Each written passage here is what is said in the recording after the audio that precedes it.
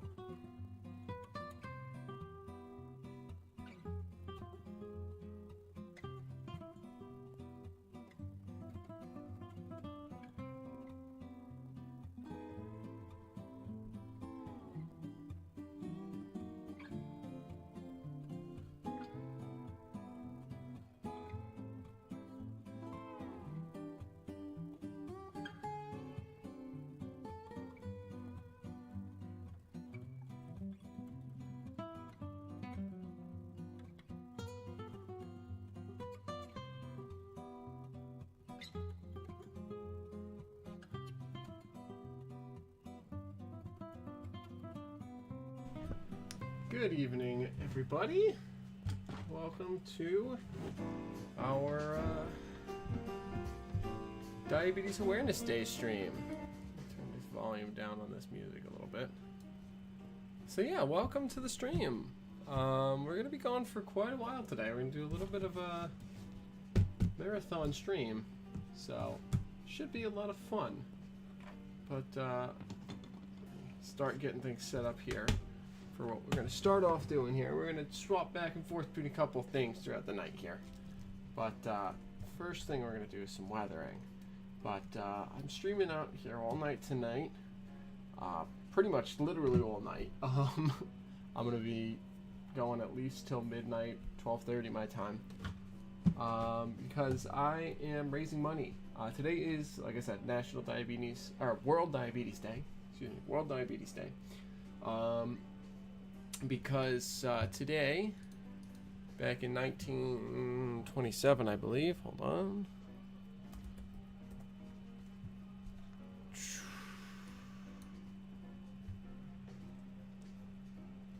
What was it? I should have pulled this up before stream. But World Diabetes Day. Where did I had a page pulled up earlier that I was looking at.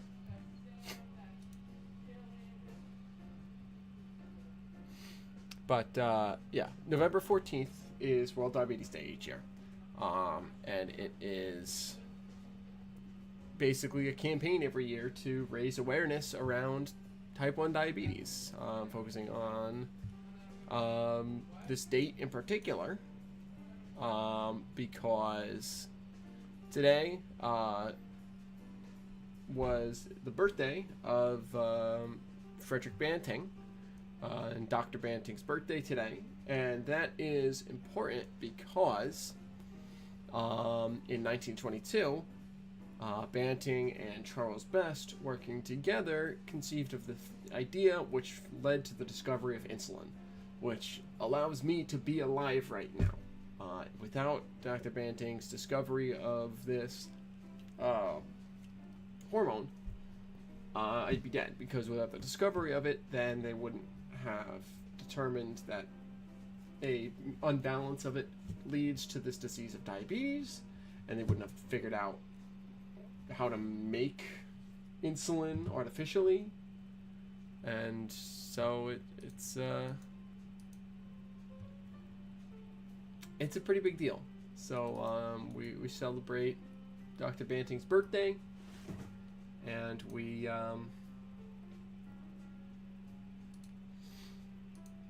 raise awareness for type 1 diabetes and raise money. So I've been, in all the streams this month, I'm going to be raising money for Breakthrough T1D, which is a organization that promotes awareness of type 1 diabetes and funds research into potential cures for type 1 diabetes.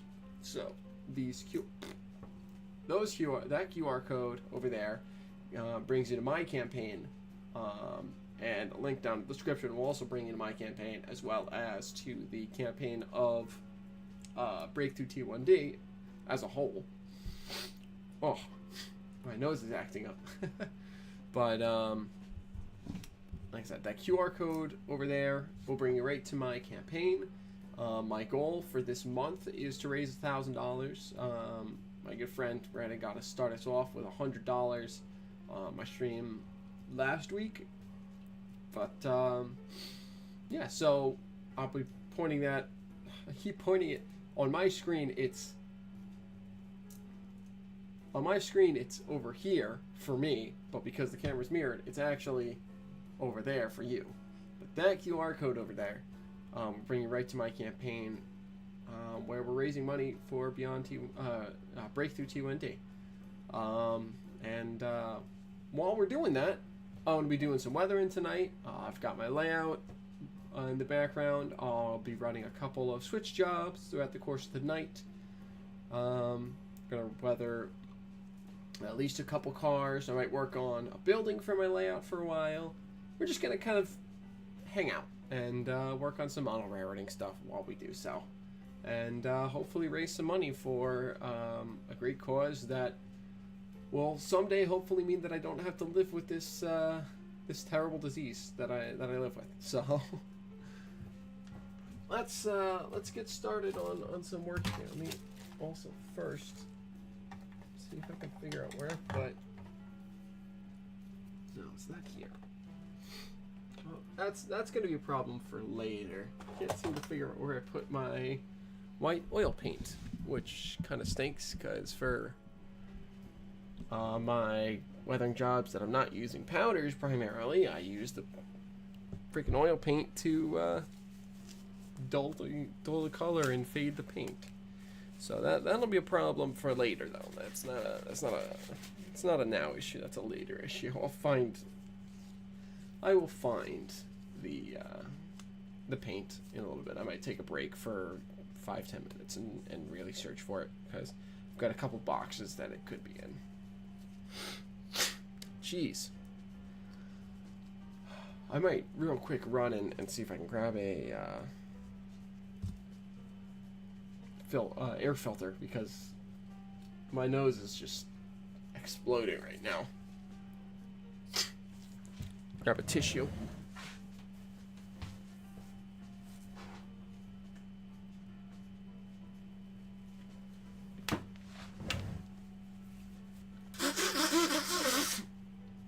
Goodness me.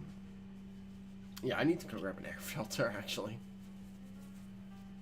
So, I will return in literally 30 seconds with that air filter.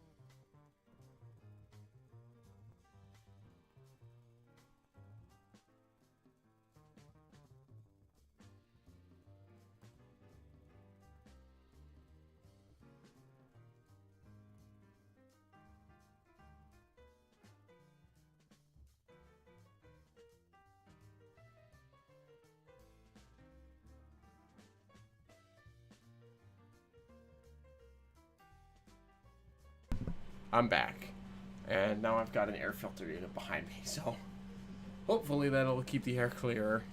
As I know, I probably was just kicked up a lot of dust when I was cleaning up in here before getting ready for the stream.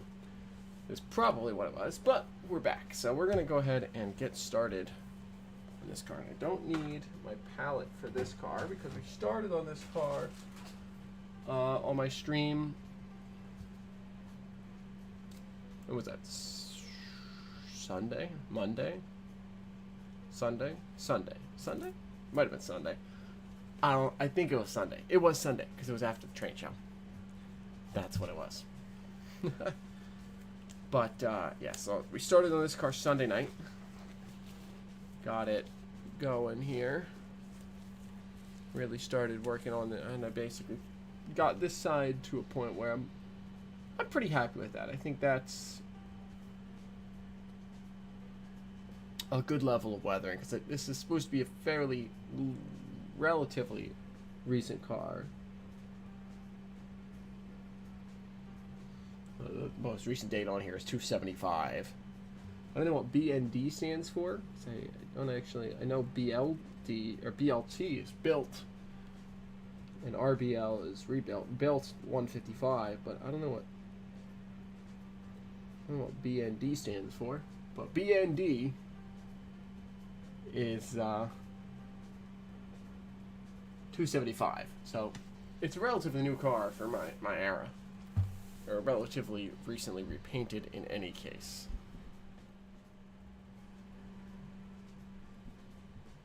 There we go. So I wanted to make sure I didn't go overboard on it.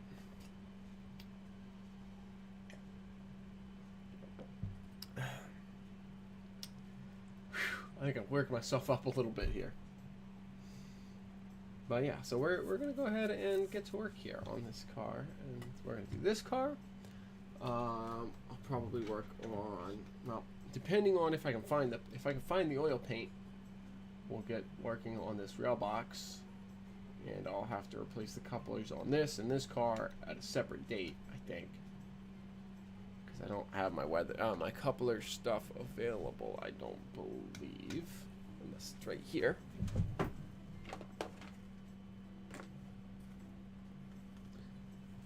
No, it's not easily accessible. If I take a break in a little bit, if I can find it, I'll grab it, and then we'll throw some couplers on. But for now, we will just assume that that's not going to be really part of the plan. There we go, get myself centered in the frame. But yeah, so we're going to keep working on this car first. And this car was being done exclusively pretty much with powders. Well, not even pretty much. This is being done exclusively with powders. So I'm going to grab those. That. And we're going to continue working our way around the car, and then we'll get to the roof. And where did I put that little baggie of brushes? Did I put it in here? I think I did.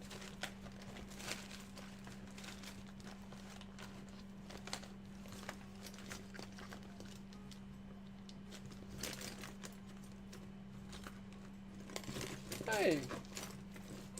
Well, don't need to look for the oil paint anymore. I found one of my oil paints. So that's good news. I think you might be the culprit of my freaking breathing problems. Big bag of plaster. You might be part of the problem, so we're gonna get you. Well, you seem to be sealed, but we're gonna put you out of the way regardless. That way we don't have to deal with you. And where on earth did I put down that bag of brushes? I had all my fine brushes in a little pouch. Little brush pouch. And it's missing. Wonderful. Wow, I'm just a discombobulated mess right now, aren't I? Oh.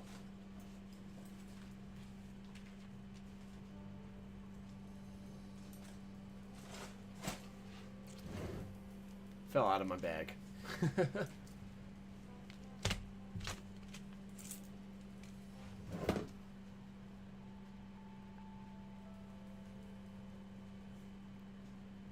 this up on here.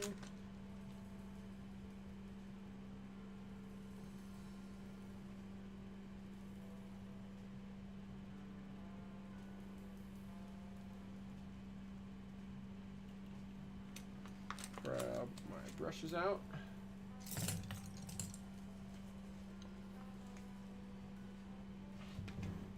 Alright, and let's start with this one. Take this Kato unclipping tool out of here.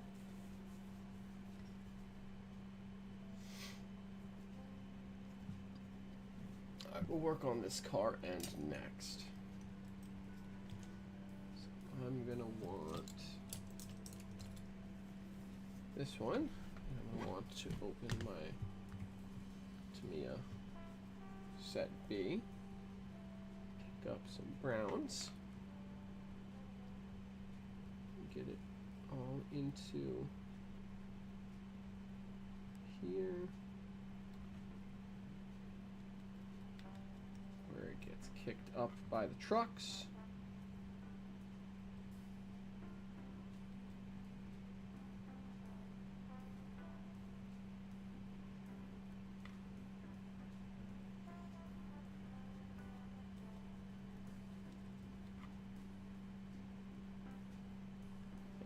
Go. So this is fairly subtle what's happening here, but let's bring in some color into this. Make it a little bit black. Throw some grime in there.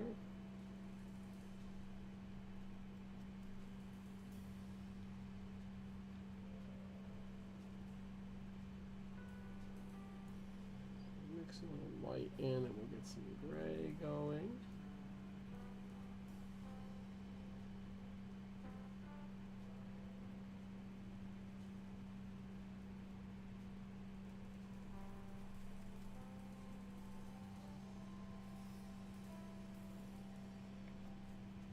There we go. Alright, let's get a finer brush.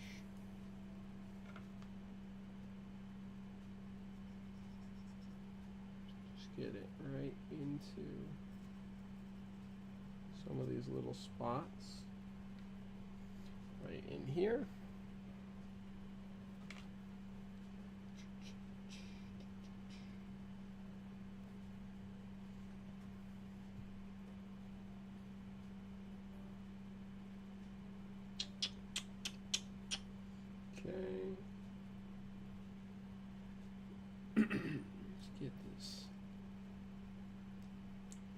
here.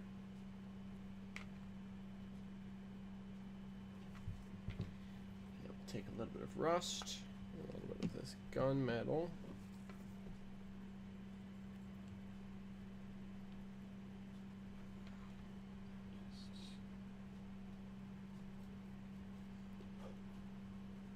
Give things a light sprinkle.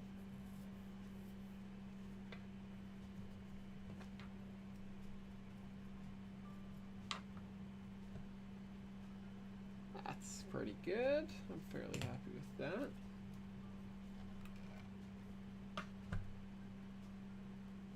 Yeah, let me get a little bit more in these edges here.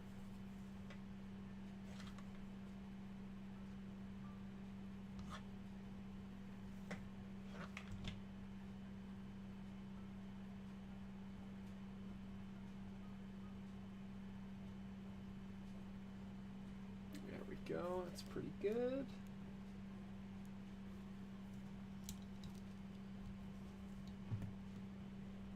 Try and get this camera a little bit more better situated.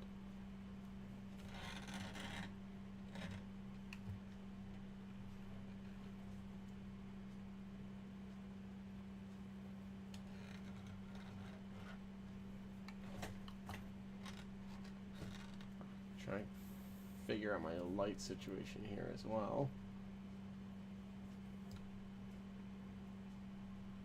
That's a little better. Where did I put those weathering powders as well? Let me get a break into these as well. Where did I put the other two? That's the light rust. Where did the brown and the heavy rust and stuff go? Where did I put them? Ah, put them over there.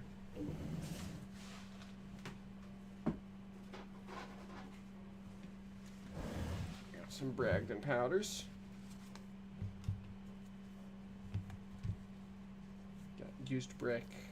Will not need for now, I don't think. But I will add a little bit of Old Tuscan to add a little bit more brown to the bottom of the car. Just a very small amount.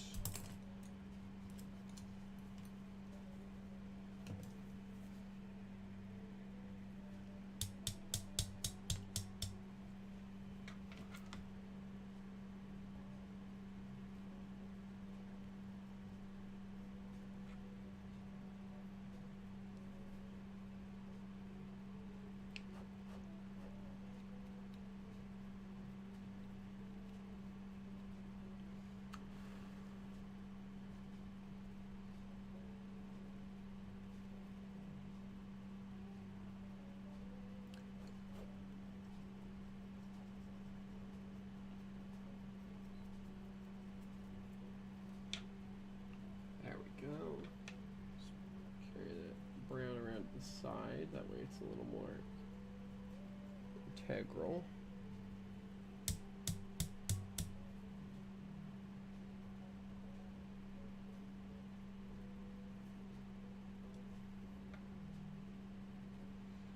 There we go.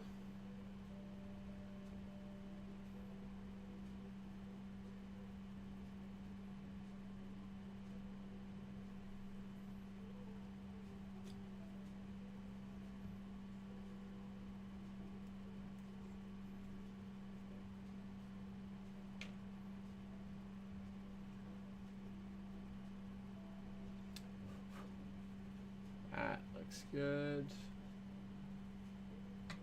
That's pretty good. Let me just get a little more.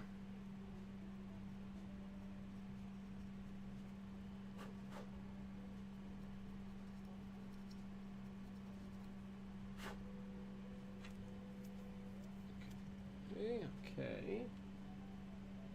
It's not quite there yet. I need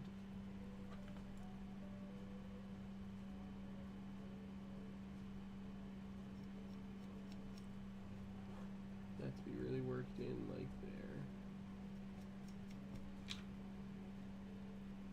this to be really worked in here. There we go. That looks a little better. Okay. We'll do the sides now. And we're going to use this brush to start, because we got to fade the blues.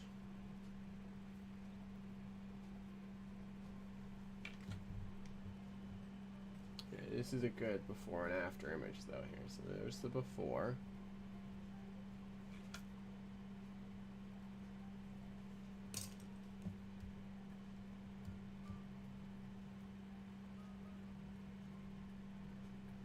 There's your before.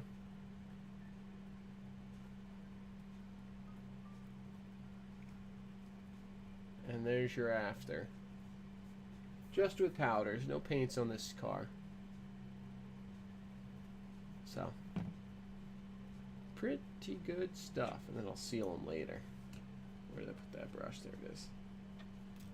Hey, let's go to town.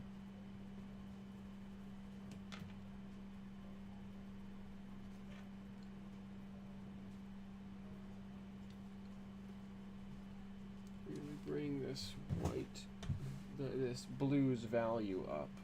Let's bring it closer and closer to a lighter color.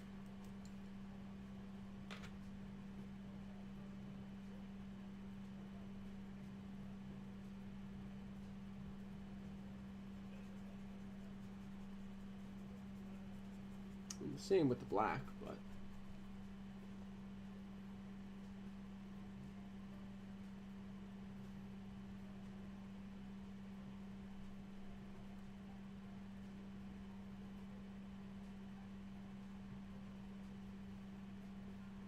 where is this?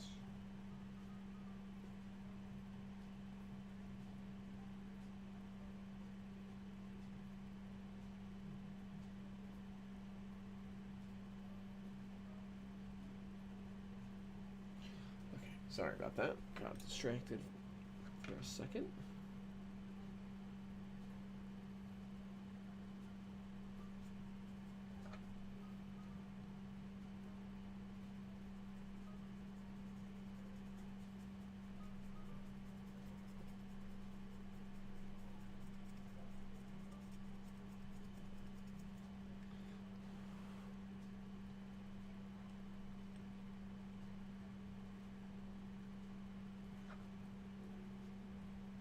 Go a little more on this side.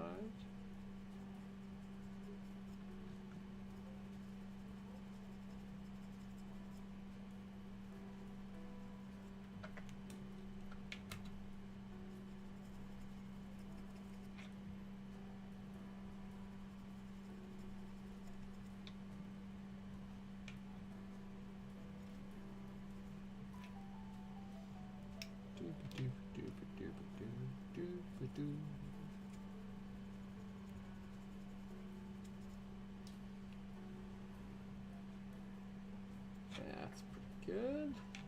A little bit more up here.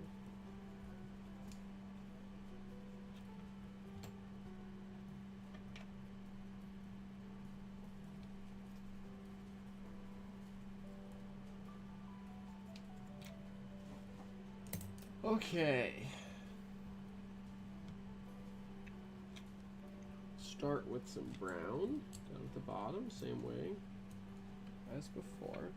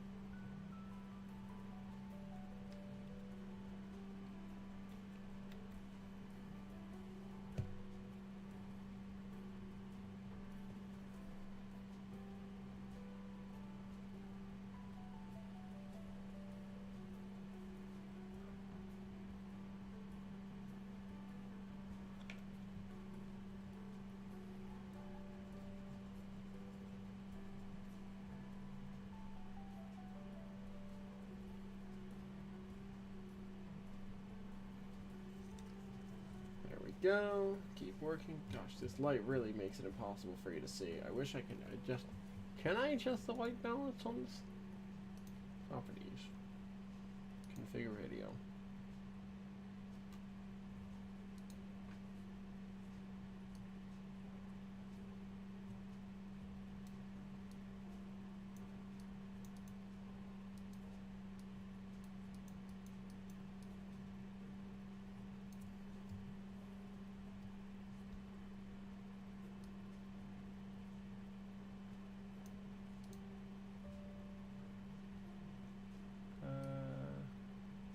Trying to play with some of these.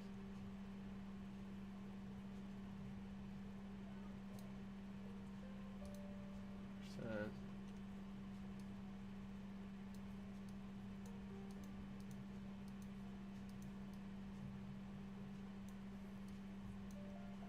Come on.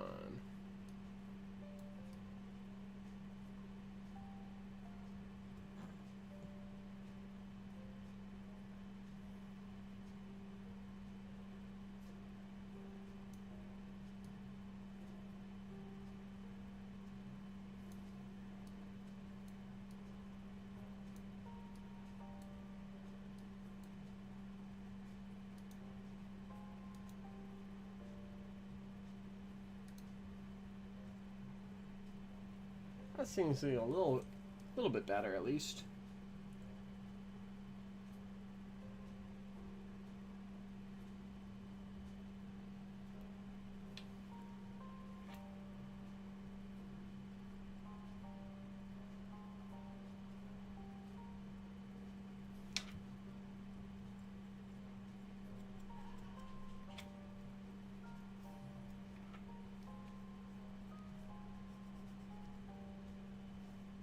There we go. Alright, keep going with the dirt here.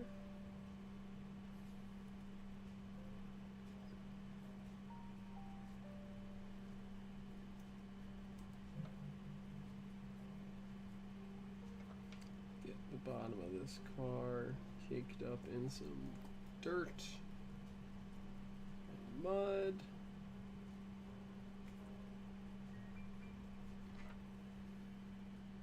Touch of this Bragdon powder just to warm it up a little bit and blend it in.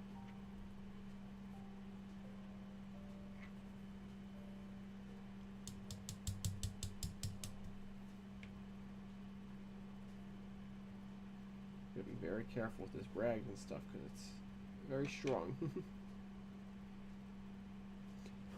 Like that.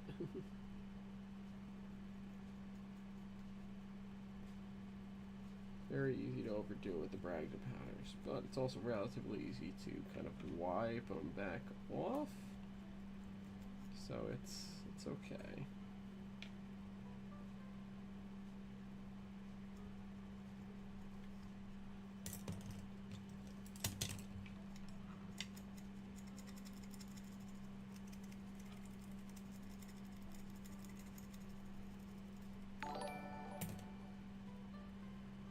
Hey!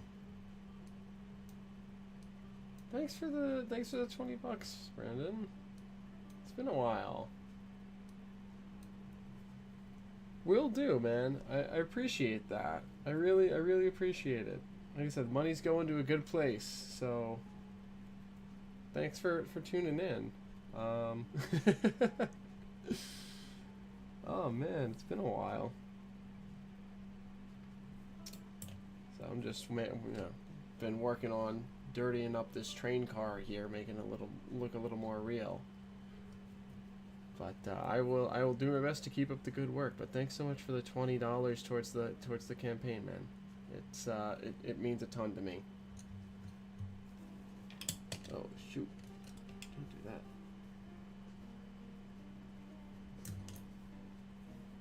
Awesome.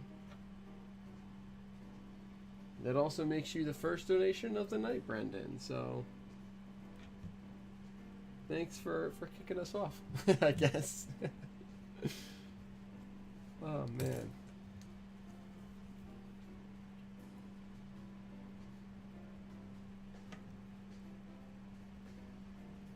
car's actually got a little... Oh, no, that's what that is. I thought this was a nick in the train car right here. No, it's just a diagonal panel that's molded into the plastic, and that is where the door sits into the frame. There's one right here, and there's one right here. But I kept seeing the diagonal line and thinking there was a scratch in the side of the train car. Because I would only see the highlight on like this angle.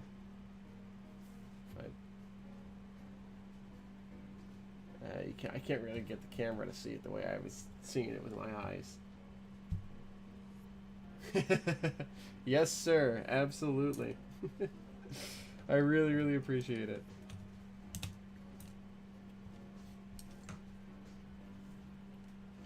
Alright, let's go in with a little bit of grimy powder now. And add a little bit of grit to this.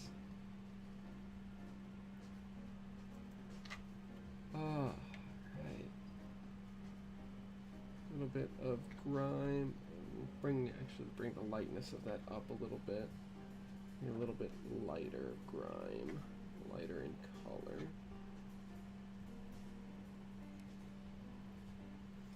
There we go.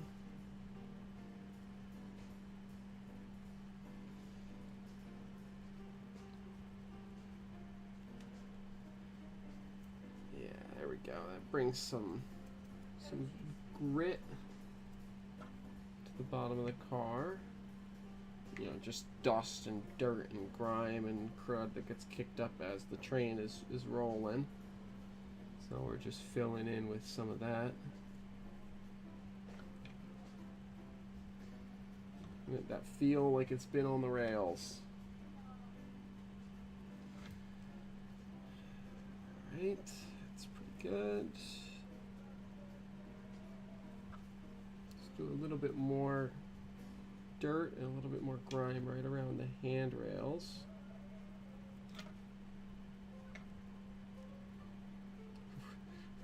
Thought a cat was in here for a second. I looked down and I saw my headphone wire moving, and with the there was an apron on the ground here next to me that I sometimes use for train stuff.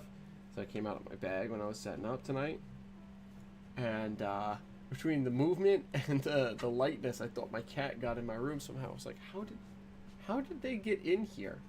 The door is closed. But no cats in here, not right now anyways. There we go. Let's get a finer point brush here to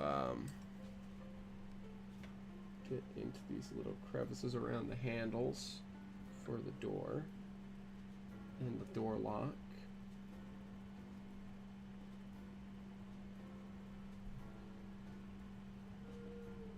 I don't want this car to get too dirty, so I gotta be sure I you know, hold myself back a little bit. That's pretty good. Now we're gonna do a little bit of rust down. There we go. A little bit of rust down either side of the door rail up here. So we're gonna come down right here and right here. The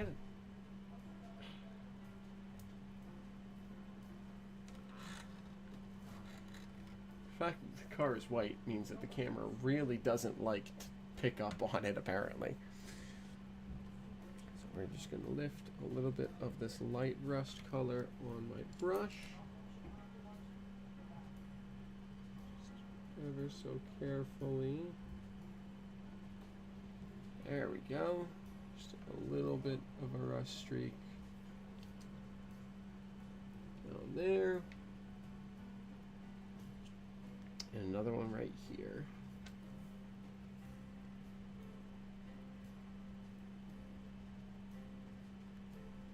There we go, there we go. Okay, awesome. A little bit of brown up here for the darker rust color. And my blood sugar is high. And it's the first, not surprisingly, because I did just eat dinner a little while ago, so it kind of comes up, and then the insulin hits, and then it comes back down to a reasonable level, usually, for me, but There's our first. I should start taking a. I should start a tally somewhere on the stream here of how many blood sugar alarms I've had over the course of the stream for tonight. That might be fun. Uh-oh. There's too much powder in this container. We'll pour that right into there.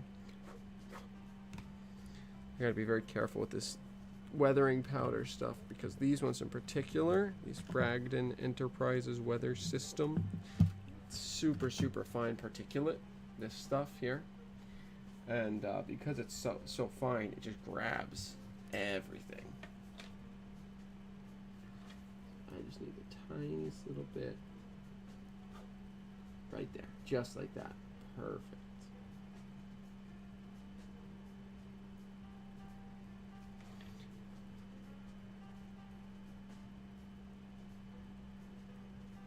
Exactly what I was looking for. There we go. Yes. Perfect. I got to do a little bit of that on this side as well.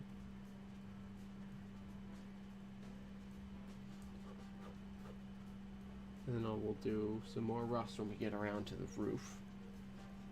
That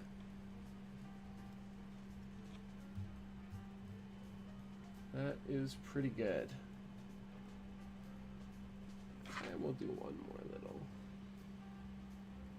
rusty bit in the corner, because why not?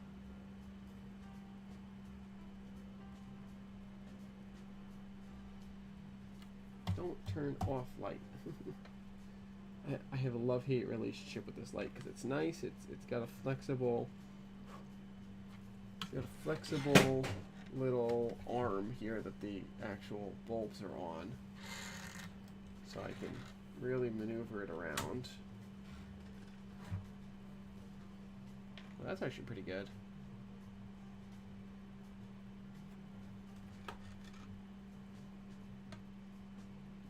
That's pretty good. There we go.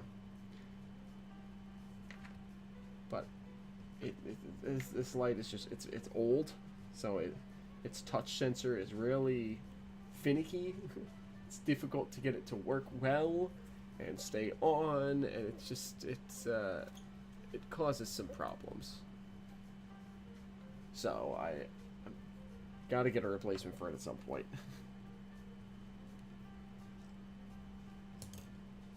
But it does the job for now. It's been with me for 5 years.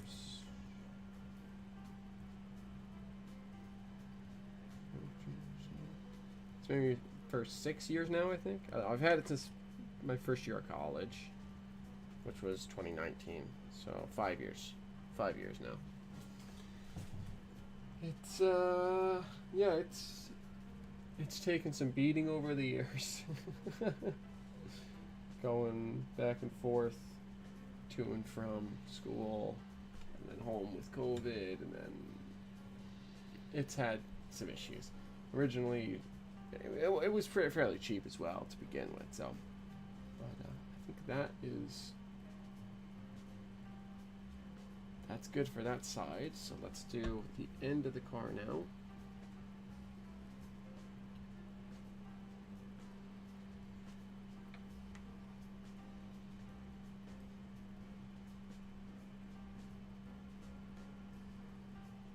Really fill in this with some dirt and grime.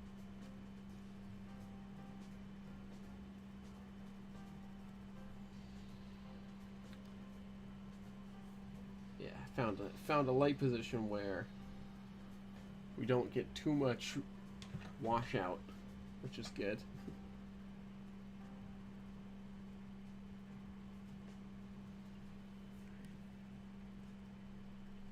Go.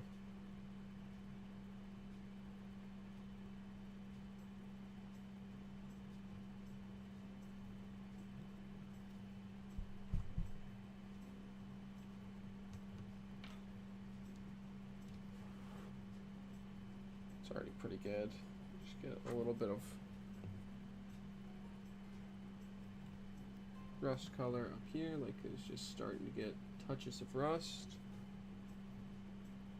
I think that's sufficient to my eye.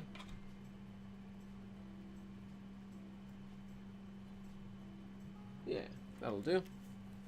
So actually just bring a touch of this lighter dirt in.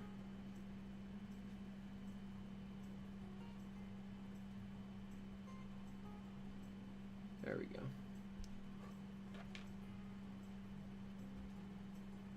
That is good. All right. Oh, before we move on from this side, where is, there it is. Take the mechanical pencil, push some of the pencil lead out. We will just hit these highlights with this graphite to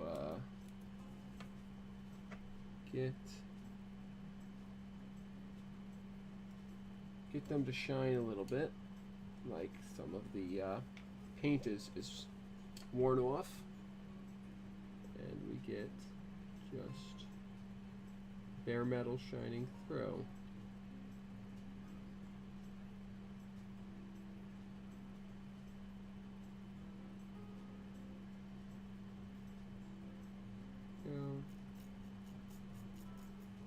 These rivet details right in there. There we go. Right on this door rail. Catch some of these highlights on the handle. More rivets.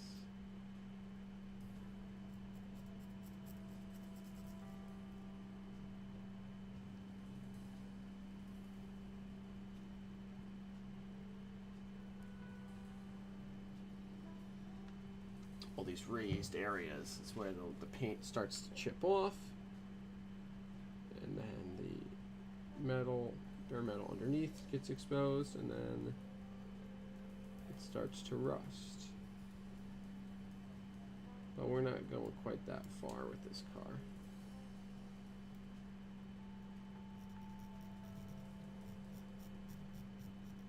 There we go.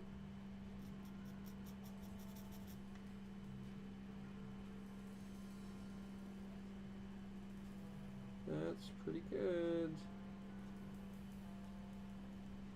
So I don't know how well this picks up on camera. Let's see. Come on, focus, camera, focus.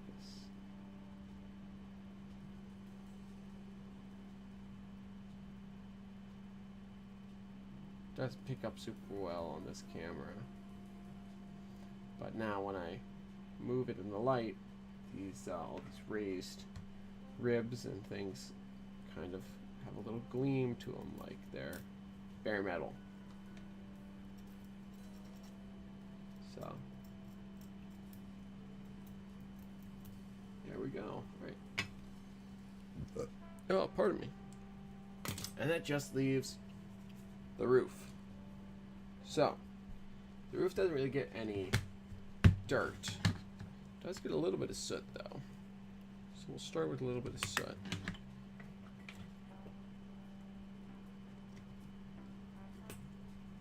Just to kind of darken things down.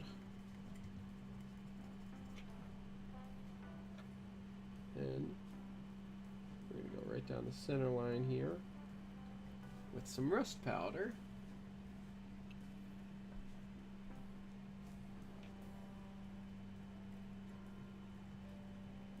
Pull it down both ways down the roof.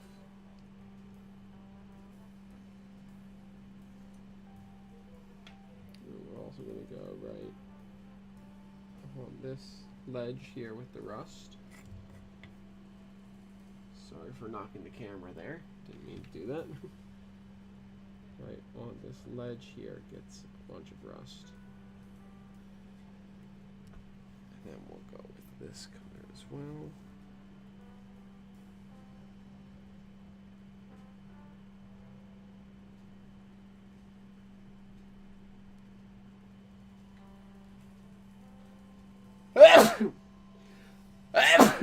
Goodness.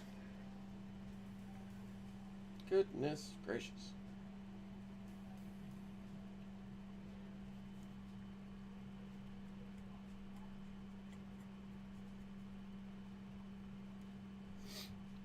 Okay.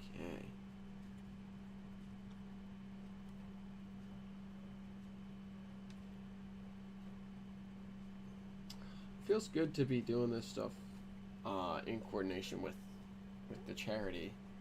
Because I mean, this is the stuff that I would sit here and do all night anyways. So the fact that I can take advantage of that and use it to kind of move the community to, you know, try and raise some money for something that's good. I feel really good about it.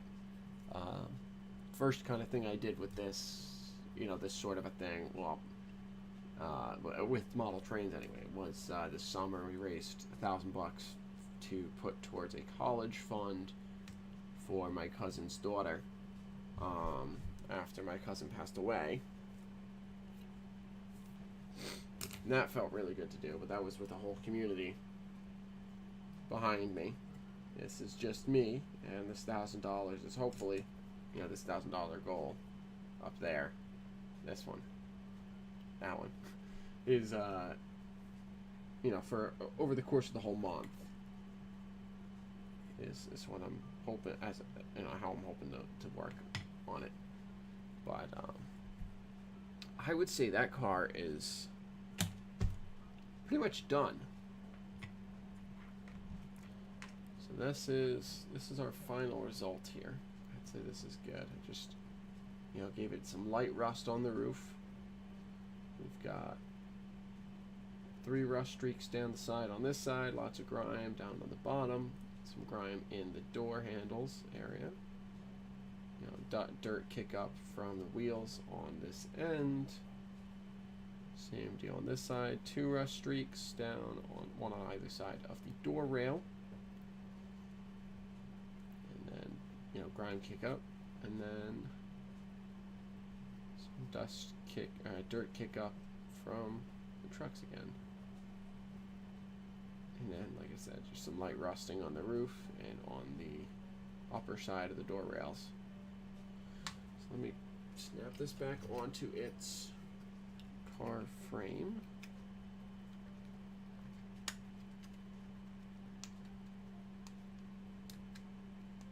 There we go. And this, come on.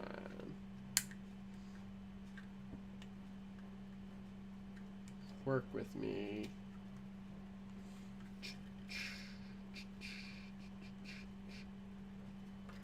Man, why are some of these freaking things so difficult to get back in? There we go. Now it's seated properly. Alright, well, I need the kingpin to go into the hole, and then the truck to go back on the car. There is our first job of the night done.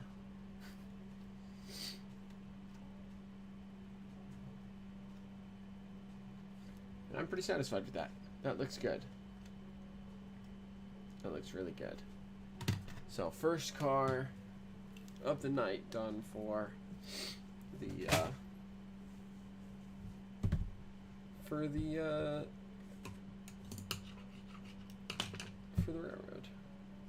Alright, so I think next what I'm going to do is I'm going to get set up to do some switching on my train layout behind me. So let me take off these gloves here. Leave them here, that way I have them for when I come back to doing some more weathering.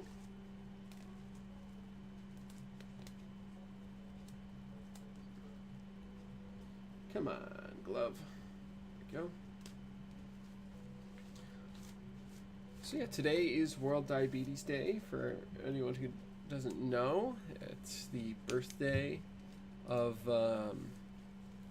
Dr. Frederick Banting, who in 1922, along with Charles Best, They first came up with the idea of, looking into things that eventually led to, like I said, in 1922, the discovery of insulin, which without that discovery, I would not be alive right now, because we wouldn't understand what diabetes is without the knowledge of what insulin is.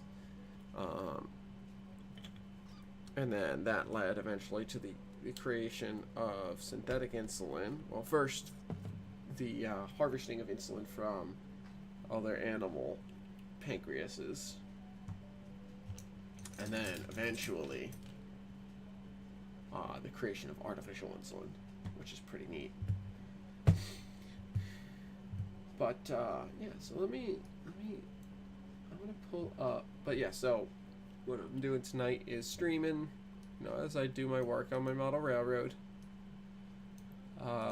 and raising money over there for the Breakthrough T1D Foundation, who's a group that raises money for research into diabetes and for diabetes awareness, which, as a type 1 diabetic, is a cause very near and dear to my heart. What is this?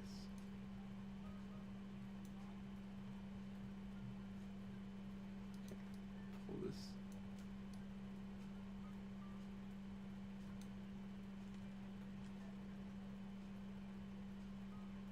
Trying to set up here.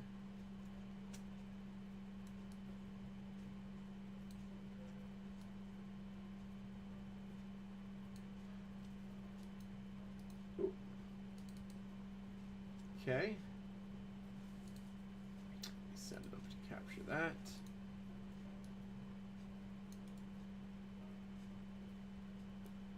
How do I transform? Center on screen.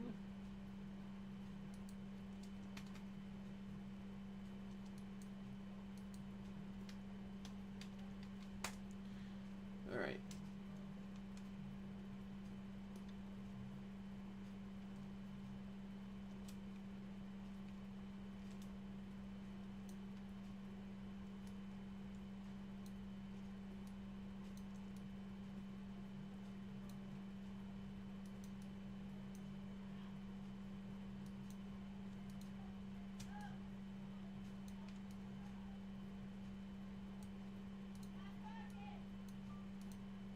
There we go.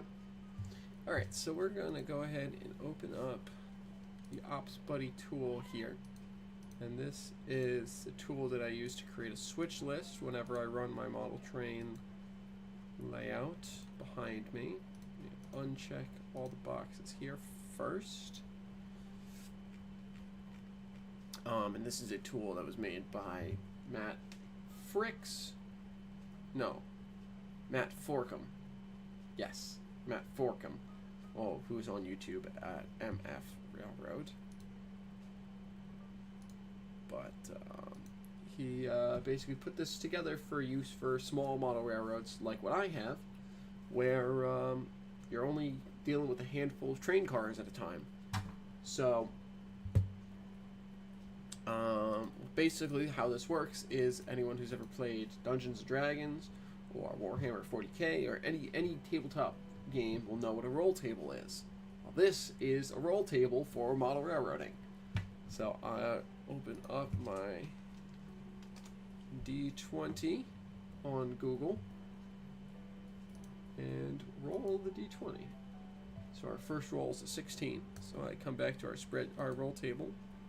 16. So the first industry on the layout that I've got here is Balfour Lumber, which is a lumber yard.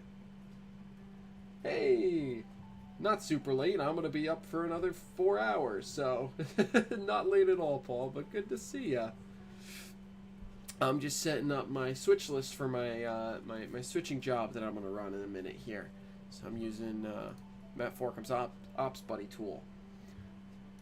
But so we got a 16 on our first roll, so I go to Balfour Lumber. 16 falls in this, so I will check that yes, the industry is going to get switched Go back to my my D20, roll again. I got a 7. So a 7. So Balfour Lumber is going to receive 1 boxcar on this session. And then we continue. Roll again. I got an 8. So for the loading docks, no, the loading docks will not be worked this session. So I don't have to worry about what kind of cars it will get. We got an 18. That means that the depot is going to be worked, so that's neat. The depot only gets worked once every, roughly once every 4 sessions. Roughly 1 in 4, because it's 16 to 20. So that'll be fun. And then we need a 3. So the industry is going to receive 1 boxcar.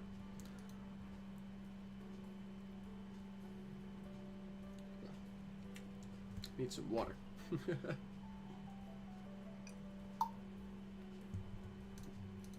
Roll again. And we got a 5. So this is nice. So no, the cannon. Okay, so this is going to be a shorter session. Roll again. An 8. Okay, cement company will get worked. Roll again. And 11, so that means 2 covered hoppers. Fairly standard there.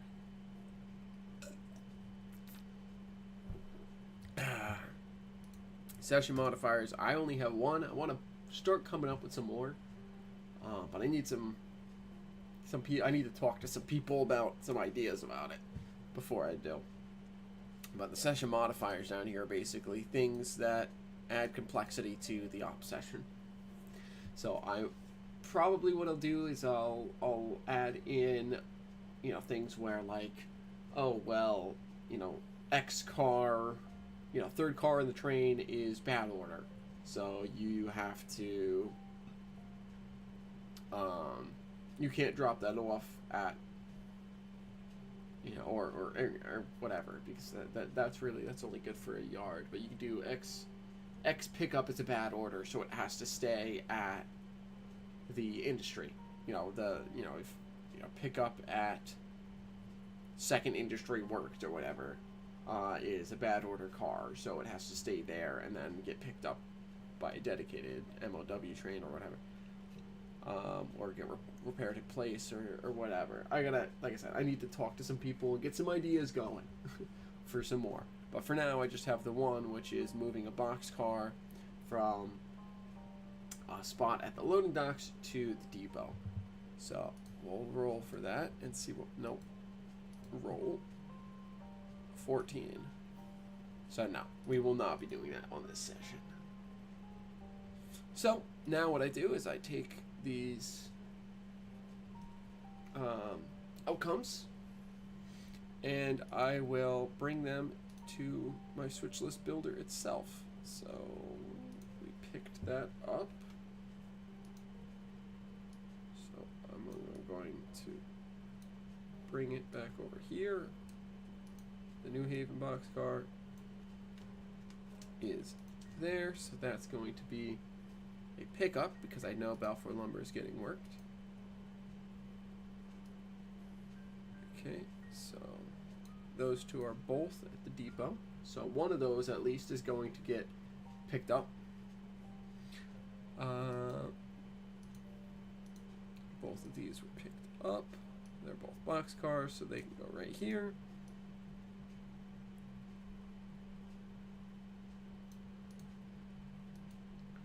That can be deleted because it is fine.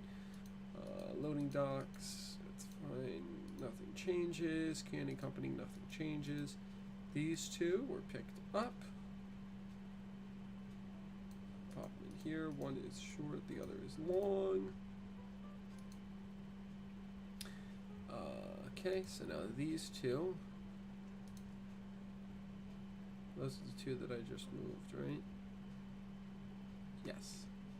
So now these 2 get moved from the loads to the empties. These 2 get moved from the set out to the spotted. And now we set up the switch list. So roll table. I was getting 1 boxcar to Balfour Lumber. So I'll grab a boxcar. Sure, that one. And put it in the set out bin. Williams Depot receives 1 boxcar. And we'll have the train pick up both cars. Why not?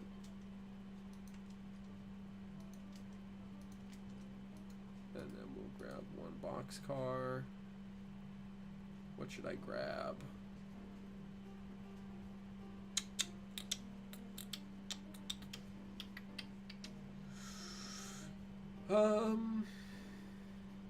B&O, why not? Put the wagon top out. Okay. Loading docks do not get worked.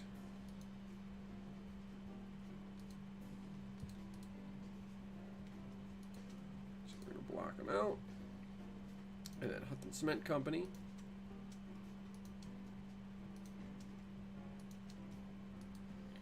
Gets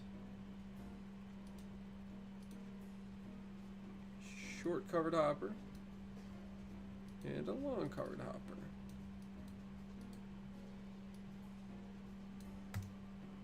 And that is now my switch list. So now I copy this switch list, copy all the data that's inside the boundary here. Oh, let me actually, there we go. That way it's nice and neat. I copy all that's in the boundary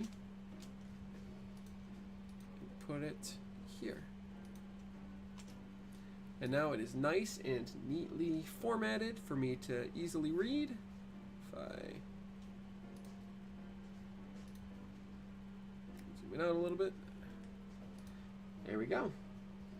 All right, I'm gonna pop the cameras. I'm gonna switch the scene real quick, and also take a quick bathroom break. So I will be back in about 5-10 minutes. We'll see how long it takes me to get everything set up. I got to set up 2 tripods, and I got to maneuver my laptop over there. That way I can continue the stream. But I will be back very soon with working on this operating session. So we'll be right back.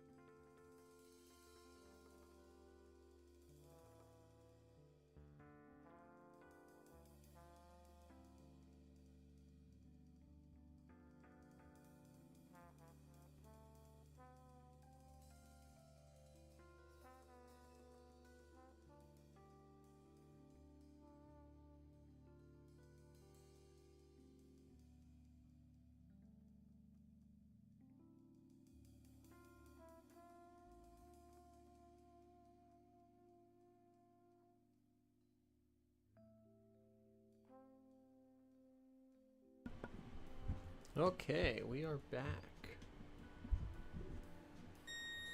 Oh, be quiet, insulin pump. It's 2 blood sugar alarms, in case anyone's keeping count.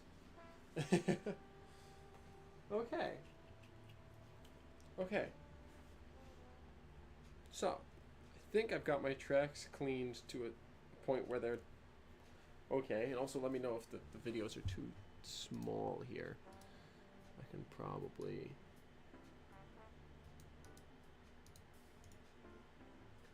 do a little bit of this.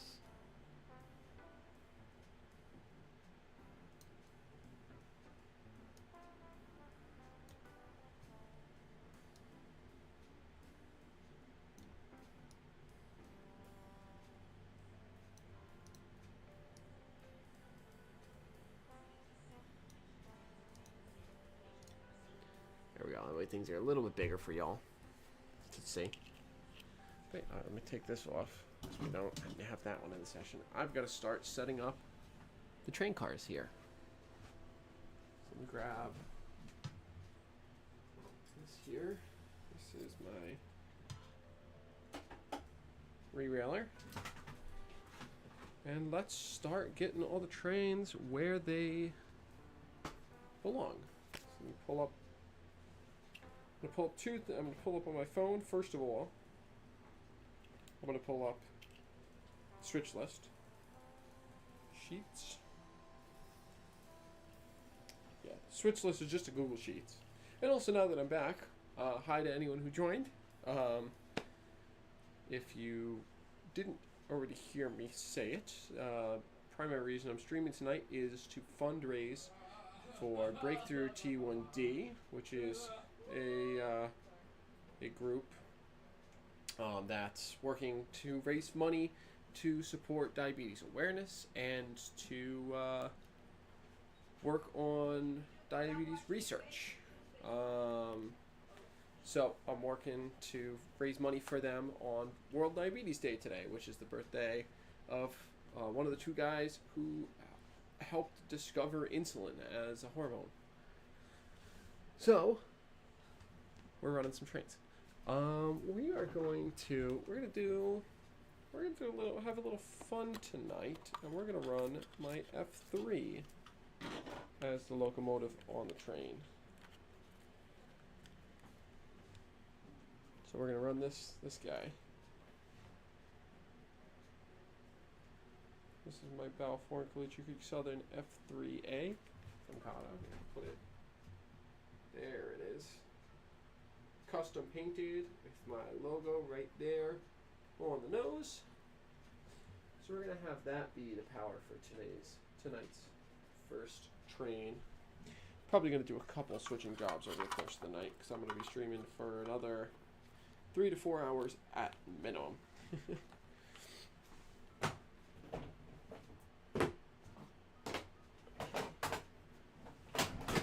pull out my train bin and make a little bit of a mess here. Just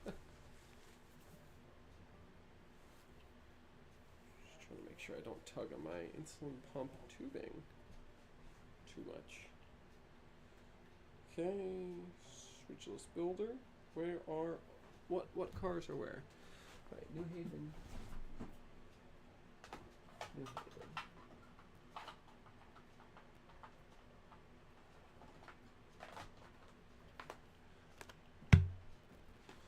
Okay, those 2 can go down there. That can go down there. That can go right here. These can go out of the way because I'm not going to need them. I believe the V&O is on the layout. Let's check in on the V&O car. V&O is loading docks track 2. Okay.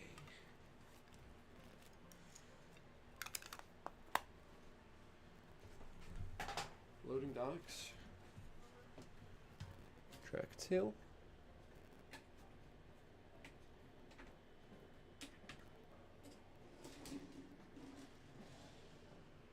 There we go.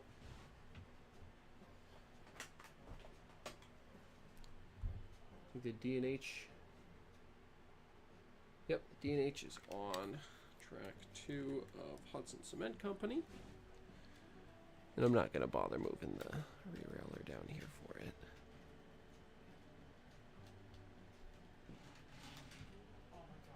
There's no need.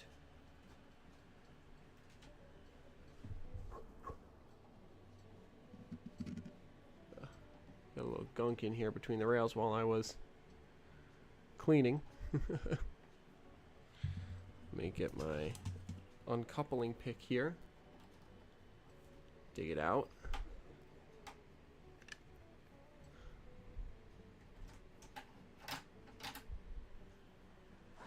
There we go. That's a little better. Okay, there's 2 cars on the layout. Next, what do we have? Okay, I know these are not on the layout. That's not on layout, right? 707 is on the layout. It's Canning Company Track 1. Okay.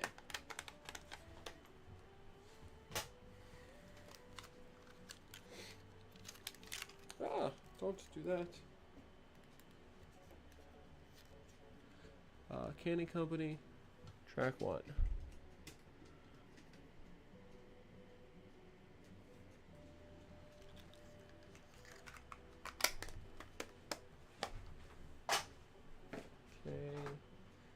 Erie flat car is not on the layout, right? It's the D&H and the NYC. Yep. Okay. Those are off layout. These are off layout. What New Haven car is this? What New Haven car is this? Is this on layout? This is 32120. 32120.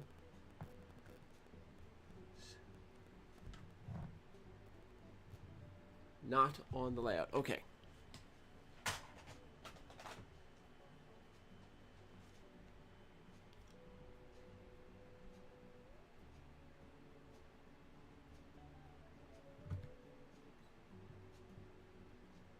PC 638 is not on the layout. Okay. 46840. 36840 is off layout. Okay. I know that's off layout. I know that's off layout. I Heart NY is off layout.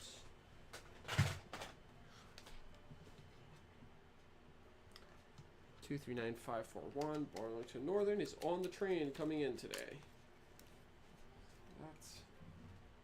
That's getting dropped off.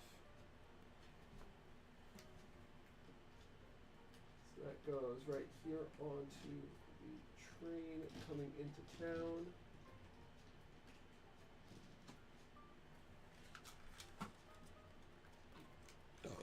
Pardon me. Goodness. Okay.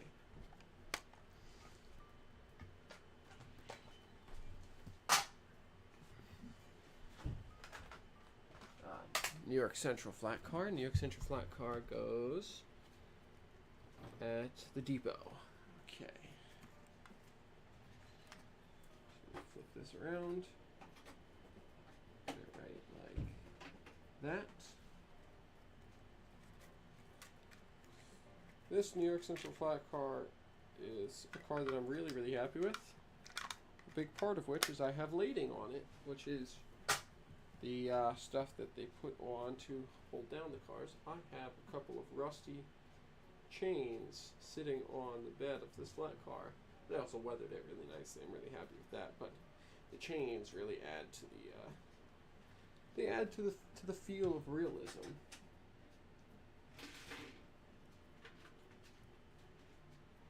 Feels like something just got unloaded off of it. There we go.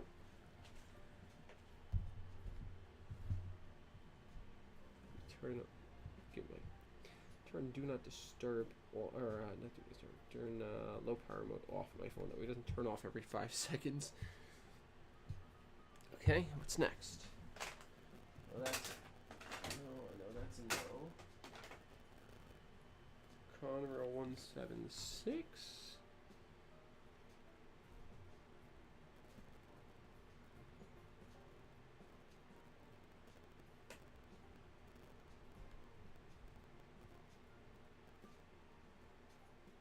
Conroe 176-279 is off layout. Okay.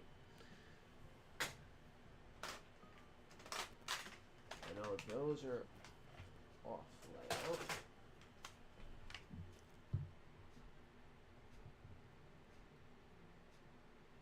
P's off layout.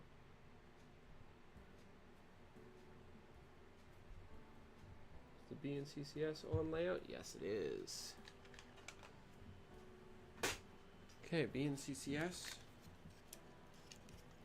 goes right here on track 2.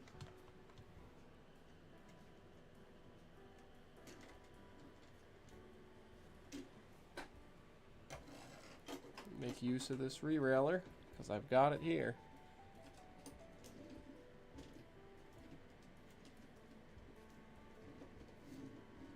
There we go.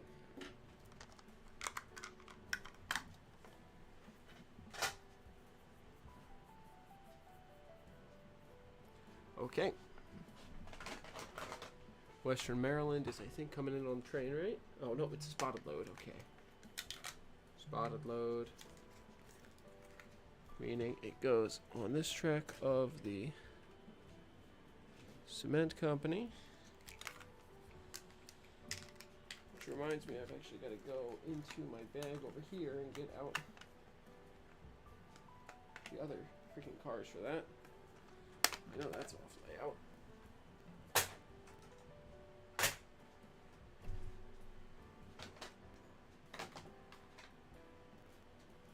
I'm gonna need that. That's my caboose.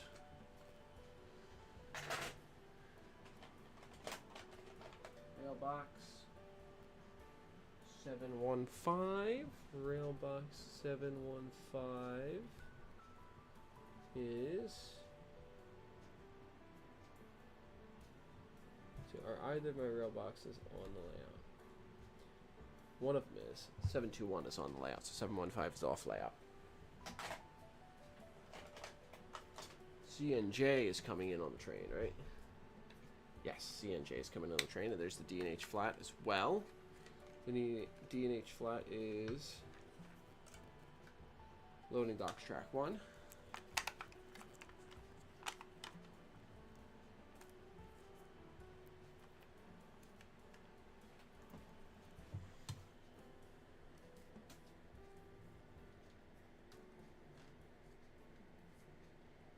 There we go.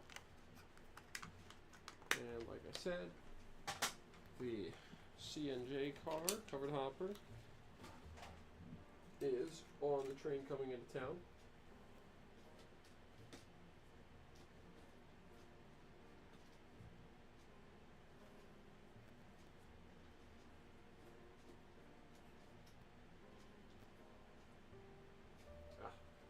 I could tell one of these wheel sets was out of its truck. It's out off of the out of its whatever spots.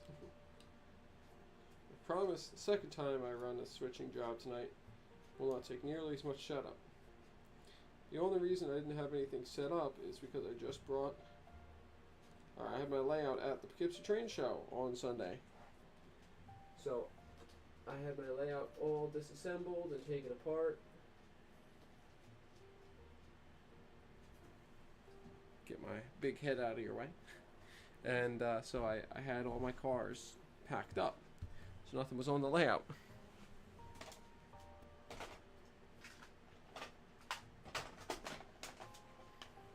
TASD is off layout, right?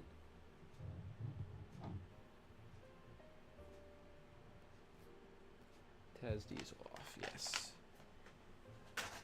Okay.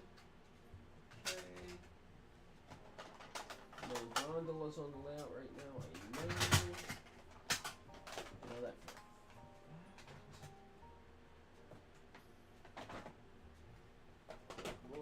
Locomotive. P&W isn't on the list yet. Ah, that's the New Haven, right? 30499. 30499 is at Balfour Lumber.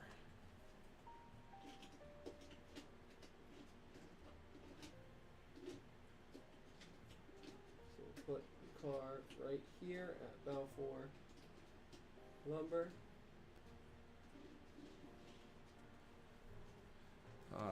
Okay.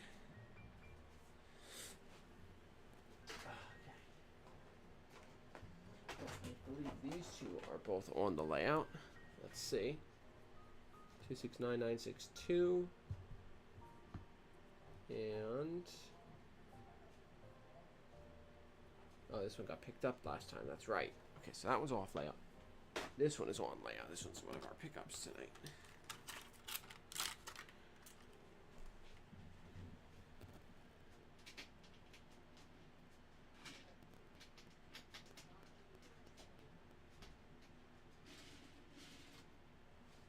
There we go.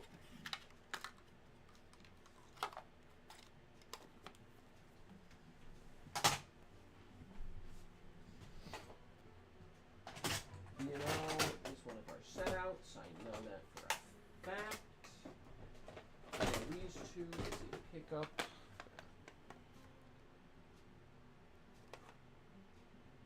Two, 3-2 is our pickup. 2-1-2 is staying off layout. Let's see. Let me check here. 1, 1, 2. Check, check, check. Check, check. Check. So we need 1, 2, and then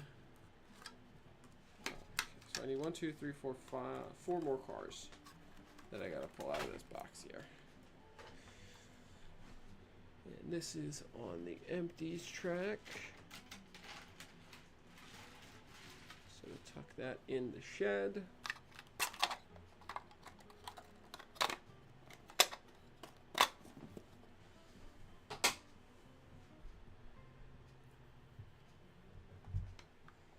That's set out. That switch. That switch is set.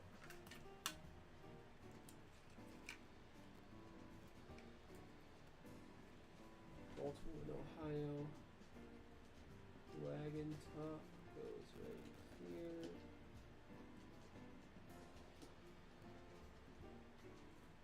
You're supposed to be over there, a little crate.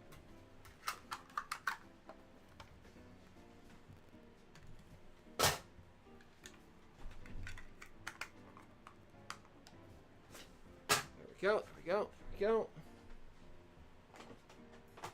Mailbox is what I need.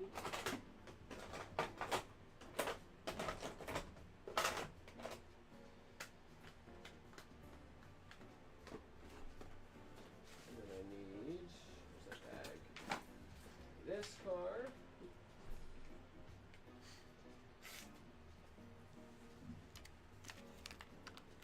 And then I need 2 more cars.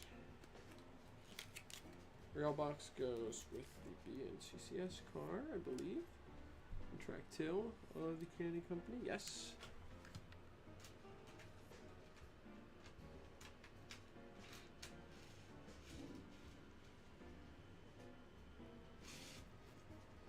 There we go.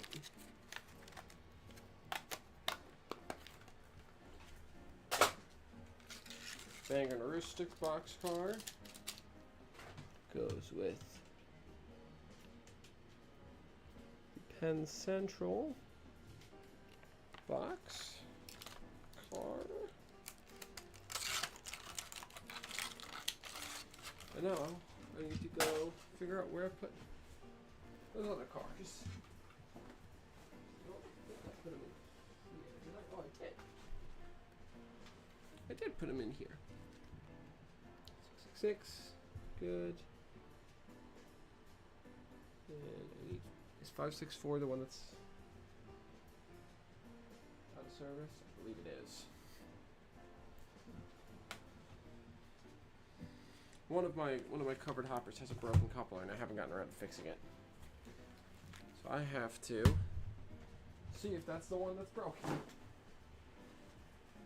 Or if I just have to get it out of here.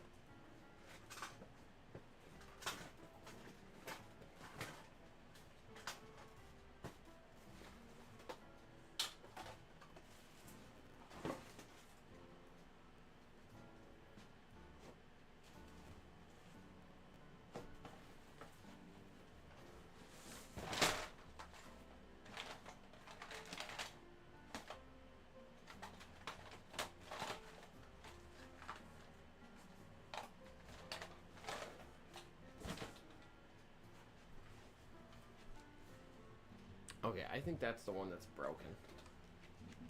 So, we're going to switch our switch list from 564 to 550.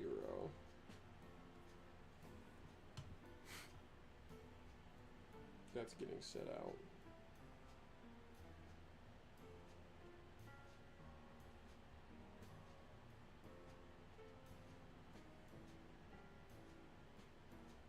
Okay.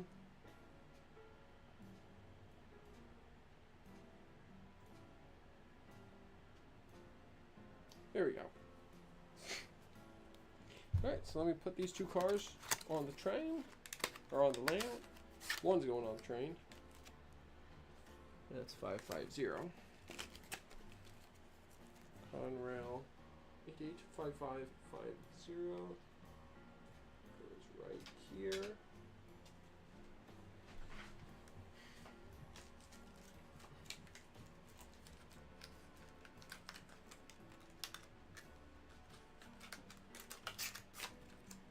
There we go. And Conrail 884666 goes right at the Hudson Cement Company. And then we can get started on the switching job. But before we get started, I want to remind everyone why I'm live tonight, which is to raise some money for Breakthrough T1D, which is an organization that works to raise money for improving diabetes awareness and to fund research into potential cures and ways of treating diabetes. As a type 1 diabetic, it's a group that's doing work that means a lot to me. And I know it means a lot to people around the world.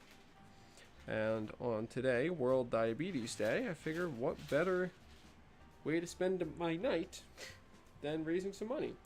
So the QR code that's up here leads you to a Tiltify campaign that I have running, where I am, over the course of this month, hoping to raise $1,000 for Breakthrough T1D. So if you have a spare few dollars that you can afford to send their way, I'd really appreciate it if you could donate and help give money to a good cause on this World Diabetes Day.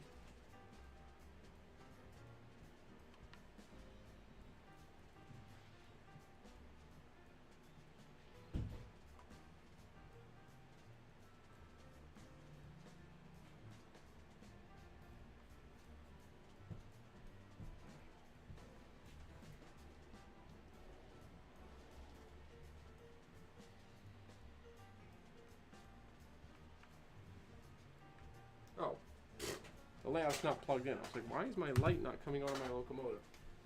I have everything hooked up except for the wire that goes between the layout and the power system. Let me hook that up. We should get a light on this locomotive.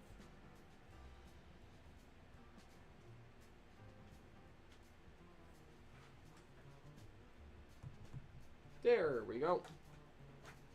Now we have light.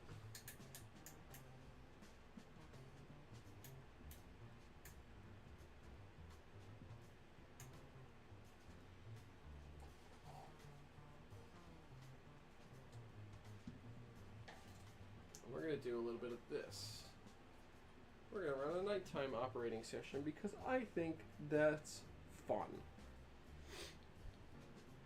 So, we put the caboose where it belongs. Take this off of the layout. Pull this stand I've got back. The only thing with this F3 is I don't know what the most realistic way of running the train back would be. Well, whatever. I'm imagining this is a local out of the yard, which is a mile down the track. So if he needs to pull backwards a mile, he can do that. Why are you not staying coupled? You stinking thing.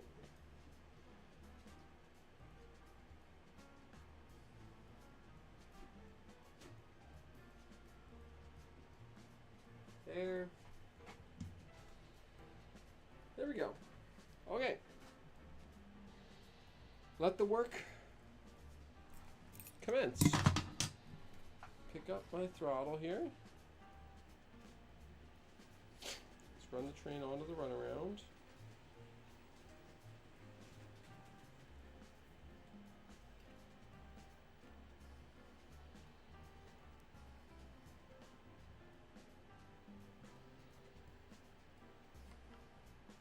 There we go. Take my uncoupling pick here.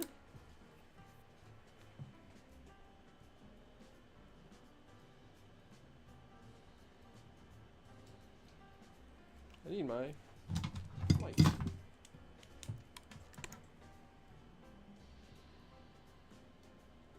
There we go. Throw this switch, that way we can run around.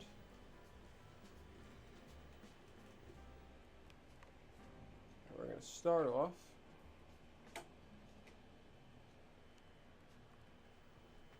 by working the cement company.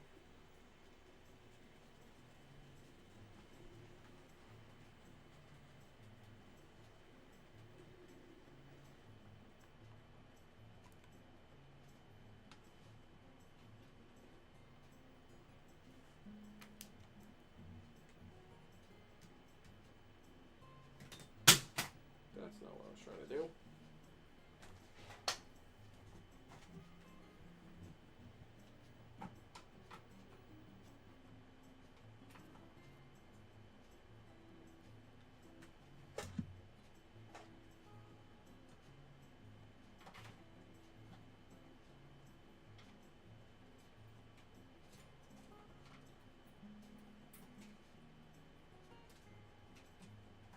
Trying to set up a little artificial moon over here. That way this camera has a little bit more light. Also may actually point it at the layout. There we go. Okay. So I'm going to uncouple from car ahead, couple up. This car is way too light. It definitely needs some weight added.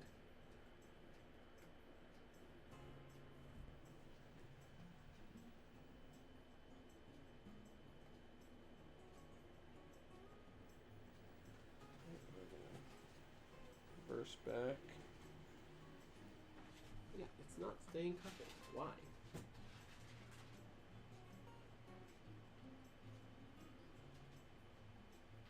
Never had this happen before where these short and long covered hoppers don't stay coupled. It's really, really frustrating for some reason. So this switch, this switch. Oh, I forgot. Let me pull up Train Crew on my phone.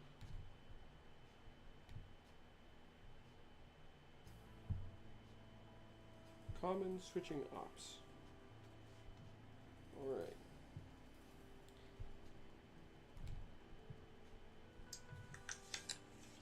Unlock the switch. Now we throw it. Let's remove the derail. So we're taking the derail off of the tracks here. And this, basically this is a little web tool that allows, we're going to store a derail here, just so in case anything runs, it doesn't foul the main. It basically just adds some sound and some time to a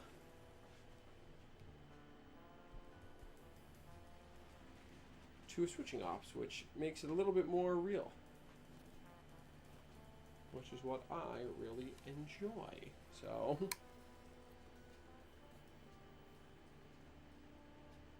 alright, we're going to couple and connect hoses.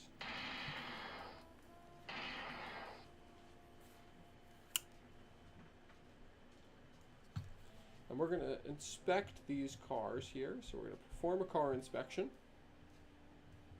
We're going to inspect the car body for the following: car body leaning or listing to side, car body sagging downward, position improperly on truck, etc. And this is for, we're going to do this for both cars. So we're starting with the Western Maryland car. So inspection passed. We're going to inspect the coupler and draft gear for damage or defects. And there's a chance that this does come up as inspection failed, and that means I'll have to set out leave the car and work around it, which is just neat. Inspect the wheels and journals for overheating and or evidence of that. Checking for any hot box indications. Inspection passed. Inspect the wheels, looking for cracks. Inspection passed, and ensure that the brakes do not stick on or off. Okay, and let's perform another one for the second car. And we're inspecting this car and this car actually.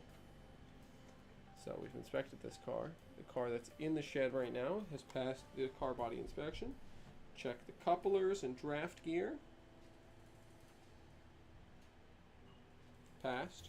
Inspect the wheels and journals. Passed. Inspect the trucks, or the wheels I mean, looking for cracks. Passed. And ensure the brakes do not stick on or off. Passed. Perfect. So we are clear to pick up both of those cars when we're done. I am going to release the handbrakes on the two cars that I'm coupled to.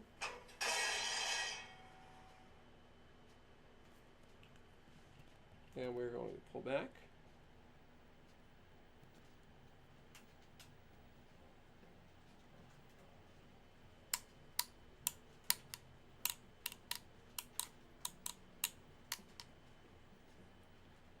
Okay, put it forward.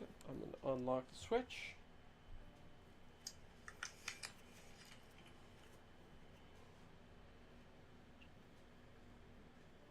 Okay, it's unlocked. I can throw it. Let's shove ahead and we'll lock the switch in that position.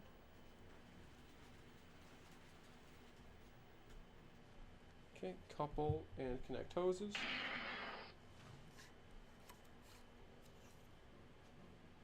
Okay, beautiful. Now we will reverse. Oh, well, nope, sorry. I have to release the handbrakes.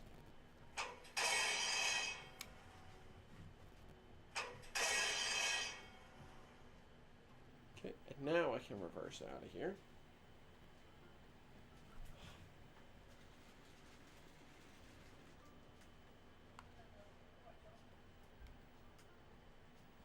There we go.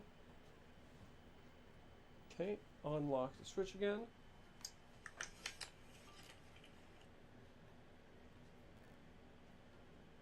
Okay, now I can throw the switch.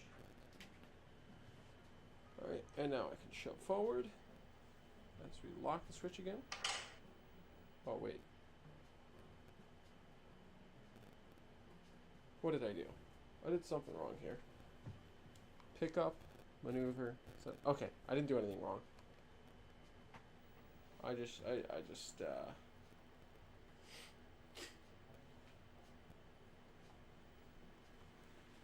gotta finagle some stuff here.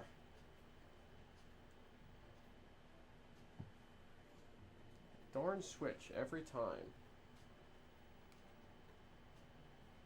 Okay, let's see when I'm gonna have enough space to clear this switch. Oof. Just a bit too much. Okay, so how?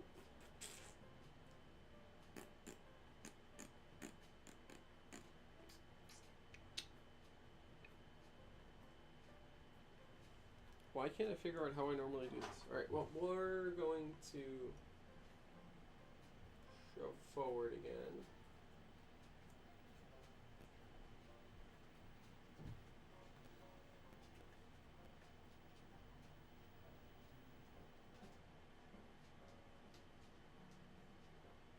I'm going to leave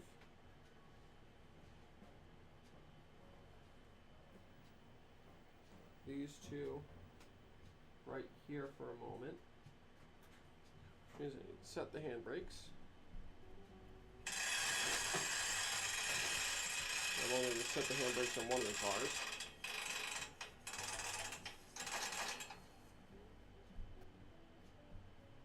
And then uncouple.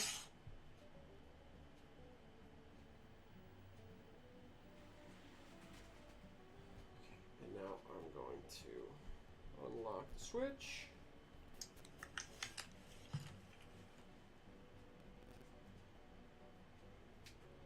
Throw the switch.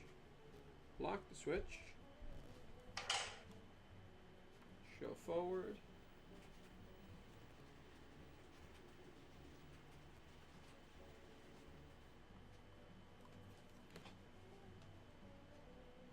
What am I doing here? What am I trying to do? What is my goal?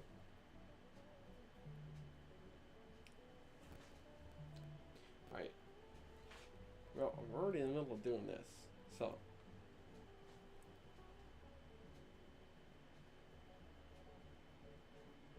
Let's do it this way. Why not? This is not the way I like to do it, but it's fine.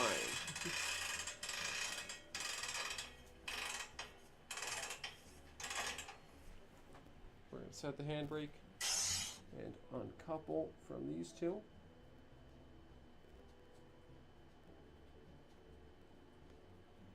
This is a lot more moves than I would like to make, but it's fine. I'm still having fun with it, so that's at the end of the day, that's what's important. Unlock the switch.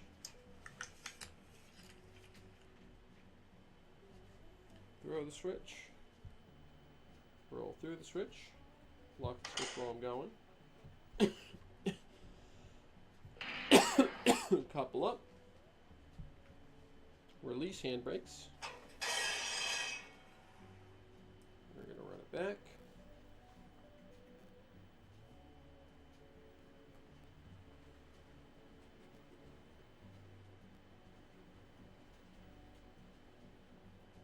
Okay. Unlock the switch. Throw the switch. Pull forward, or shove forward rather. Couple and connect hoses.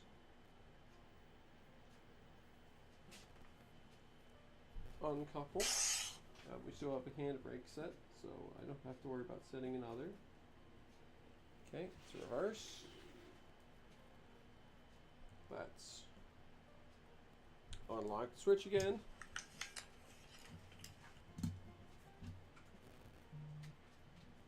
Shove forward. Lock the switch up. It's got to be something with how I might just need to really work on filing that stuff down. Right. Those are the two that I'm dropping off, so those are going on that track. That's fine. Yes. 2 hours already. Nice. It's getting warm in here. I think I might take my sweater off. Oh my gosh. That's fine. Okay, there we go. Set the handbrake.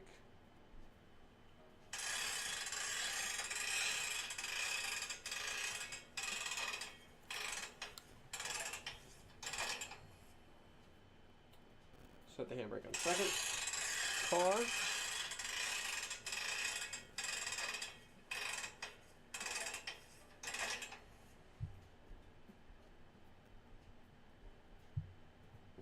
Test the handbrakes.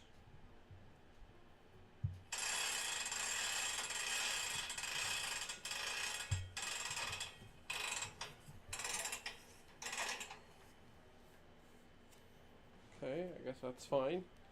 I don't think I need to use that.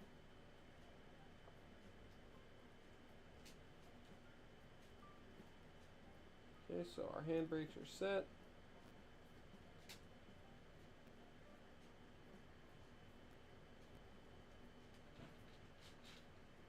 This car's off the rails. Now it's better. All right. Let me run back.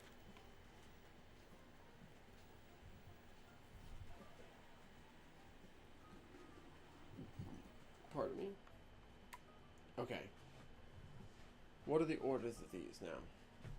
Oh, the order is fine actually now. Okay, unlock the switch.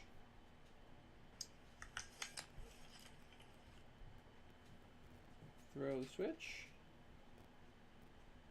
Lock the switch. Roll forward. Couple up. Release the one handbrake. And now we can roll backwards.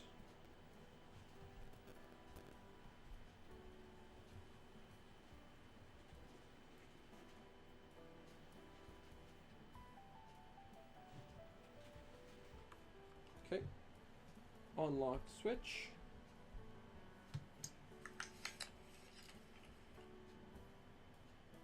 Throw the switch. Lock the switch. Roll down.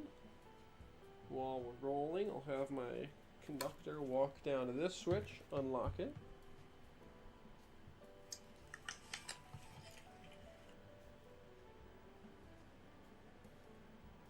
Alright, throw the switch and lock it up.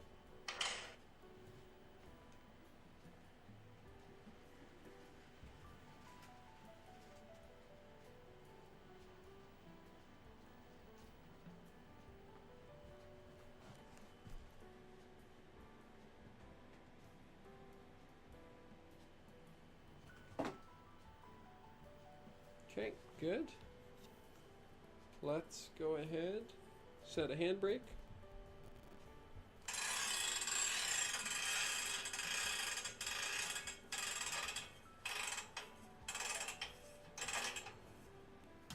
Set a second handbrake.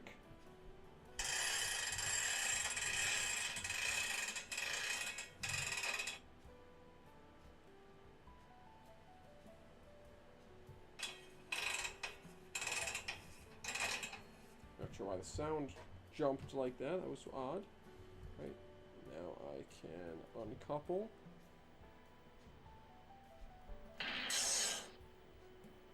There we go.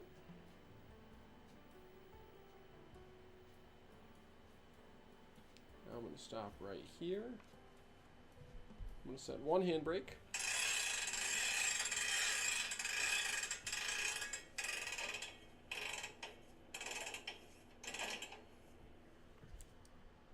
Uncouple and roll backwards.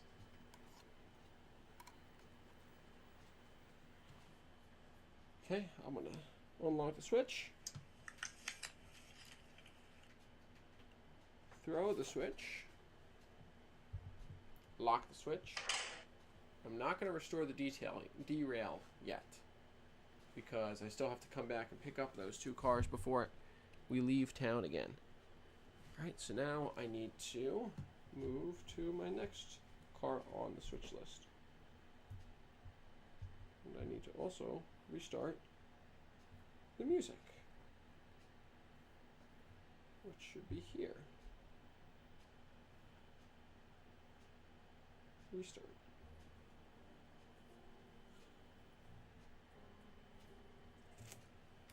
There we go, much better. Okay. Let me roll backwards here, I think. Hold on. So those two set out jobs are done. I need to set out. Okay, so actually I need to run this way. I need to get the cars on the rear end of my locomotive. Because both of these cars are going down the lumber lead over here. The B&O boxcar is replacing these two cars at the warehouse depot, or excuse me, Williams Depot, And then the Burlington Northern boxcar is replacing the New Haven boxcar at the lumberyard. So I'm going to go ahead, unlock the switch. 3. Okay, throw the switch, lock it, remove the derail.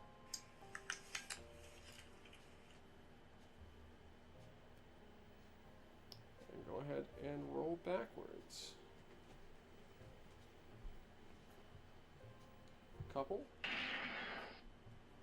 Release the handbrake.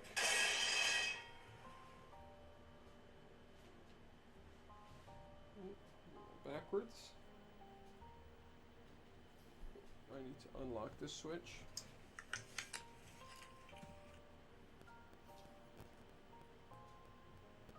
Throw it. Lock it. There we go. Okay, let's change directions. Unlock this switch.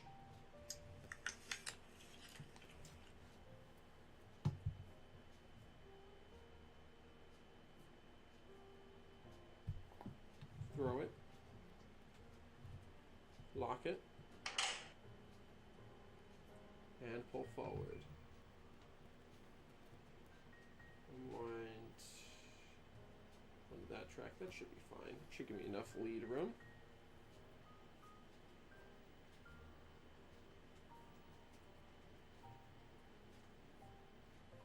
Okay, let's reverse. To unlock.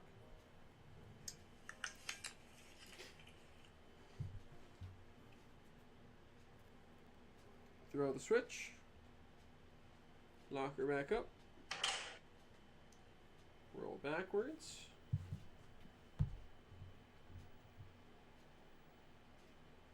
Couple.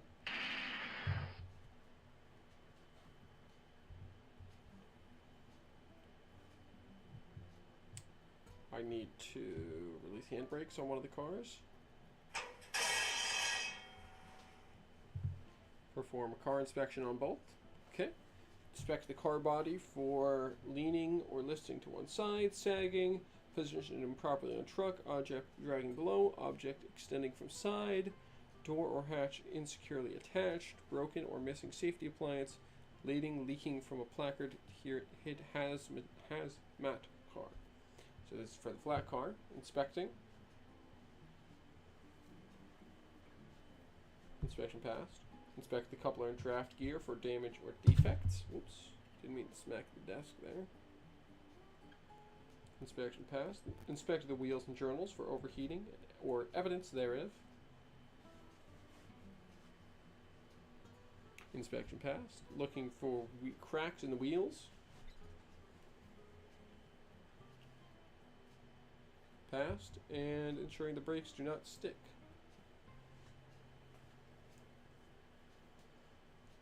Passed. Perfect. Second car. Inspect the car body for all those things I listed off. Passed. Coupler and draft gear for damage. Passed. Wheels and journals for hot boxes.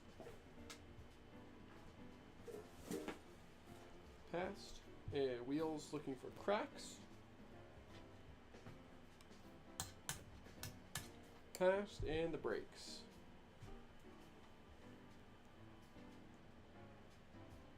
Inspection passed. Beautiful. We are clear to pick up both of those two cars. So I'm going to pull forward again.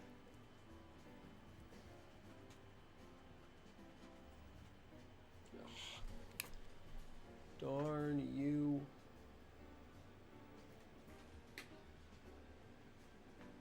There we go.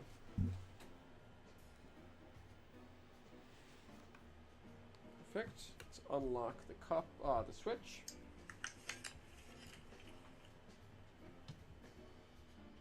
Throw it. Lock it back up. Reverse back. Oops, too much.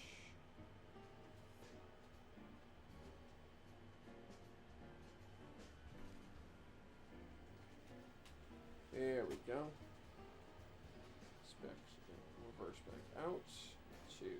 there is fine. Set the handbrakes on one of the cars.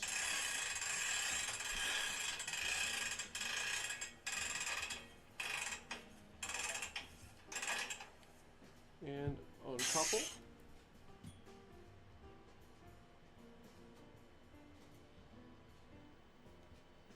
And go forward. Okay. Unlock the switch. Throw it. Lock it back up. Reverse down the track.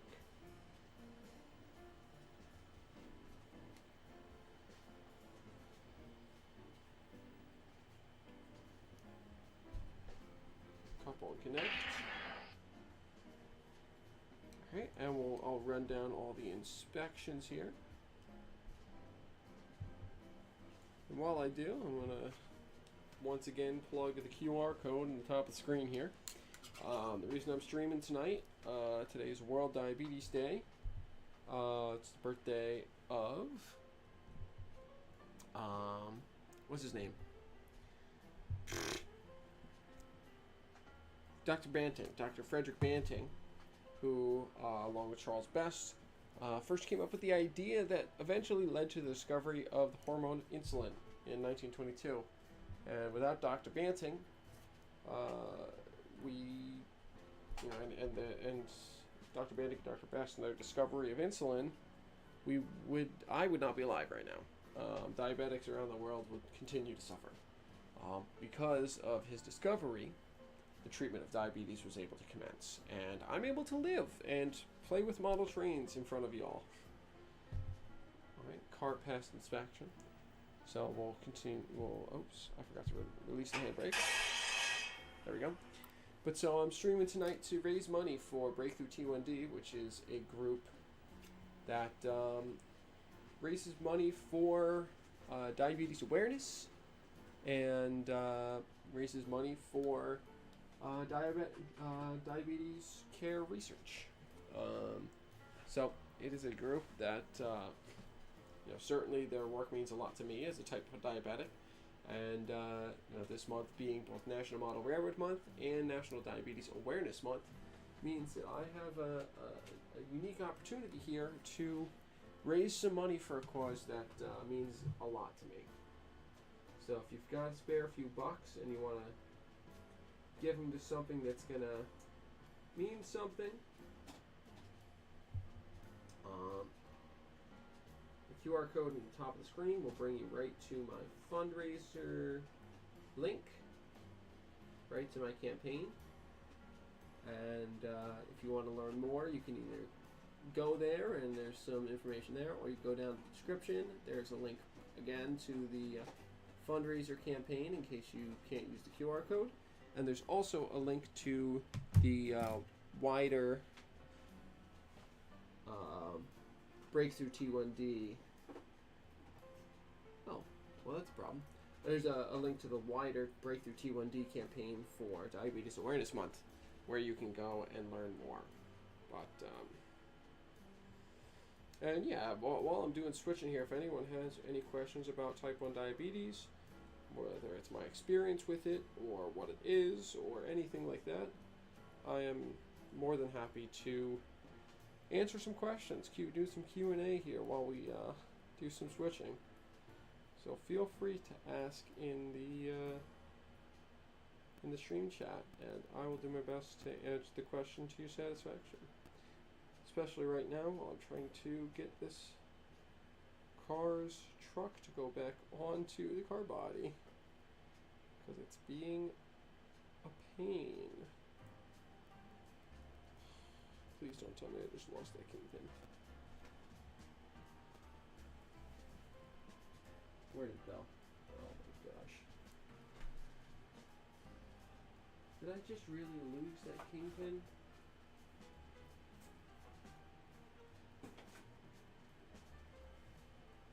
Well, hang on. Let me get my flashlight.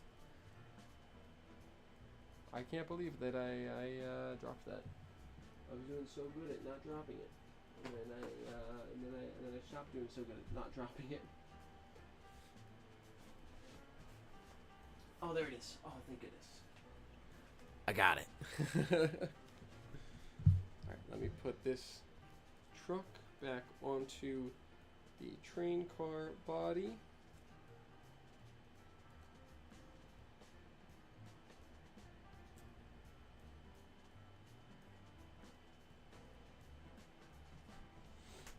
So if anyone wants to see what I'm doing here, the truck and the wheel sets fell off of the train car.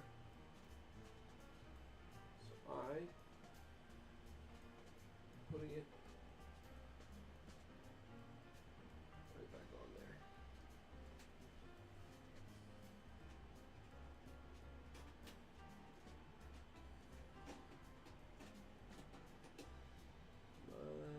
And there we go. Perfect. Okay, I think I did all the steps properly here, so we're gonna go ahead and pull forward.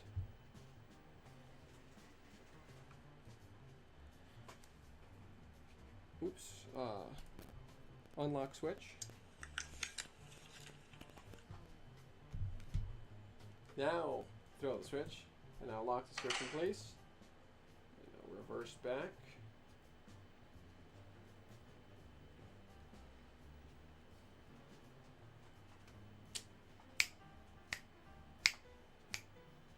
We're going to deliver this boxcar to the lumber company.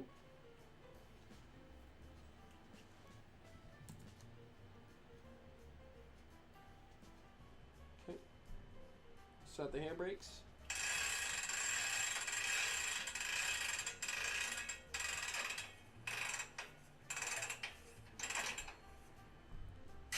Uncouple.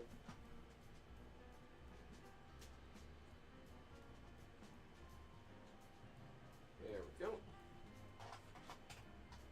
And pull forward.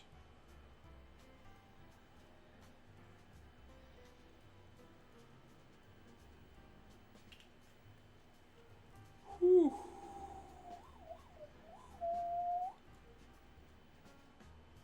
Okay, stop right there. Unlock the switch. Draw it. Lock the switch. Reverse back.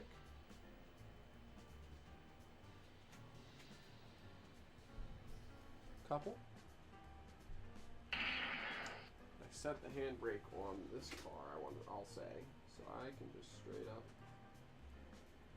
uncouple. Pull forward.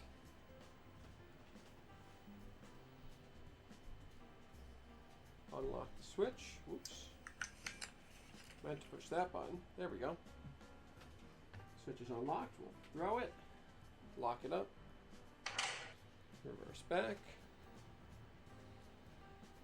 Drop off this B&O car right here. And I'm going to turn on the lights a little more.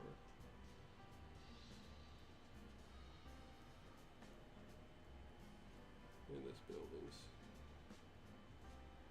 There we go. Okay, uncouple. Nope. Set handbrakes.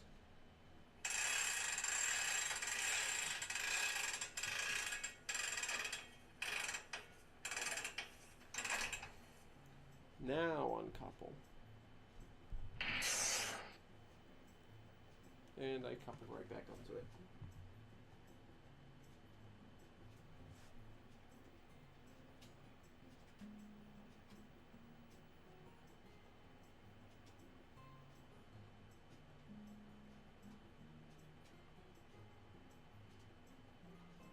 Come on. There we go. Beautiful. Okay. Unlock the switch. Throw it. Throw the locomotive in reverse. Lock the switch. Run backwards. There we go.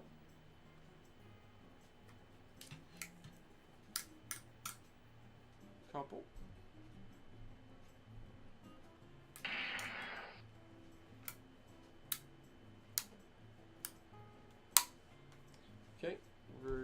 release the handbrake.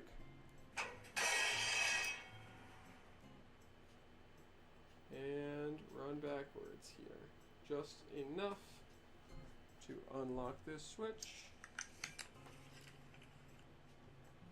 Throw it to the diverging route. Lock it. And pull forward. Why? Are you uncoupled? Thank you.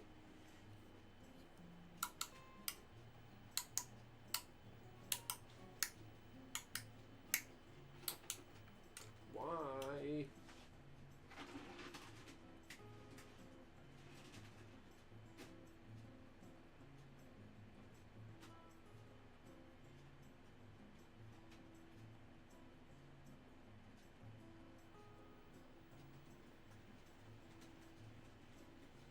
There we go.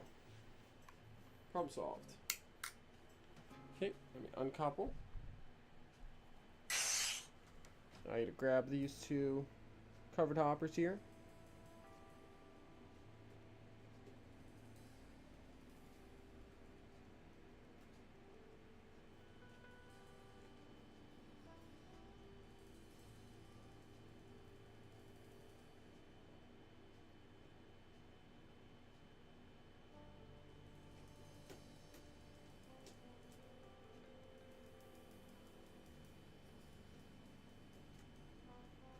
There we go. That switch is already set correctly. So we just roll right through. Unlock the switch.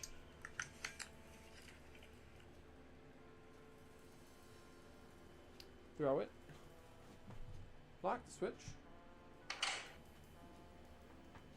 Reverse backwards. Pardon me.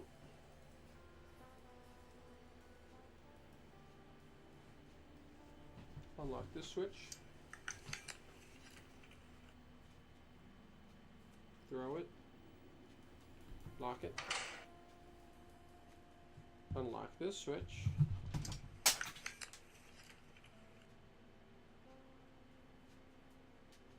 Throw it. Lock it. What fell down? Oh, you fell down.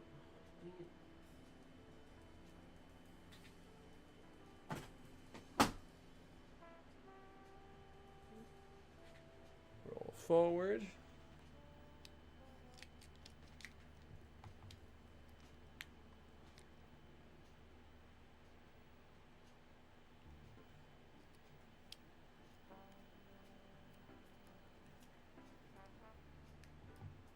Couple.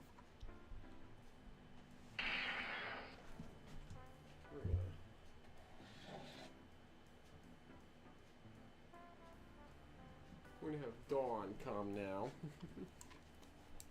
Okay, release the handbrake.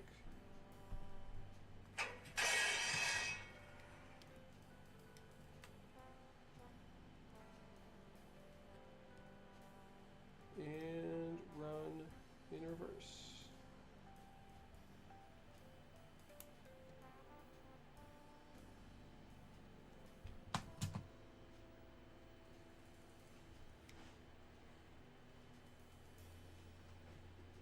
Unlock that switch. Throw it. Lock it. We're going to restore the derail. So we'll put the derail back on the track here. We're going to unlock this switch. Throw it. Roll forward through it after we lock it. Right.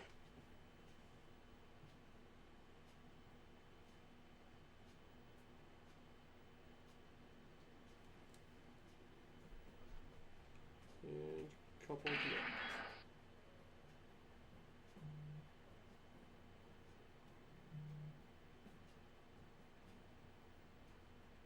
There we go.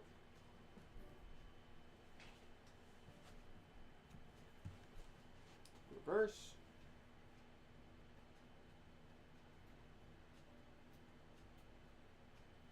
Come back out.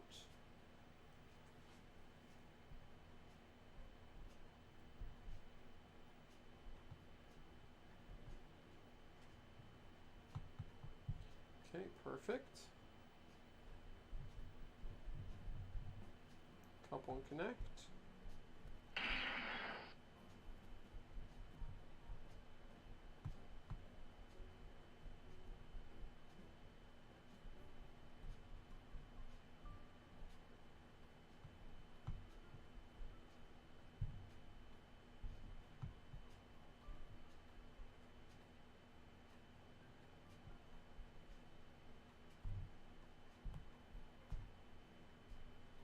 Okay, set to forward. I'm going to unlock the switch.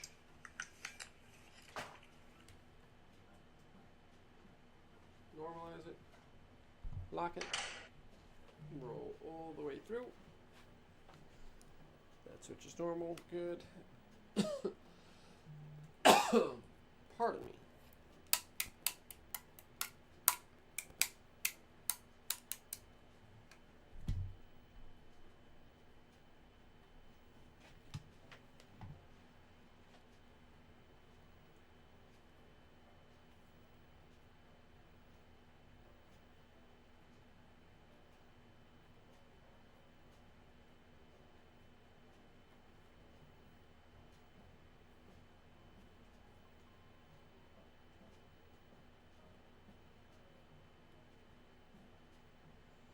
Okay, we are clear.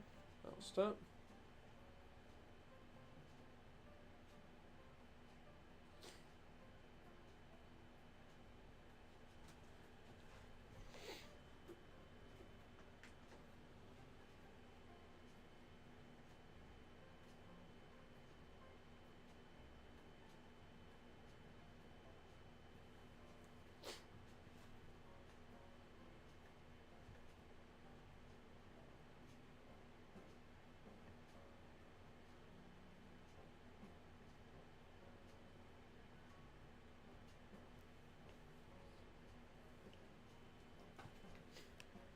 Okay. Unlock switch. Reverse. Lock it. Reverse back on the train. Couple up. Okay. Uncouple. Push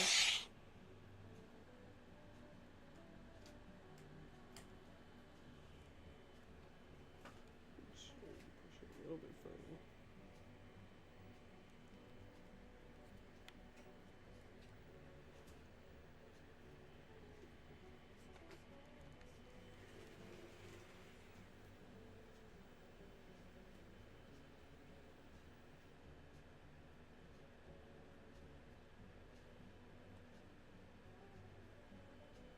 Come on, run. Thank you, train.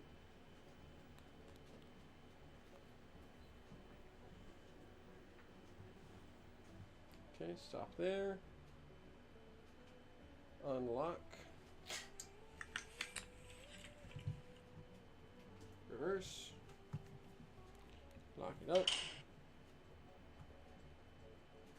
Move, run.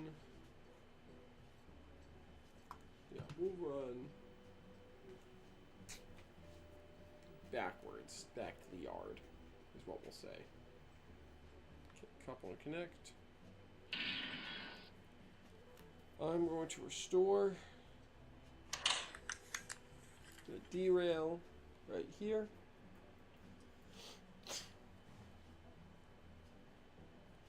And I'm going to perform some air tests.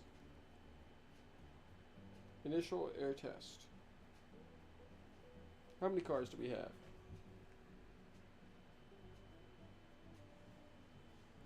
One, two, three, 4, 5, 6 cars. Charge train line.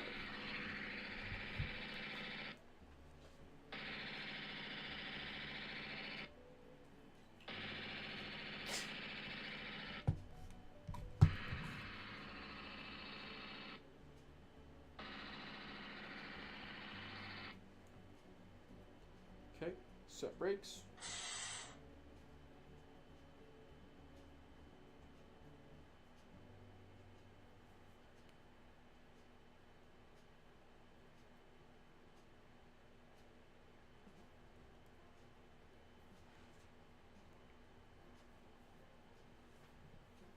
Okay. Confirm pressure at the end, so the brakeman in the caboose. Now the brakeman walks visually inspecting.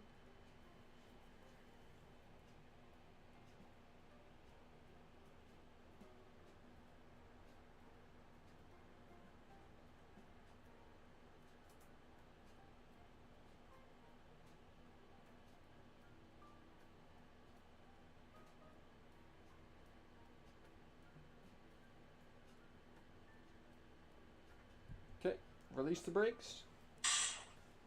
And then he walks back the whole length of the train, make sure they all released.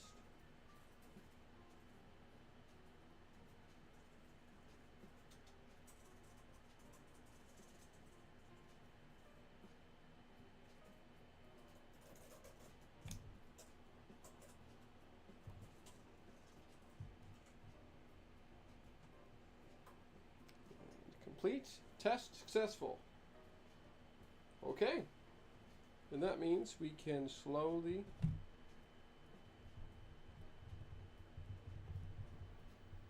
begin reversing the train out of town.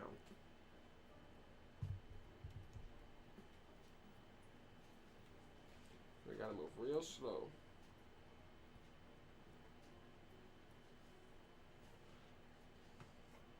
Since we are running hood forward instead of cab forward.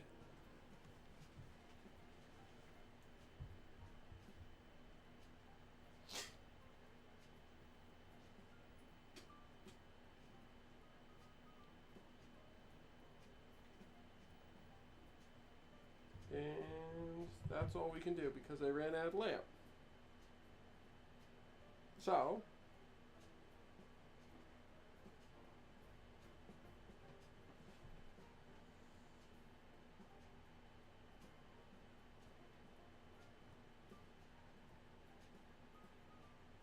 there we go.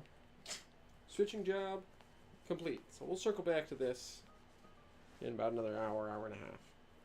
And we'll do one more. Probably to cap off the night. So I'm going to switch to the Be Right Back stream page again so I can move my computer and my cameras back into position for doing more weathering. And we will get to work on either the rail box or we will start work on one of my new acquisitions. So I will bring them both on. I'll bring them on stream, and then we can decide from there. So I'll be right back once the cameras are once again all set and ready to go.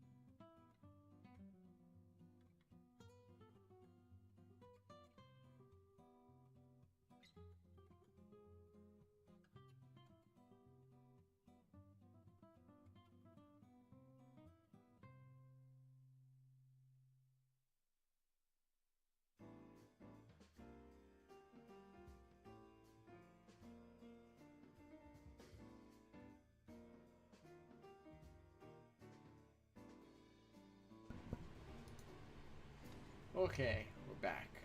Mostly. I'm still trying to fix this camera over here is the one that's on. I'm trying to fix that so that it's it's the one that's up here. That way you're looking right at me instead of off to the side, but it's not reading the webcam for some reason. Let me try plugging it back in. I'm also sorry for the discombobulated view that y'all had a minute ago. I dropped my mouse and it must have accidentally clicked transition. So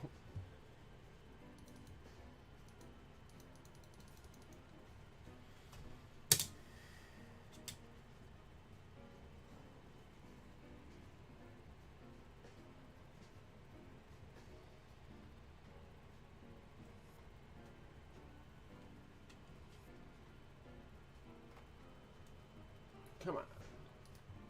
Read the webcam, dang it.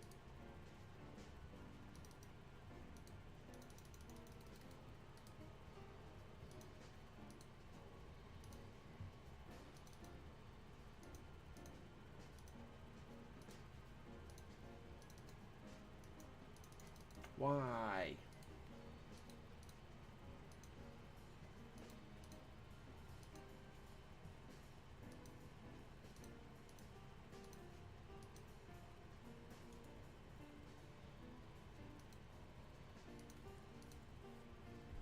Alright, well, while that's figuring itself out, I'm going to run over here and grab the other cars that are the other potential weathering candidates for tonight. And then I'll be right back, and hopefully you'll be able to see me beautifully from up here in much higher resolution.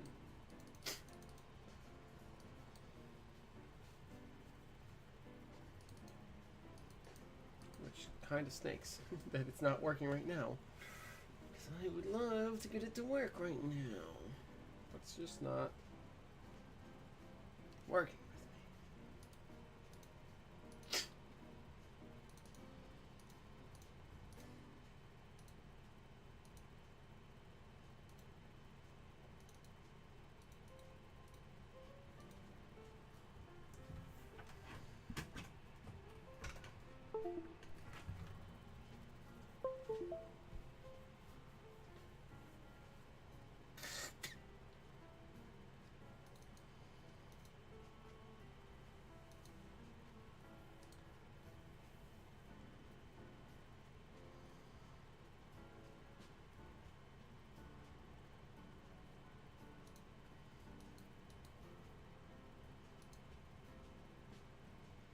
Oh, there it is. Okay, good. Wait, but why is it not on this one? What the heck?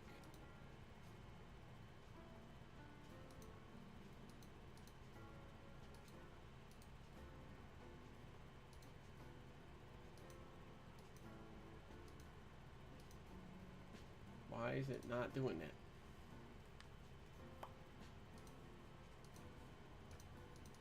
Try doing this. No.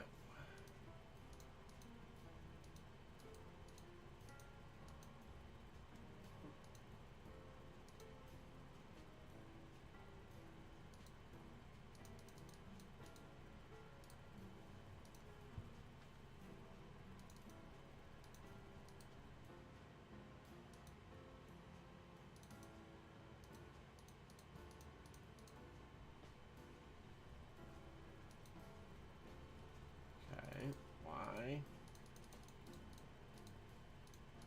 I'm just gonna leave it at that for now. I don't know why it's not working right now. It's frustrating to me. It's not working right now. Wait a minute, am I just...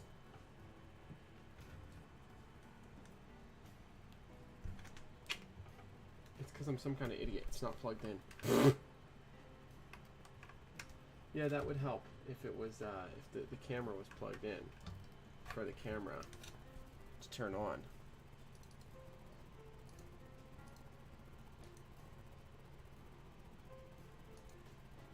That'd be pretty good.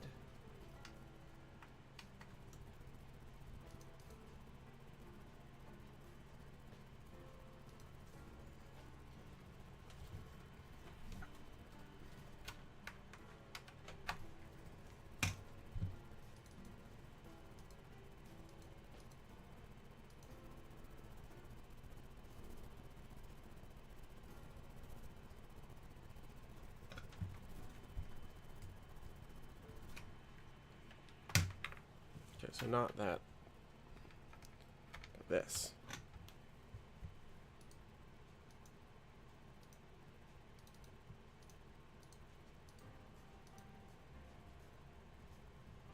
Hey! There we go. And now I gotta turn this camera back on. And now it's all set up again. Yay! That only took me 10 minutes to freaking do. Alright, let me go grab the other card real quick, and then we'll get to work.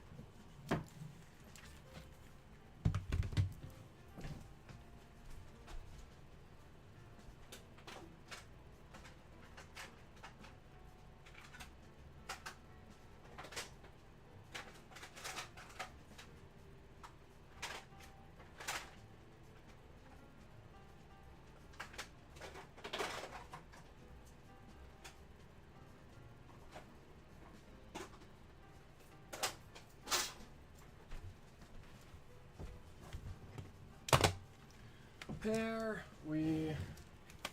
Ow! Ah! Smacked myself in the face with my headphones. Ow! That hurt. Dang, that sucks. Yeesh. That smarted. That smarted for sure.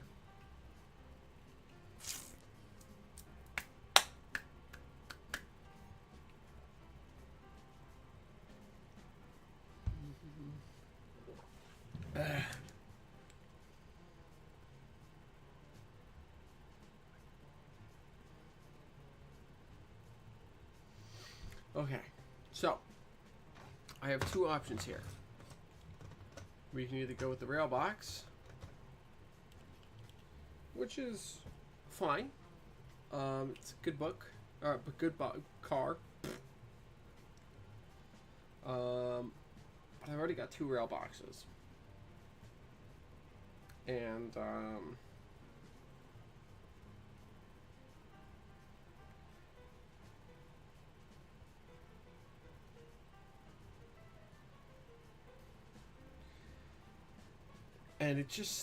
it's not a great, like, I feel like I want to do some work on it before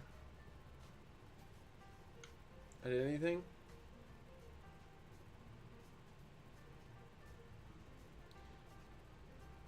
So I'm less inclined to work on this car, even though it's been on my desk for a while, because I would want to get rid of this roof walk, because none of the rail boxes had roof walks as far as I've seen.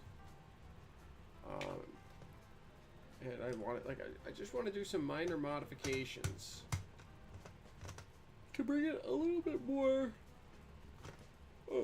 speed before I really got to work on it. And don't get me wrong, it's a nice car. It's a Concours, I believe. Yeah, it's a Concours. So it's nice, but could be better. The other option is this car right here. Pick this up at the Poughkeepsie Train Show. It is a Providence and Worcester. It's a Bachmann car, but it's got Microtrain's trucks, which I like actually, because the car itself is really not that bad at all, because it's a more modern Bachmann car.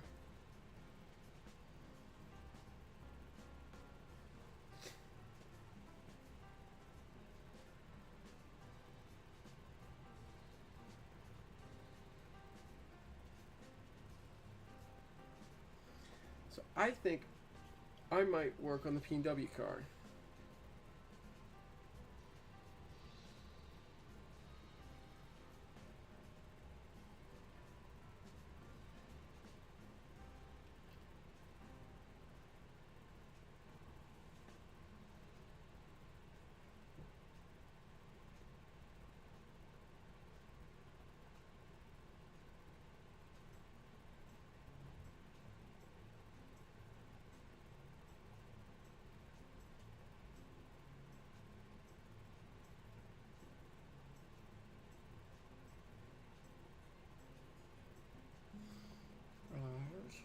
just do this real quick.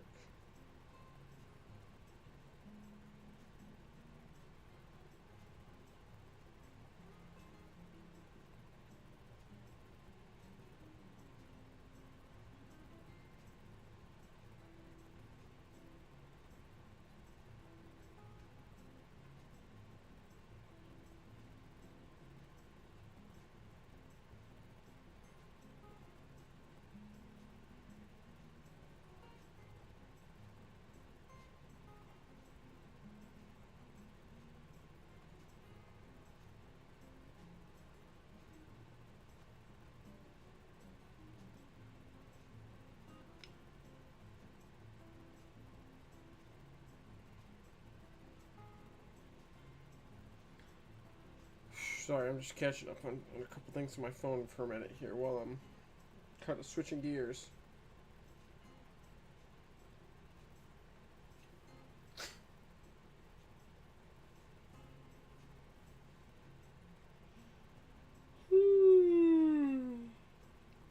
Oh, boy.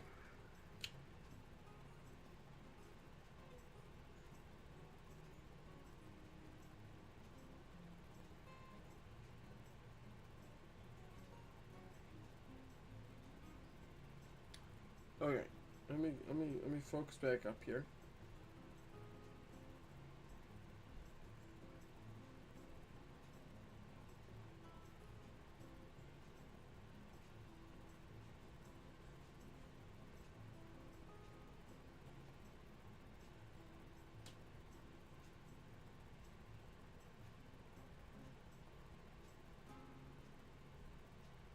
Okay, focus. Focus on. All right. I'm deciding, because there's no one in chat right now to help me with this decision. So I'm deciding we are going to work on the P&W car. Providence and Worcester is going to get some weather in, so I am going to pull up my reference photos, which should be here, I believe. Yes.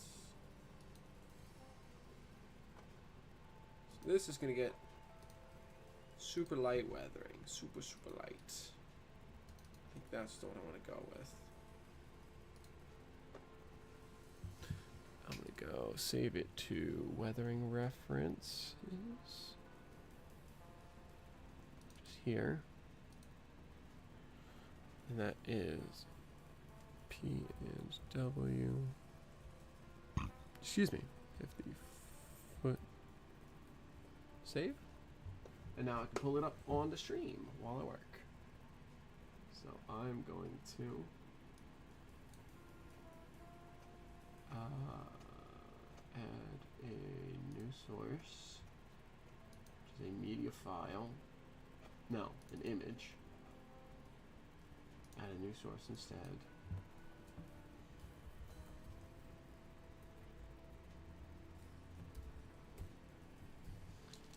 Browse.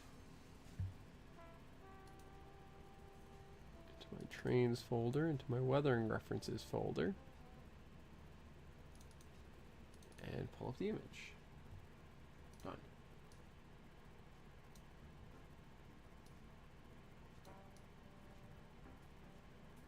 We'll put it there. So that's kind of what we are aiming for. So I want to kind of adjust the red a little bit, because this red is a little bit bright. It's not too bright, but it's a little bit bright.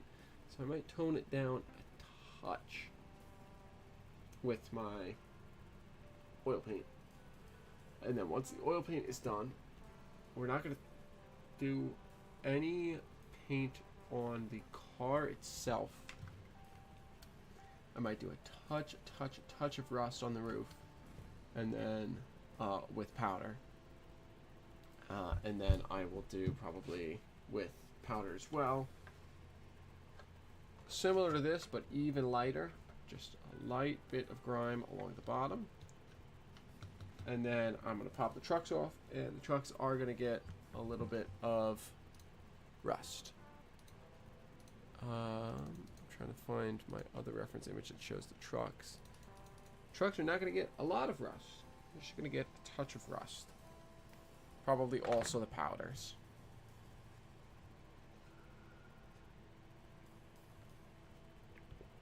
Because these are new in 1977. So, with being new 1977 means that in 1975 to 1985, when I model, they're still pretty dang new. In fact, they're actually technically too new for the early end of that spectrum of time. But that's okay. Because I model that whole little era. And I might do sometimes where I'm modeling a little earlier, sometimes when I'm modeling a little later, or running a little earlier, or running a little later, or whatever. But I want to model the appearance roughly of the car in this picture.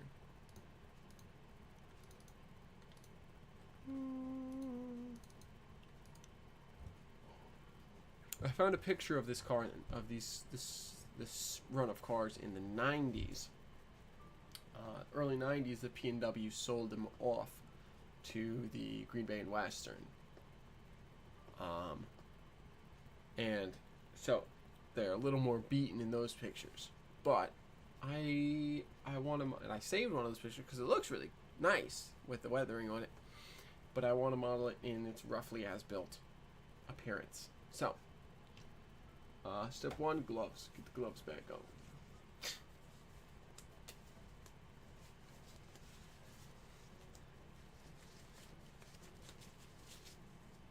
There we go.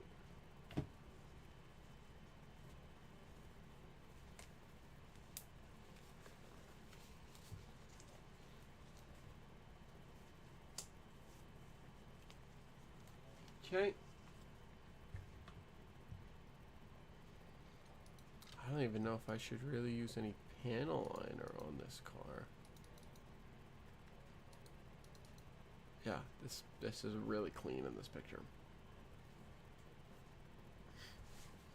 And I need to blow my nose again.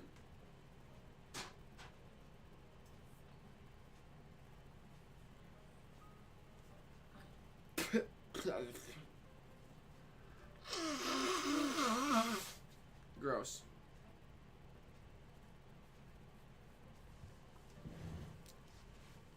Yucky, yucky. Okay, step one. Very, very light pass with the oil.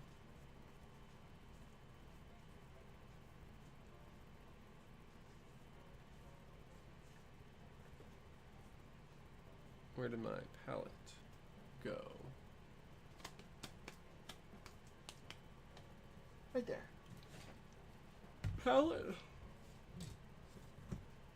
Okay, the palette on my lap.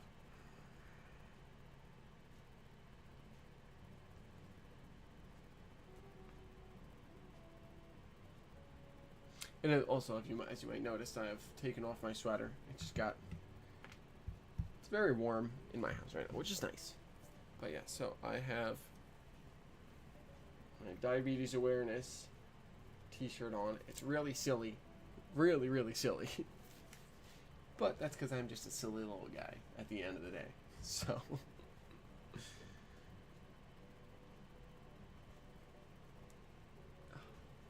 let me get a little bit of this oil paint out of my tube here.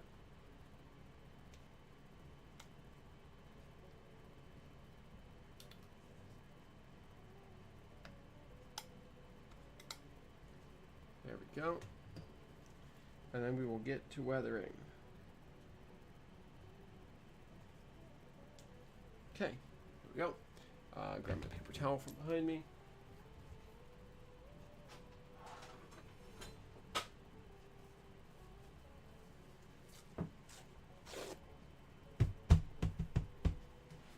There's the paper towel. Okay. Grab my brush.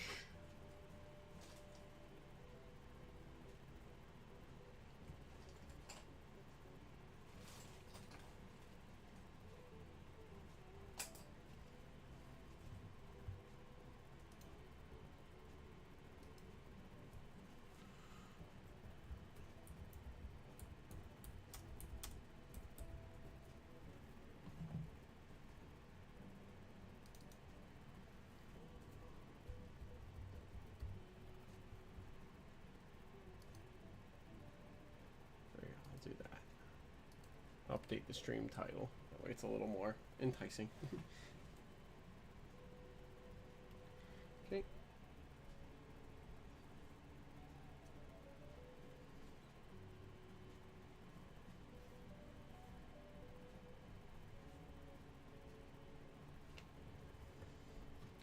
And now let's take it and apply it to the car. Hopefully not overdo it too bad.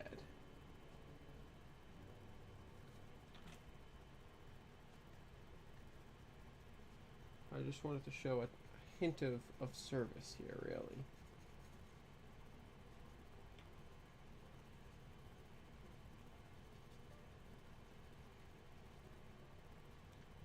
But yeah, I like this P&W car. This is a nice looking box car. And it's in my right, area. In the New England, New York area. Not to mention the fact that Ray and Don on Around the Layout podcast are big P&W fans, and I'm a big fan of theirs. So when I saw this at the train show, between 1, it looking nice, 2, it being the right location, and 3, thinking of Don and Ray and their enjoyment of the P&W, I figured it was a worthwhile grab.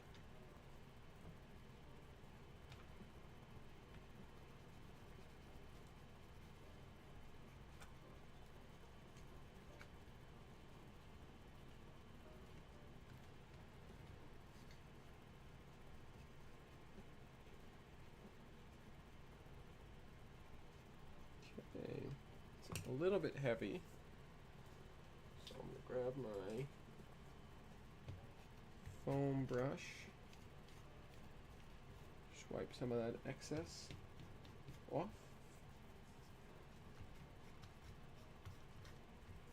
Like that. Beautiful.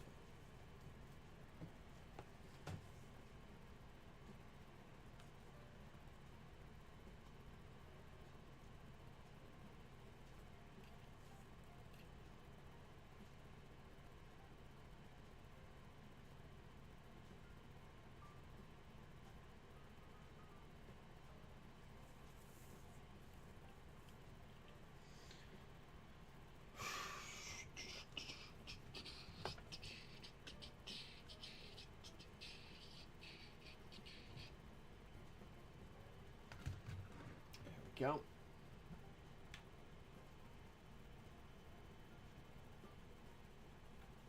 Just brighten up this P&W just a touch.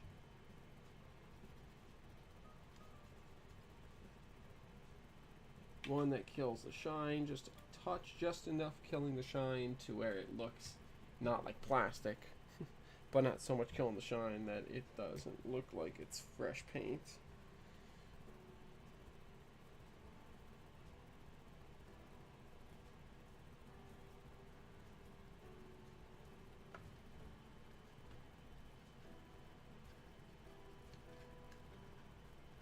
See if I can get this door out.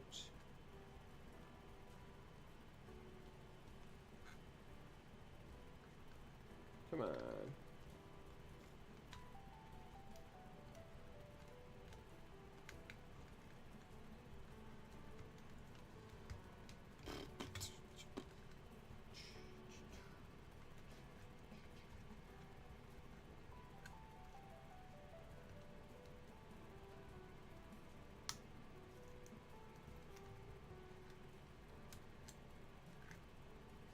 There we go. That door out of there. That door might receive a touch, just a touch, of panel liner.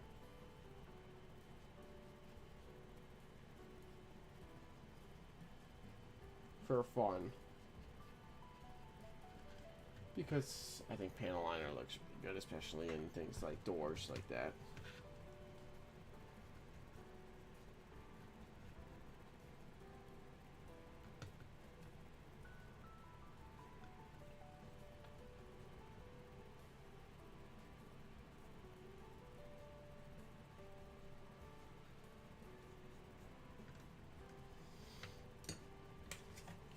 grab my headlamp here. So I can turn it on and off here.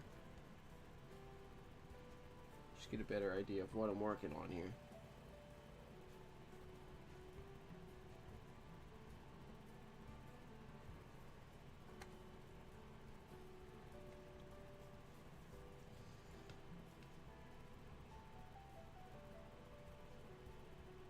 Just to help me see the corners I haven't worked the paint into yet. I know it makes me look just a touch ridiculous, but I'm okay with looking a touch ridiculous.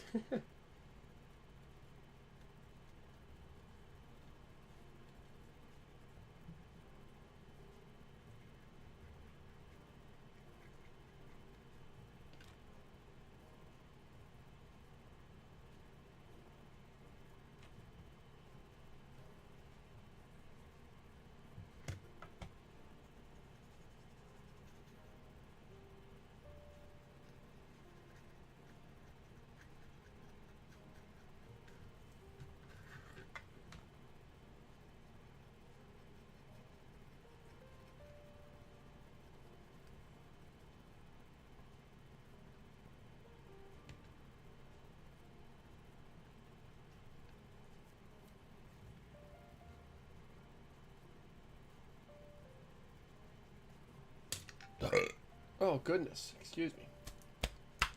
Oof. Chinese food for dinner is coming back. Let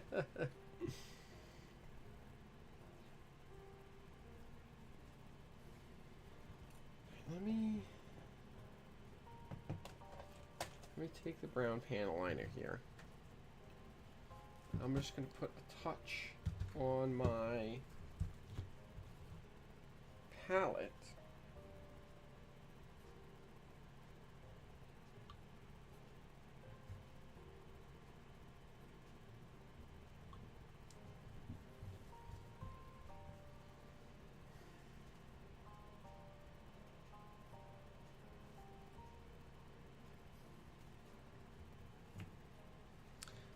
Take a touch of my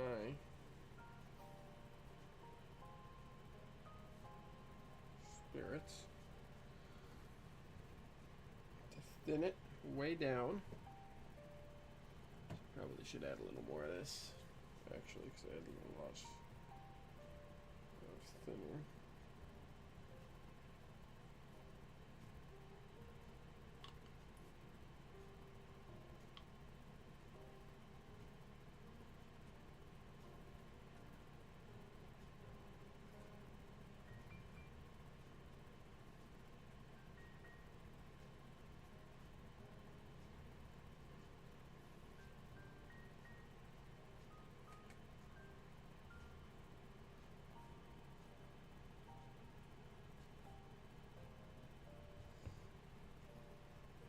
Oh, that didn't work. Oh, is this a mineral spirit base? Probably. Well, that's my problem. My thinner that I've got here is isopropyl. Well, shoot.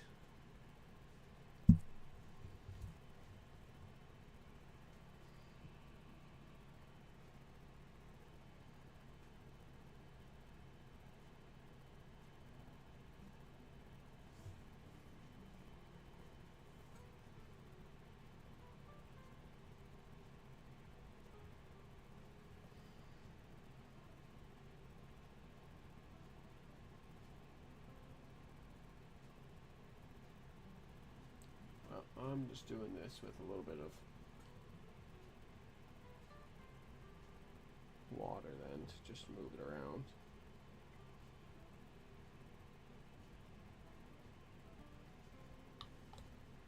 And then I'm gonna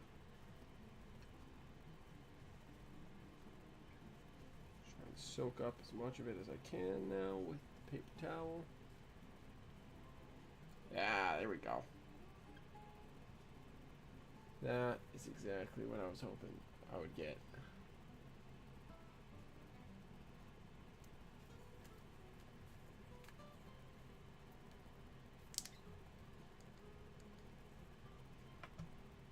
Just enough on there to kind of get around into the cracks and show a fair bit of grime built up around there.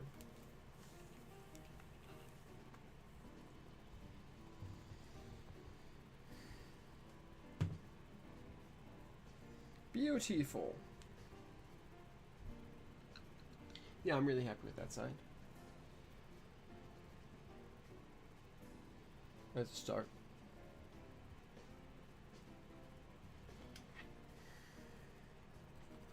Let me just lighten up the bottom here a bunch.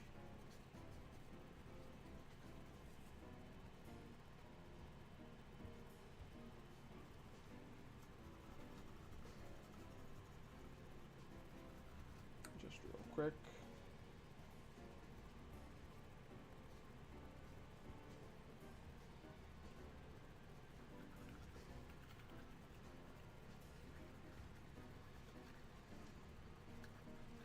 You won't get to see nearly as much, so it's not nearly as big of a deal, but I do really want it to, I really don't want it rather to look shiny and red. I want it to look faded and coated in dirty dustiness.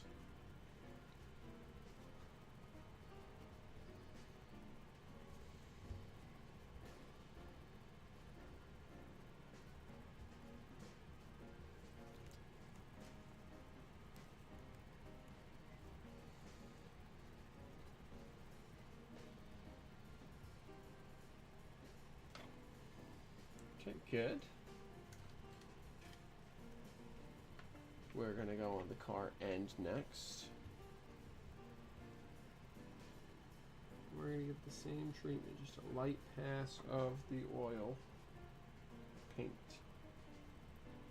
I gotta get myself a new bottle of Arch Spirits.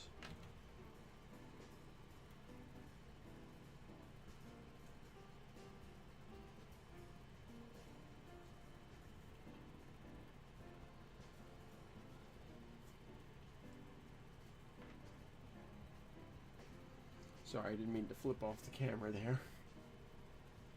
I just had an itch right above my eyebrow.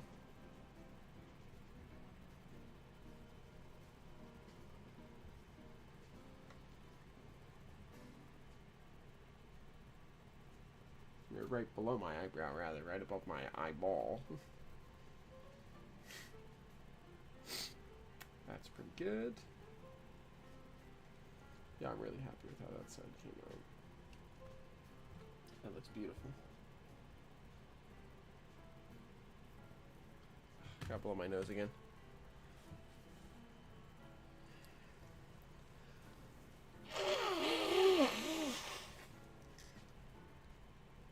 Ugh. Darn allergies, man. Never get allergies. It's my professional opinion. Don't get allergies.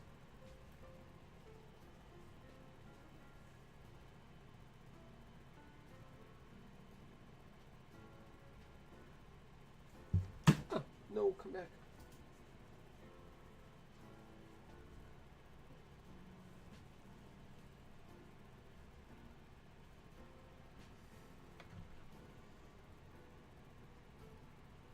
Nope.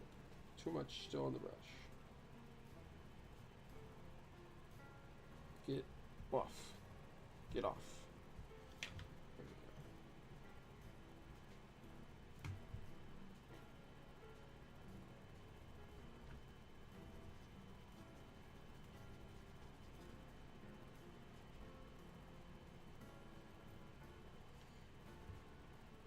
What's my blood sugar at?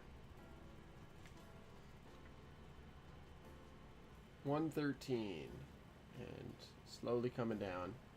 Good. Very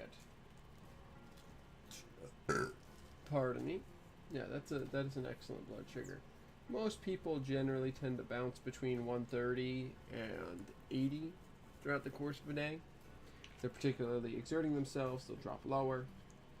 with blood sugar, and if they are particularly stagnant and or eating a particularly high carb, high sugar meal or whatever serving, then they can go a bit higher. I am far less controlled than the average person due to the fact that my body don't do it itself. Because we decided to kill all the guys in there who made the insulin to do that.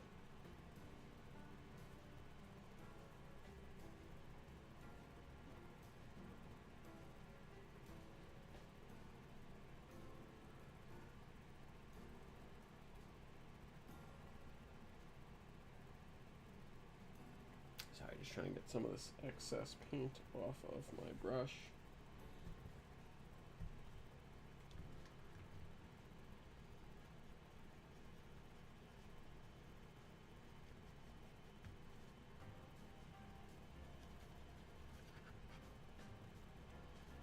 Do the same thing here.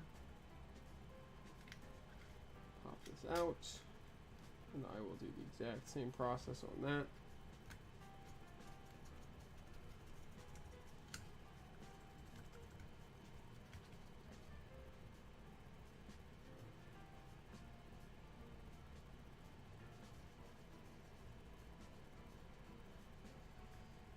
There we go.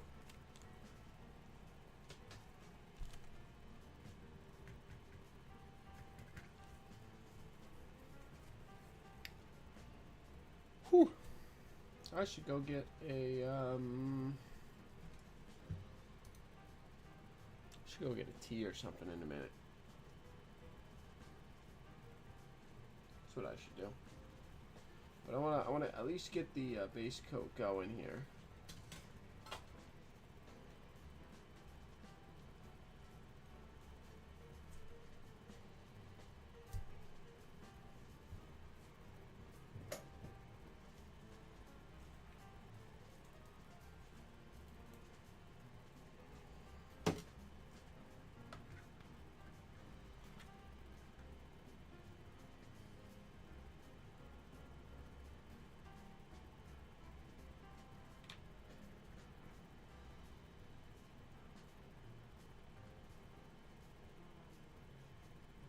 Go.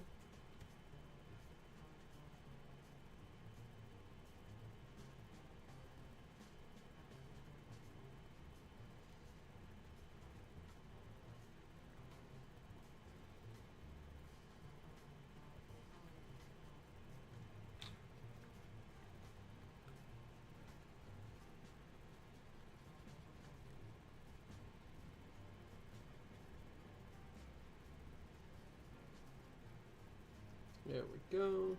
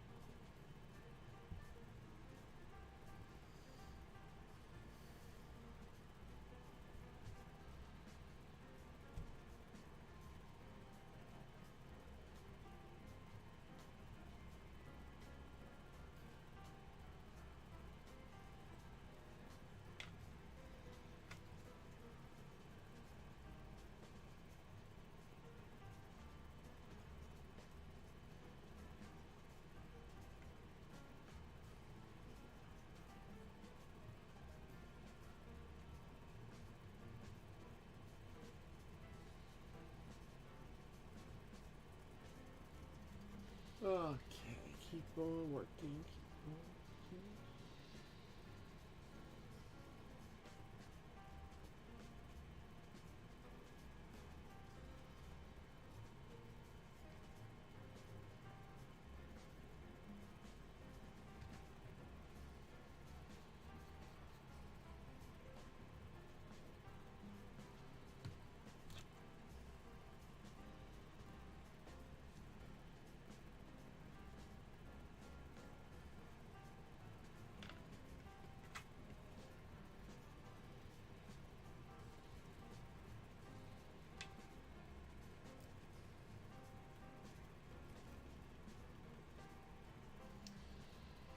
Trying to keep an eye up.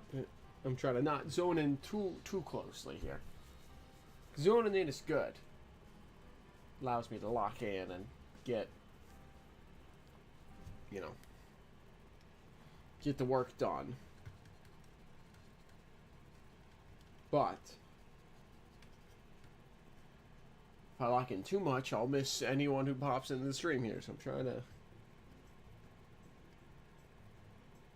to avoid locking in 100%.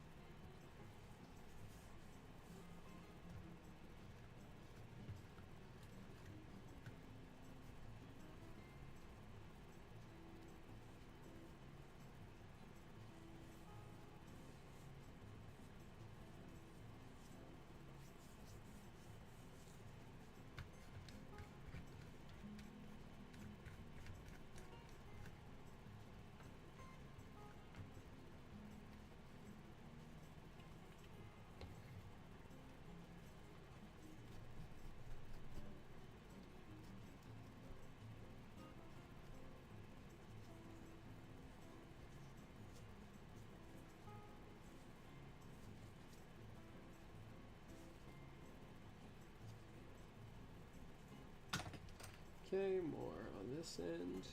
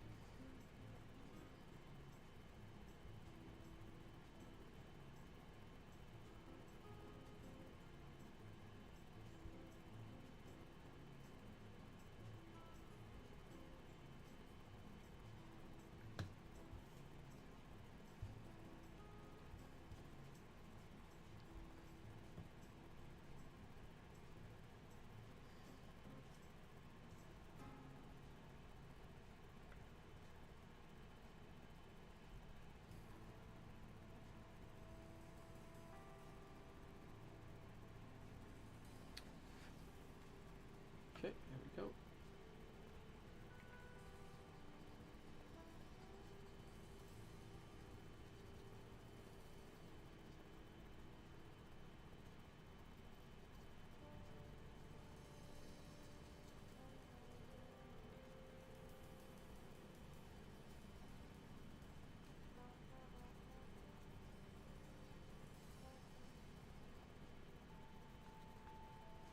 There we go.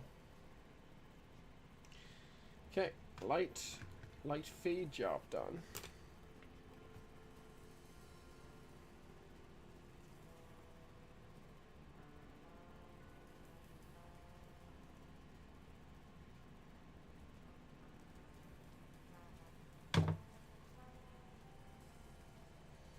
Okay, which means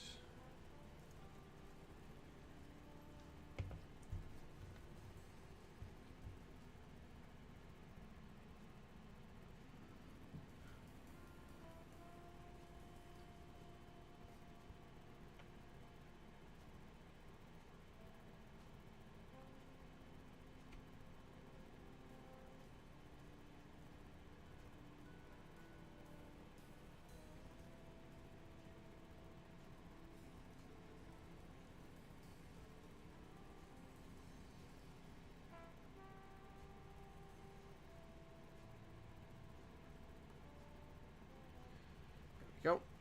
Alright, and now wipe it all up. Quick.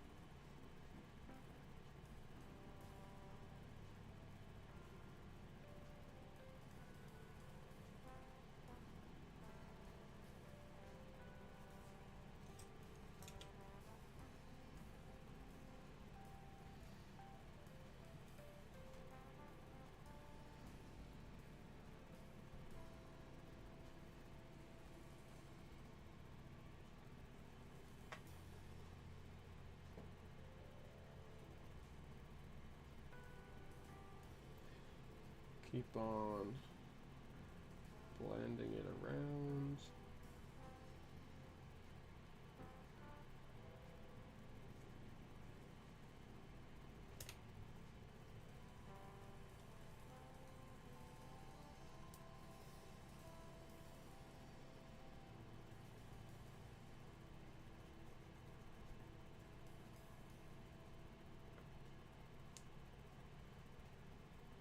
A little bit dirtier of a door.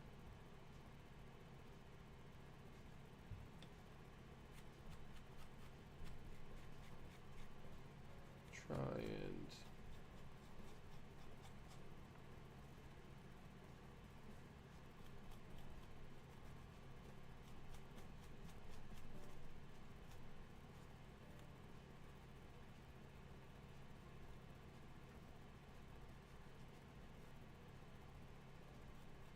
just trying to clean it up a little bit more.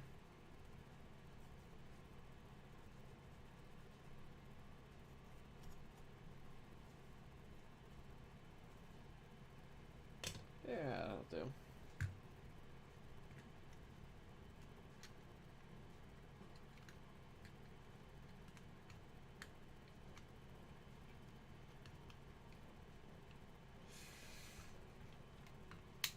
Click, click. There we go. Yeah, so it's a little bit dirtier.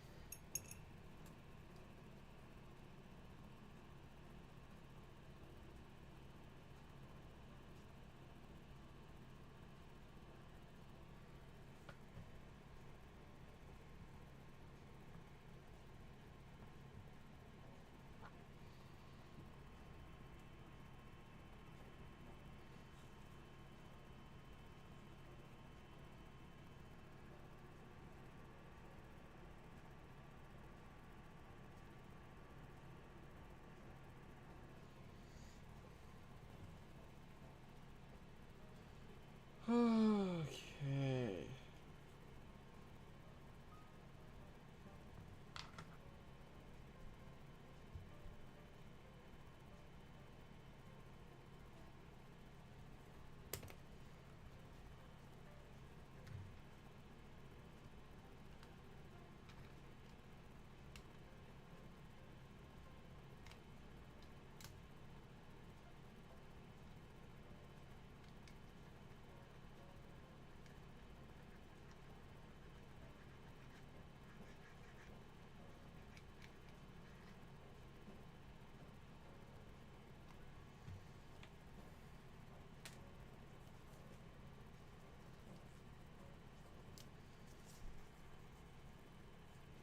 Alright. I'm gonna run and grab a refill of water. And I'm gonna grab a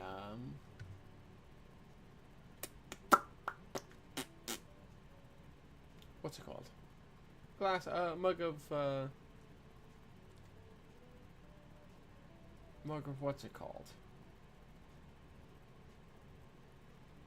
A mug of tea is the word I was looking for. So I will be back shortly.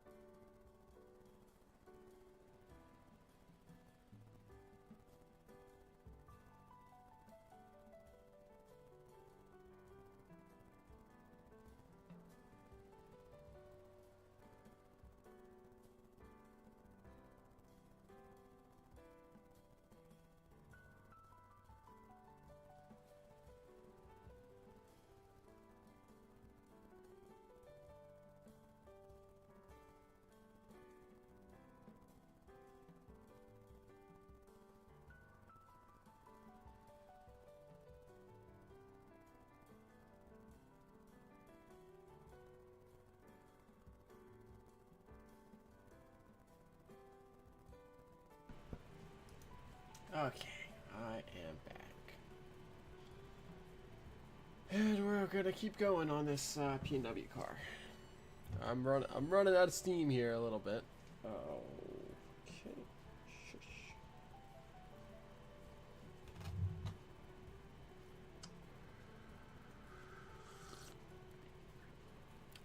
Got myself a little citrus tea.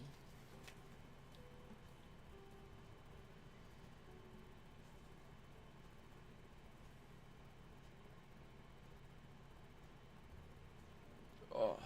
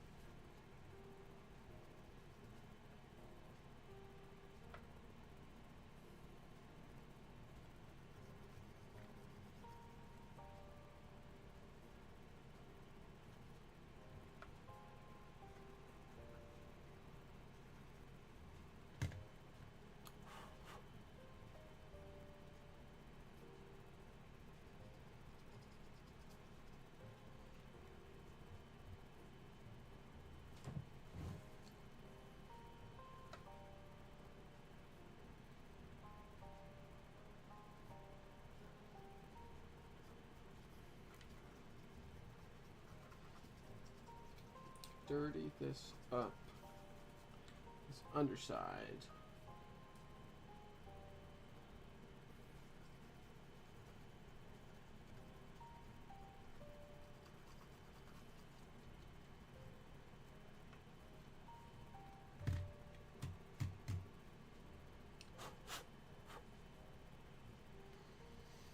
Okay, get some dirt.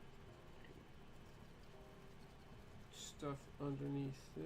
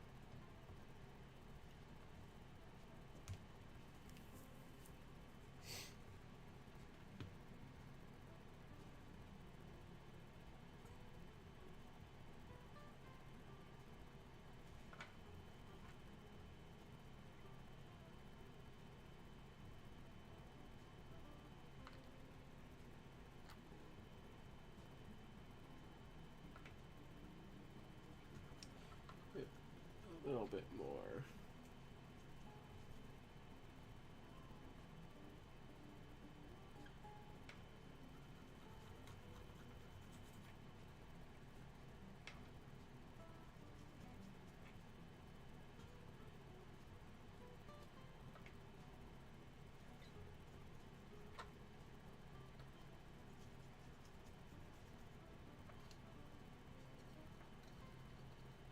Go.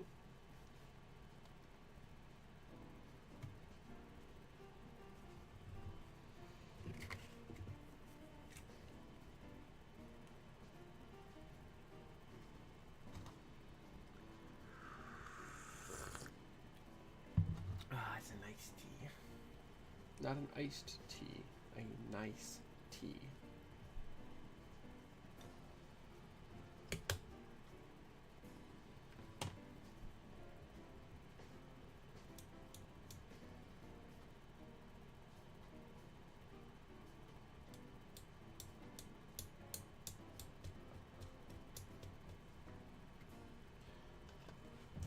All right.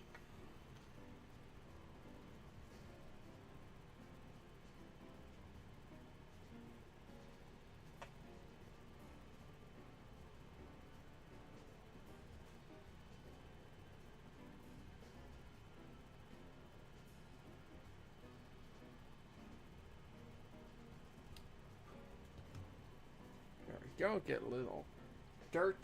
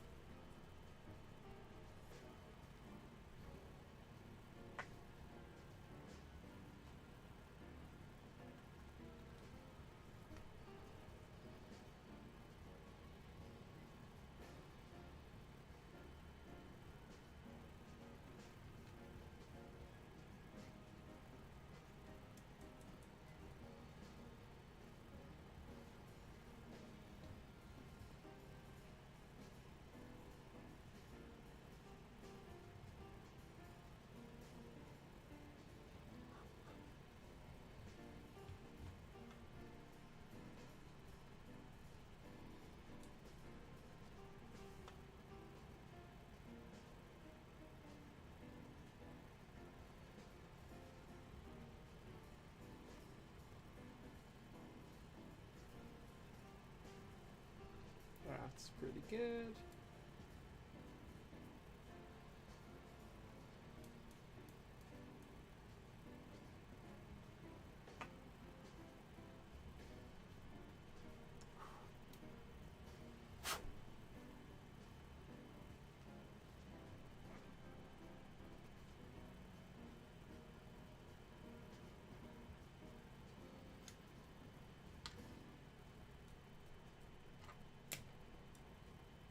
Where is...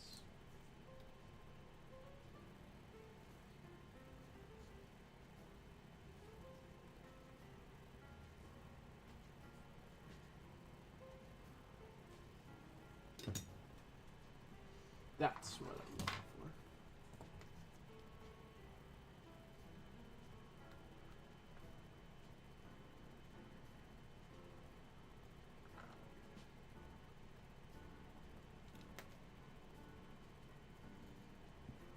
Pardon me.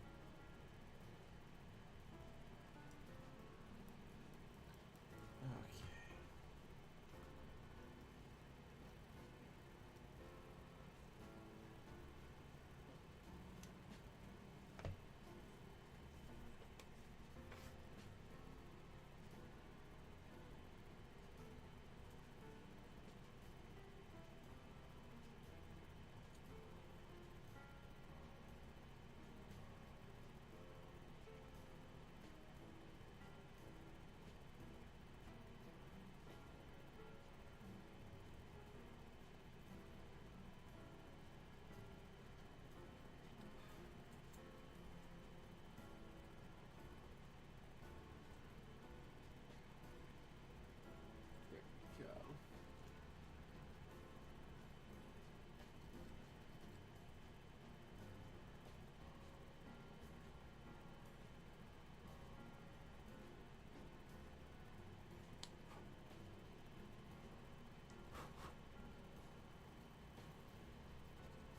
That's too much. That's too much.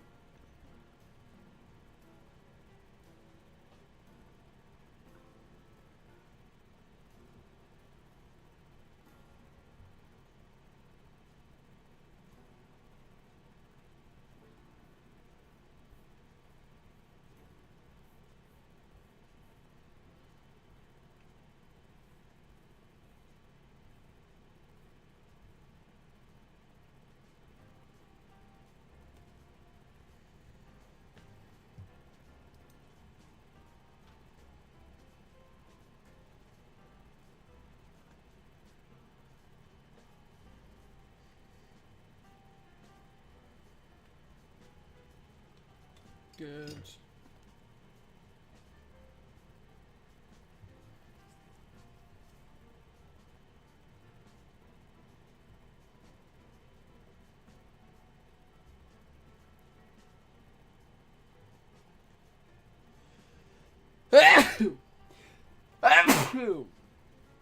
Goodness, I apologize for the loudness of that. Snuck up on me.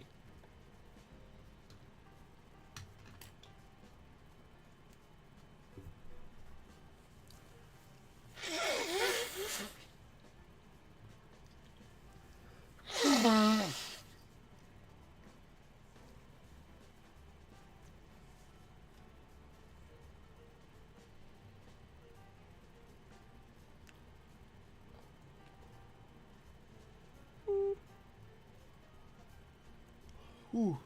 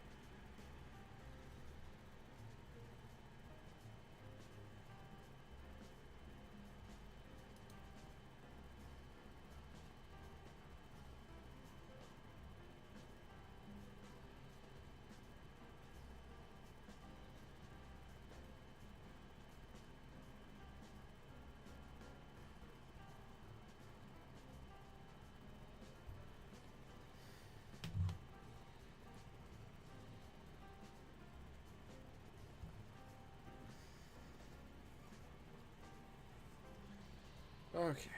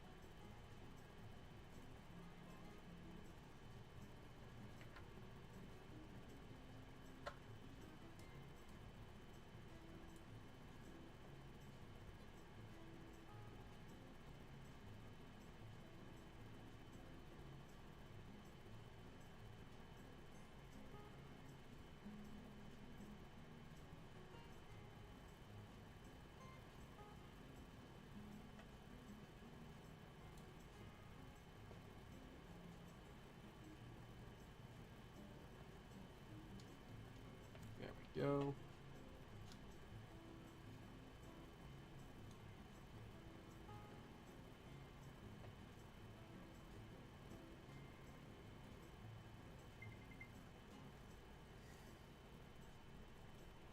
And there's the low blood sugar.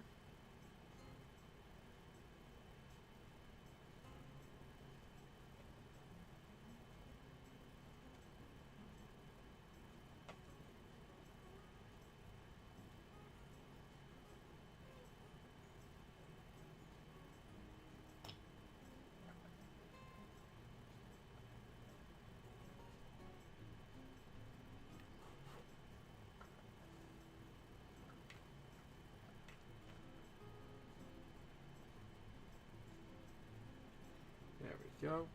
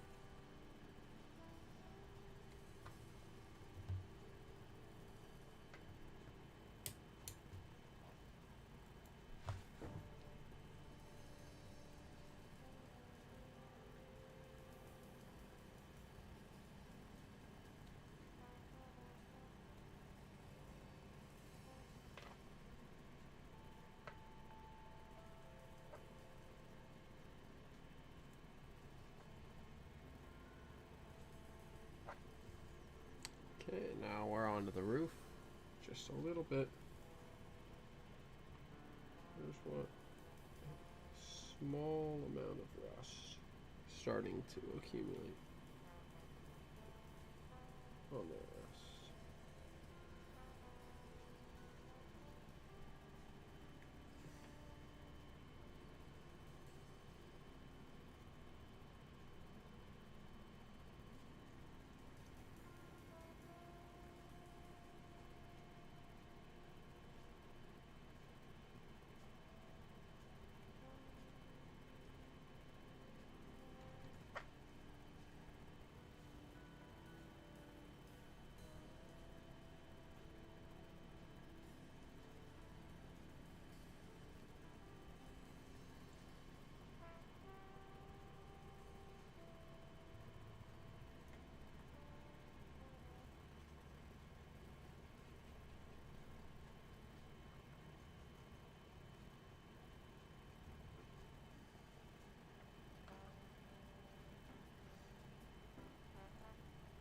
There we go. I think that car is done.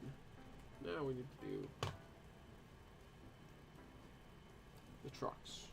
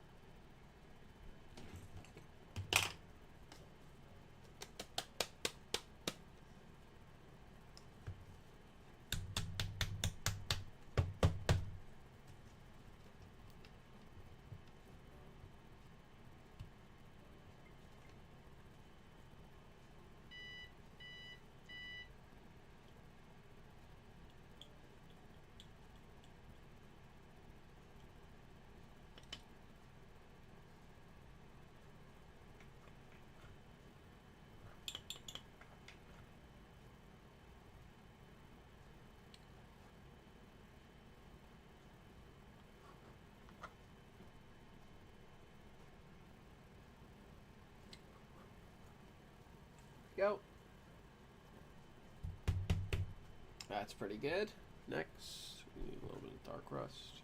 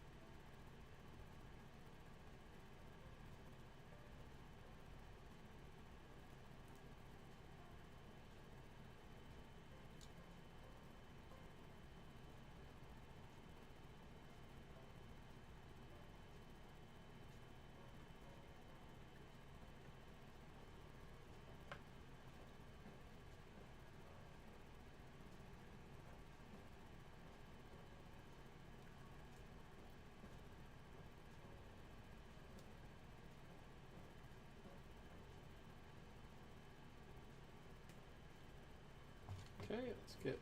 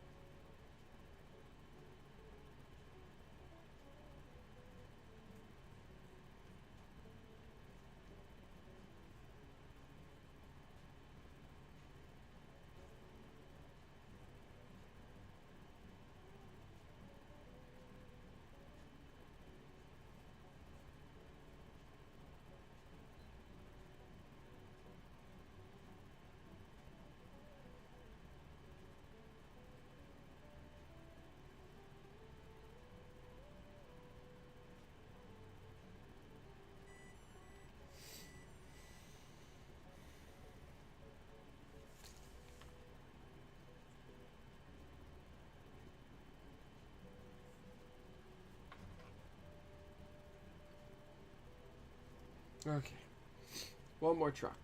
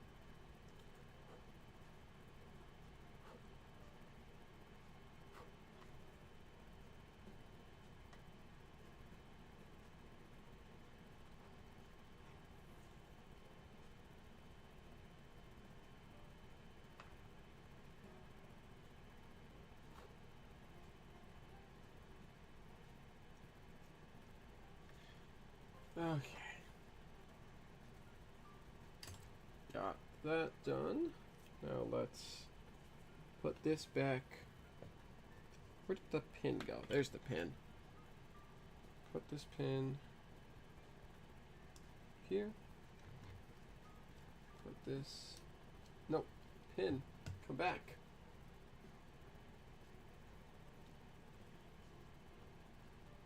There. And hook this there.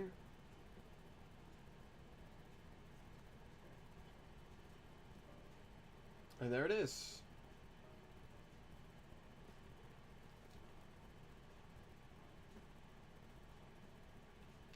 That's pretty good. I'm pretty happy with that. So I'm going to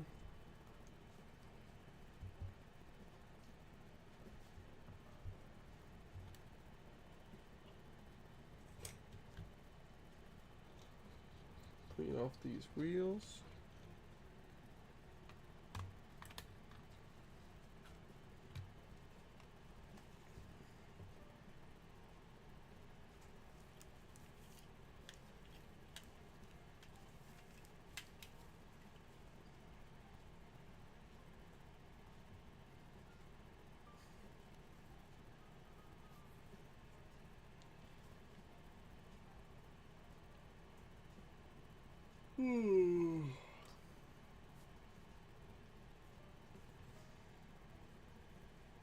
Okay.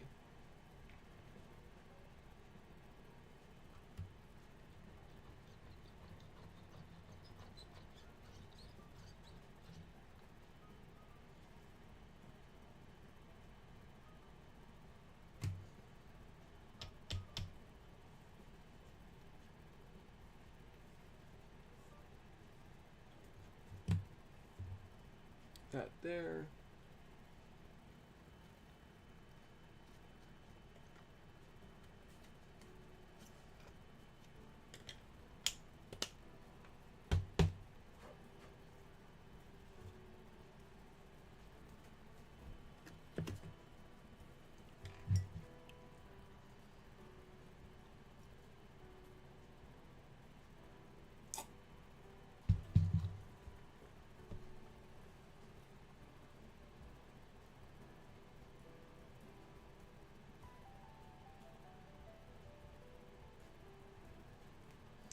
Alright, I'm going to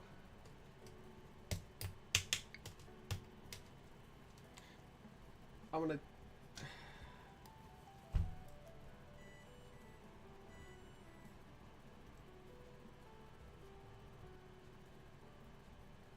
really don't have anything else prepared.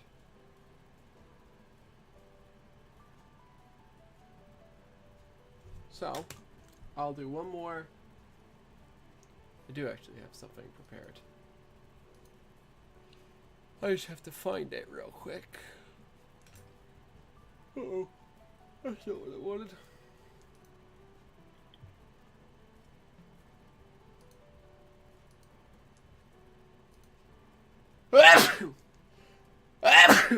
Goodness. Pardon.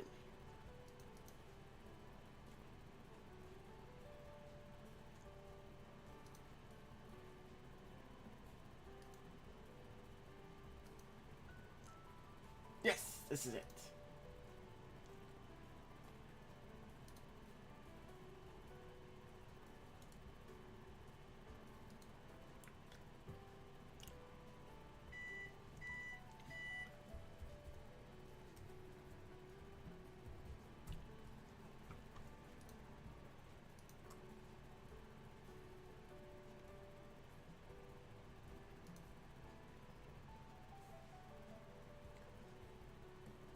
And restart the music again.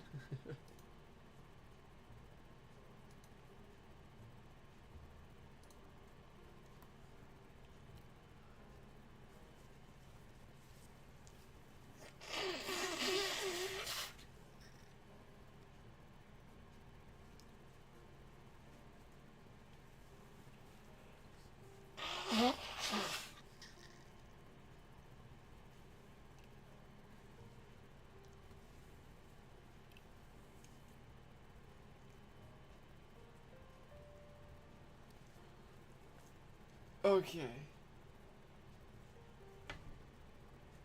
Try to find.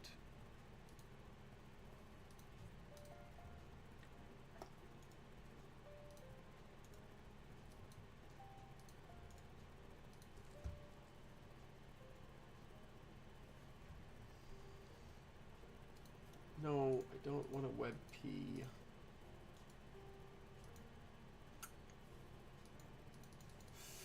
Okay, fine, I'll do it as a WebP.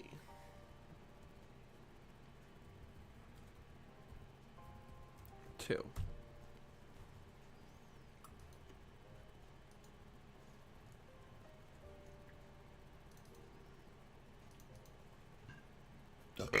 Pardon me.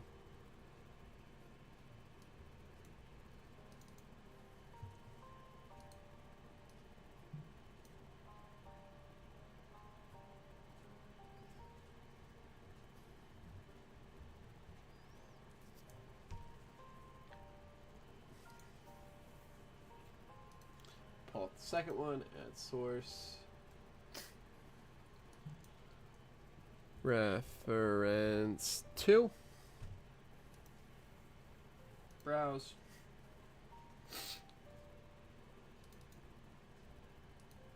Ah! Too big.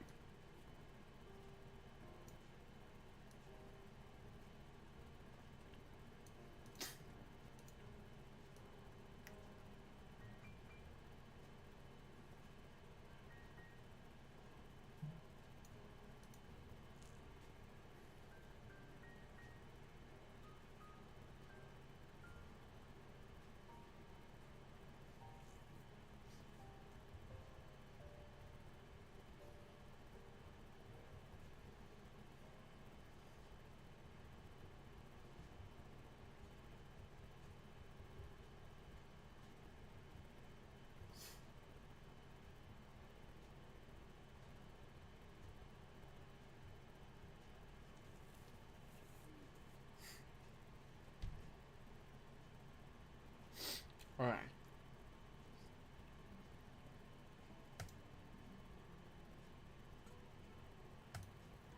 That is going to be our next. I just gotta grab it real quick because it's over here.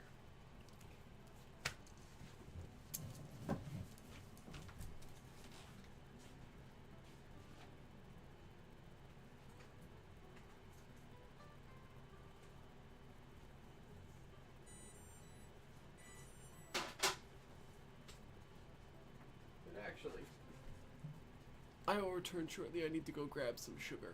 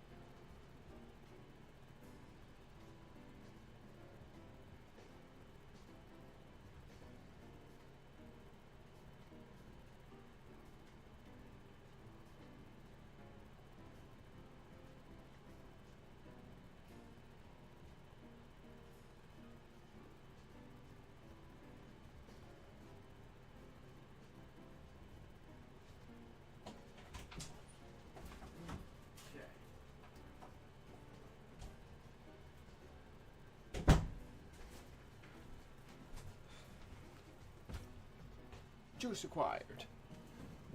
The one and only upside to type 1 diabetes.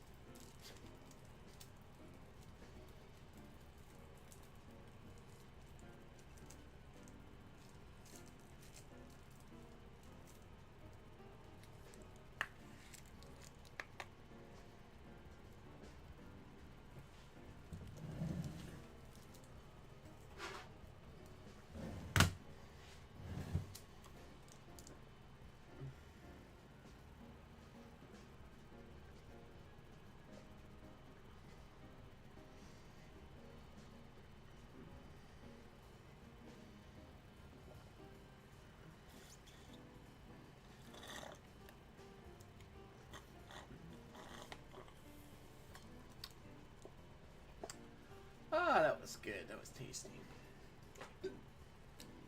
I wish I didn't have to drink it. I could just enjoy it, but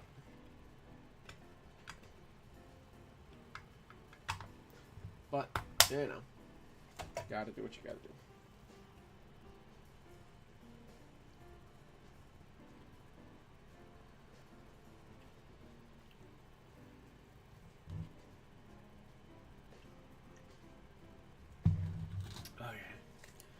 Alright, I'm gonna put one more plug in here before I start this, which is that the reason I'm live tonight and the reason that this stream is up, and it's gonna continue to be up after whenever I come off tonight, is that QR code over there. Excuse me. Technically, goodness. Technically, where I am right now, it is no longer World Diabetes Day. Because it is 12:20 a.m. on the 15th. But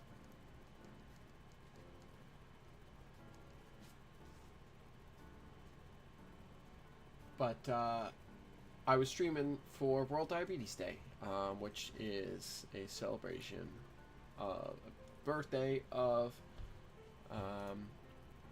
Dr. Frederick Banting, who was one of the two men who started the work which eventually led to the discovery of insulin, which is what allows me to live right now, is the aftermath of that research. So I decided to do some big long stream tonight so I could try and raise some money for Breakthrough T1D, which is a group that raises money for diabetes research and diabetes awareness campaigns. So if you've got a handful, if you've got a spare, some spare money and want to put it towards somewhere where it'll make a difference, I would really appreciate if you drop the QR code, drop a few bucks in the campaign that the QR code brings you to. If you can't use the QR code, there's a link down in the description, both to my campaign and to the broader Breakthrough T1D campaign. Actually, let me real quick pull up the Breakthrough T1D campaign and see how much money has been raised as of this point, which is 12:21 a.m. on November 15th in Eastern Time. They have raised $17,498.14 since November 1st. So this, this $1,000 goal over here is for the whole month, and I'll leave the campaign up for longer than that. But I'm going to mostly be focusing on it this month.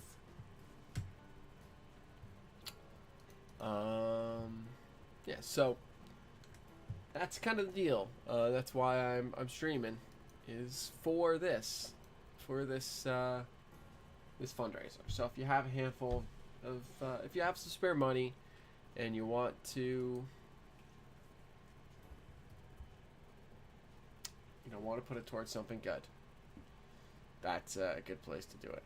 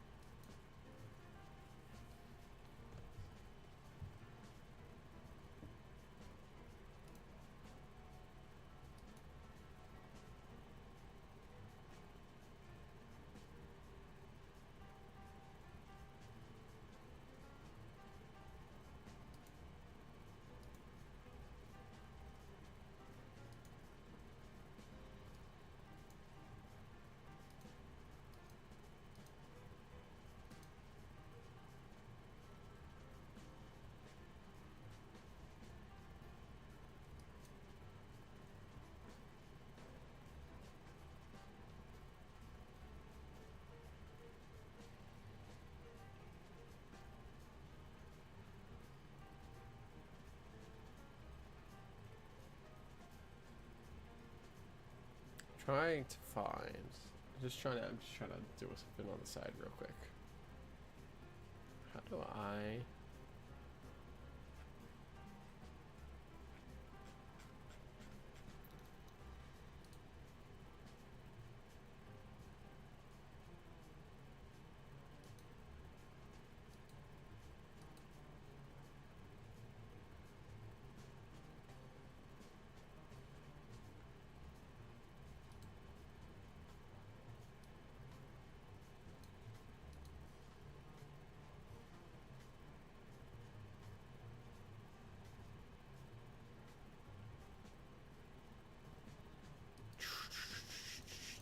Trying to. How do I?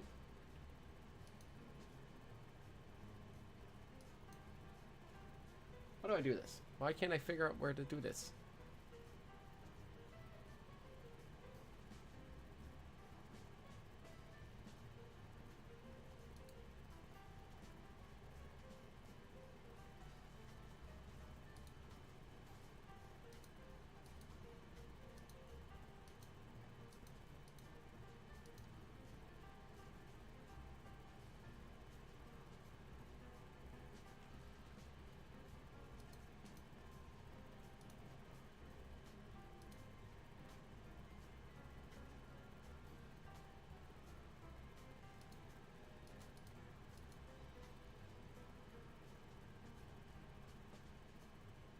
Why does this not work?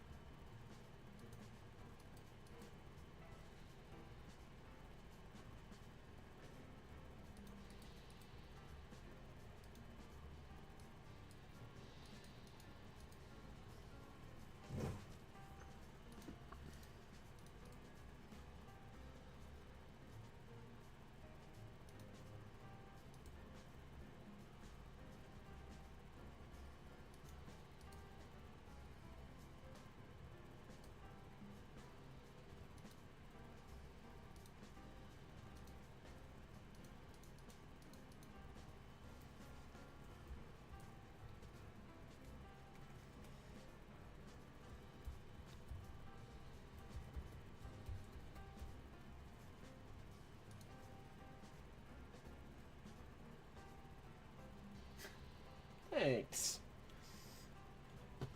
We've got these two are already done. And this is going to be the last one I'm going to do tonight. I'm just trying to set up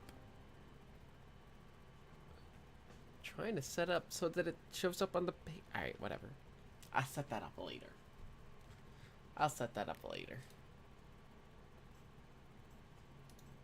But yeah, so this is these are the two we've done so far. So this one I started on Sunday. I did this side on Sunday. And now we've got all the sides done.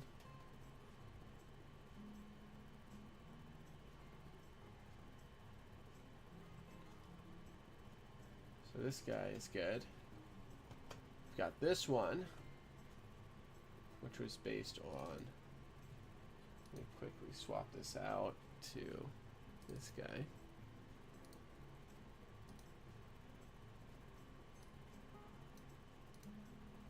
That's based on that guy.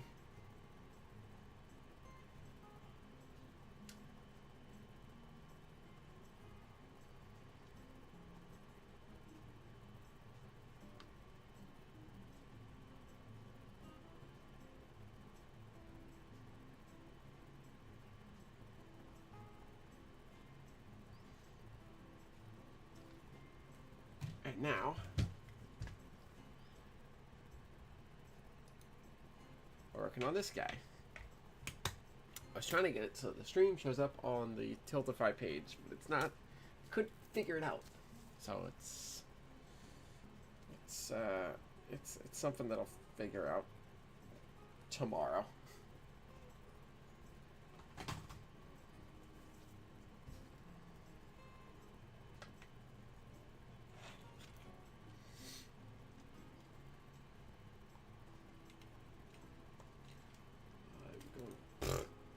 don't do that.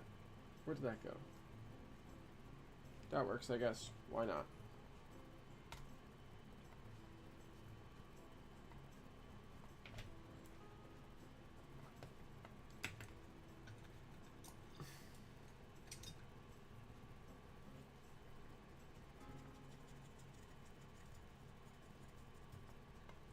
Where did I put this guy? Yep.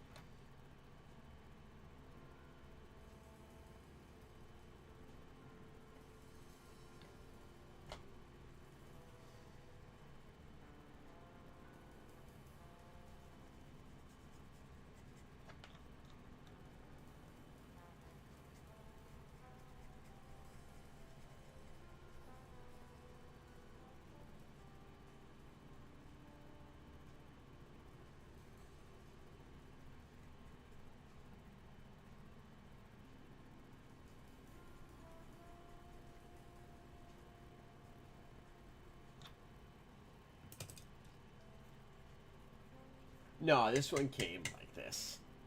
This is actually a very old model, which is really funny. Okay,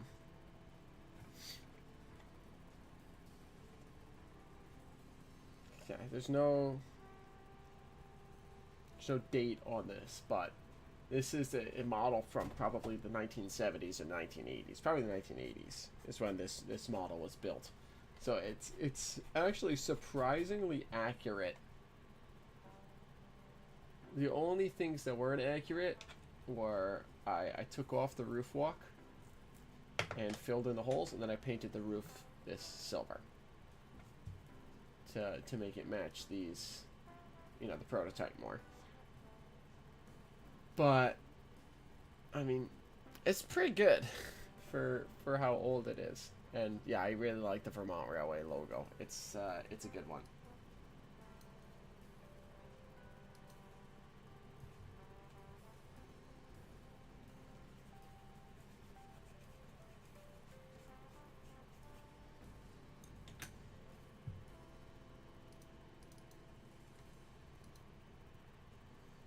So I really enjoy it.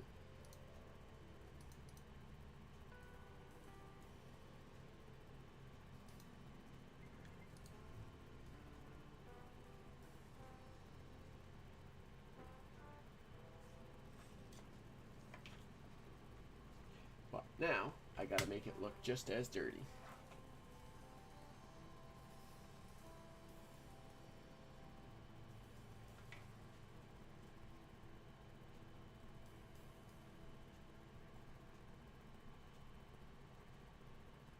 Yes, it would. It definitely would.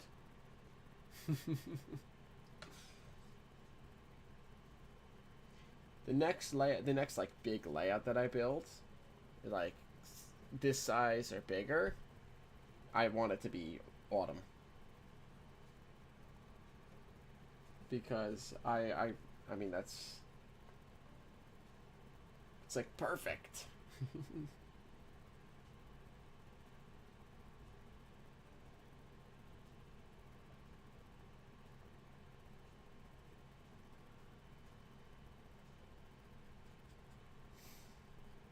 Yeah, Vermont Railway is super scenic. Let me quickly.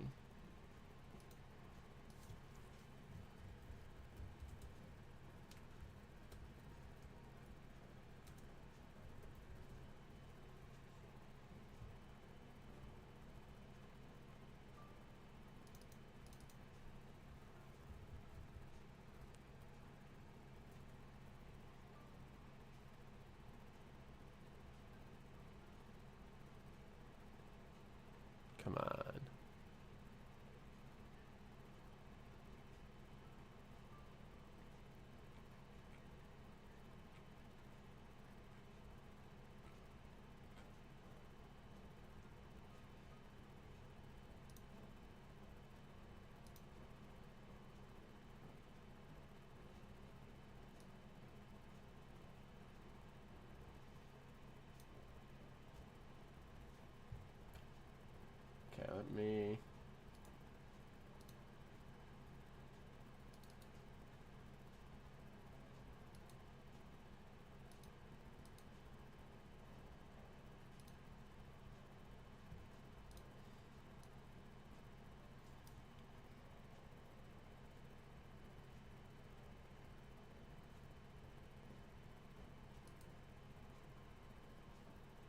Is this a good video?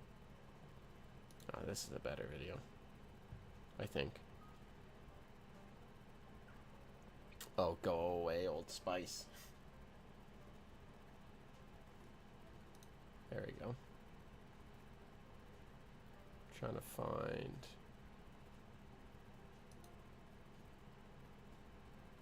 There we go.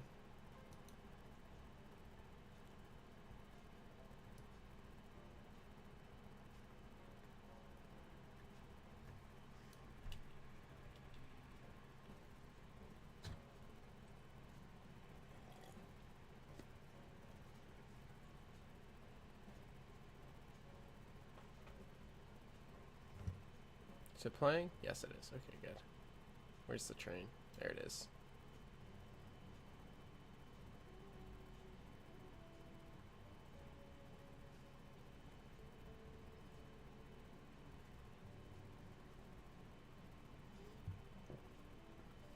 And this is a excursion train. But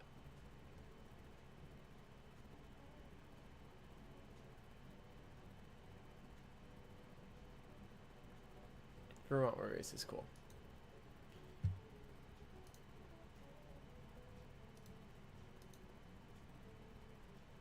So there we go.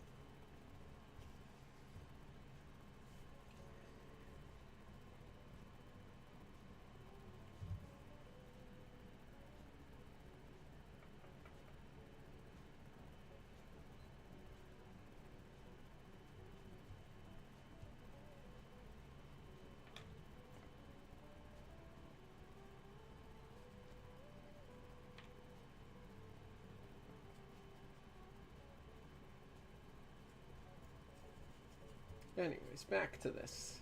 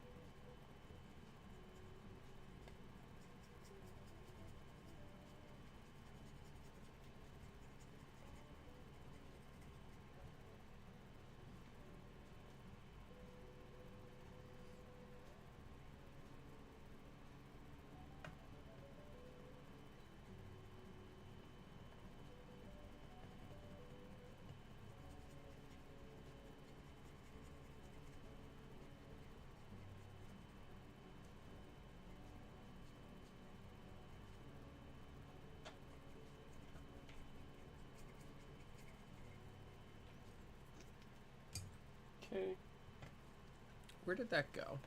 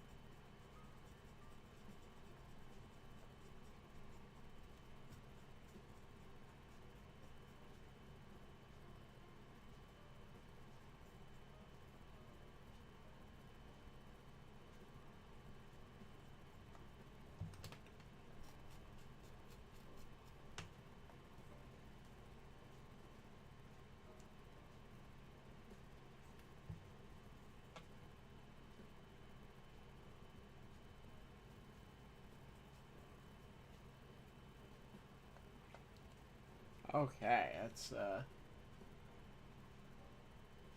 that's fairly nicely faded.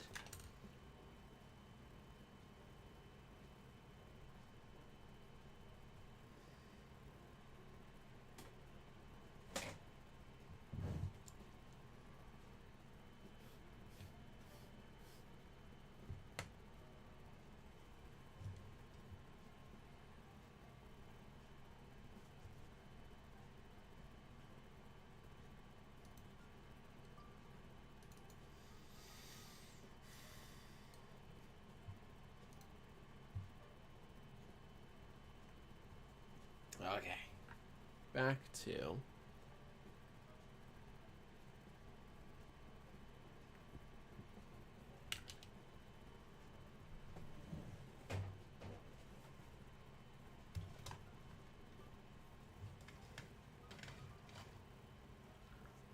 get a little bit of rust paint going here.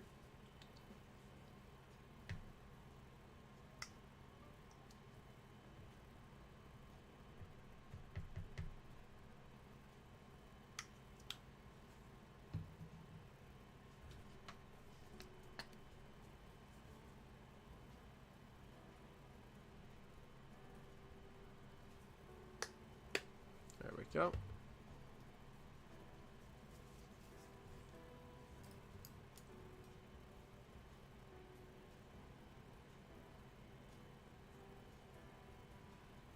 Just clean off my brush here.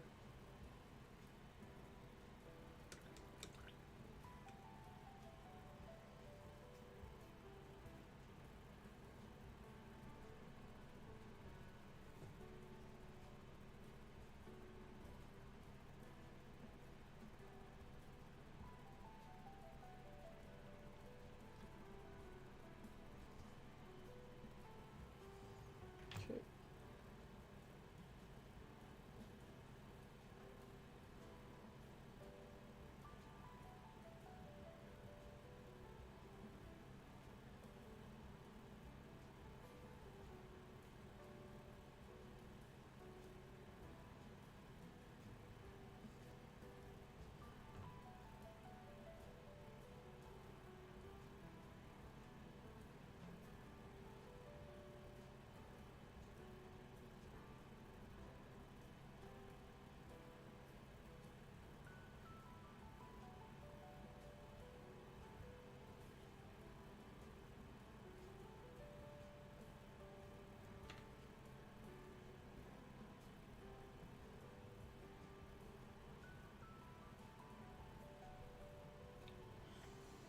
Okay, let's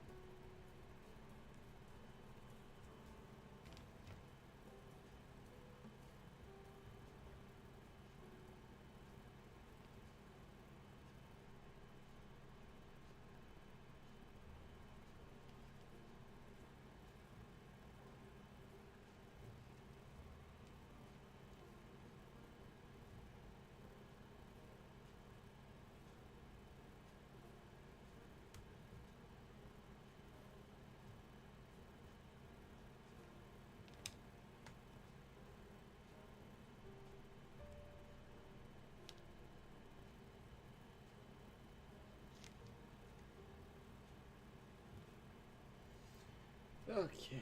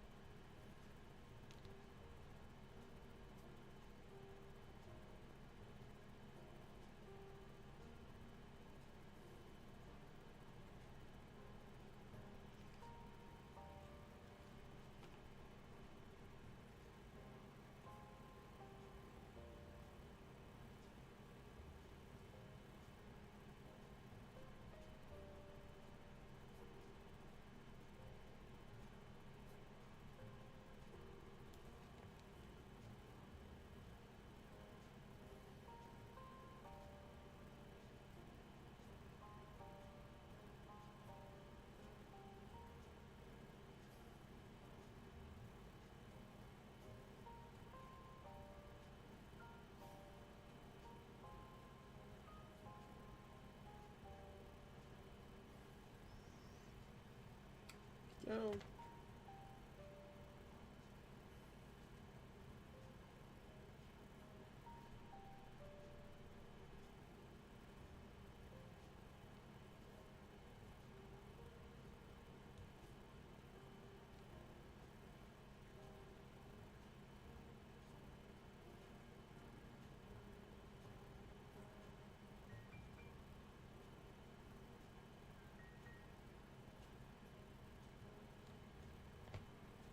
Here we go.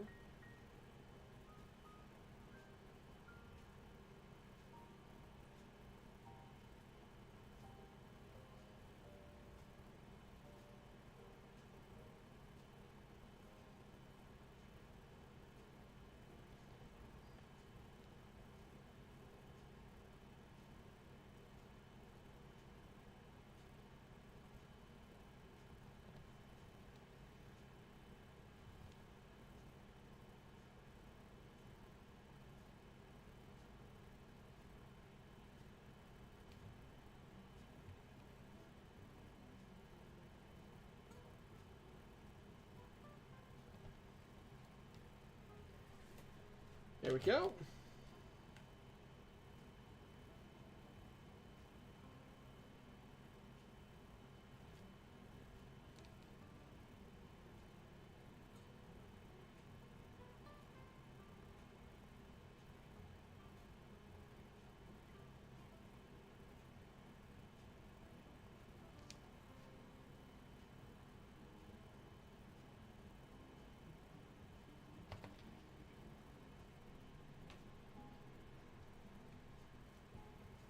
Oh, shoot. Uh-oh.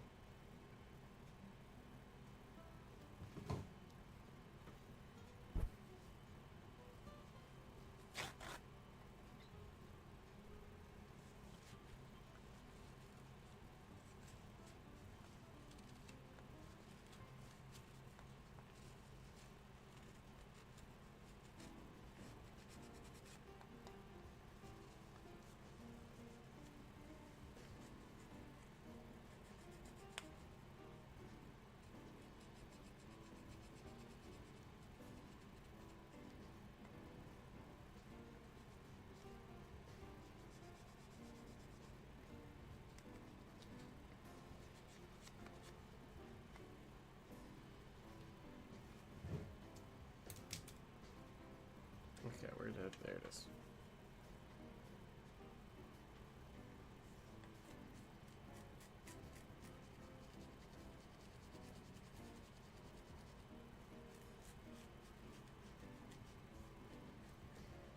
Gotta clean this up because I made a mistake.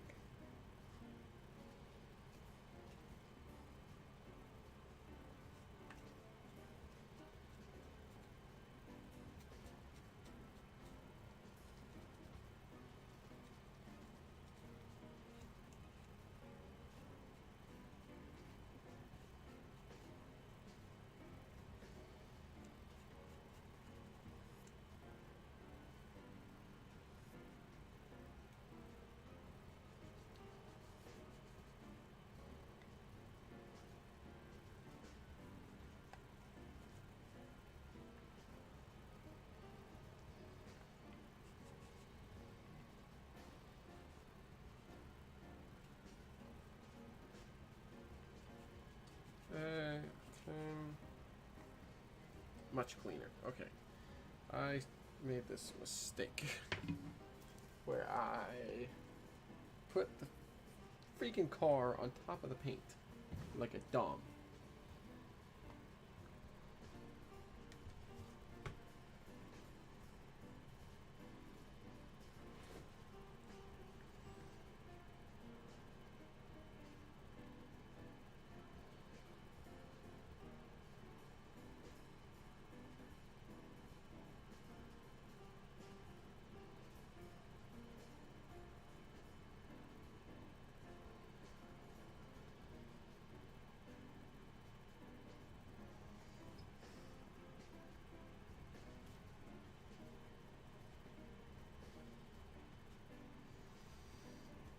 Go.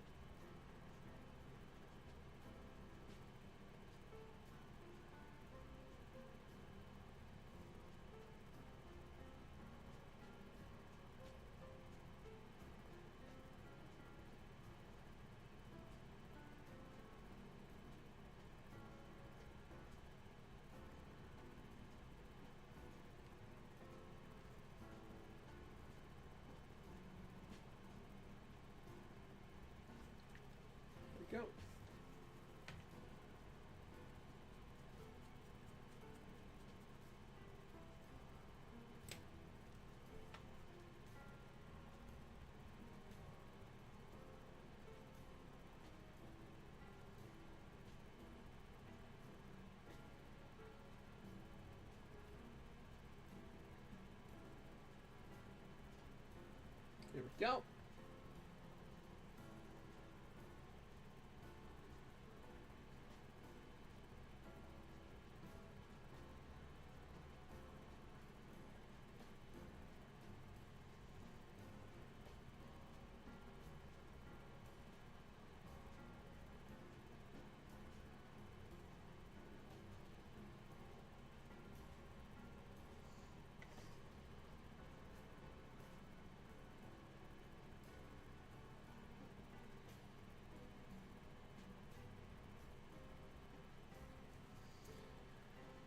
Go.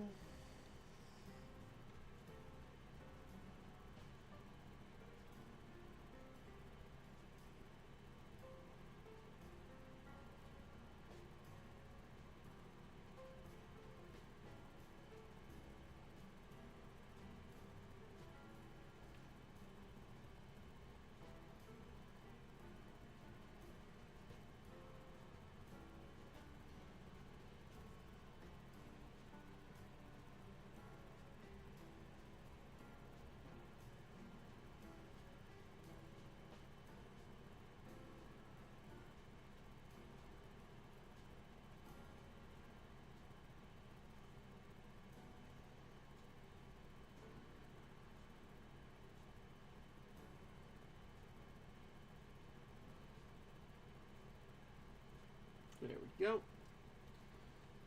A little more rust.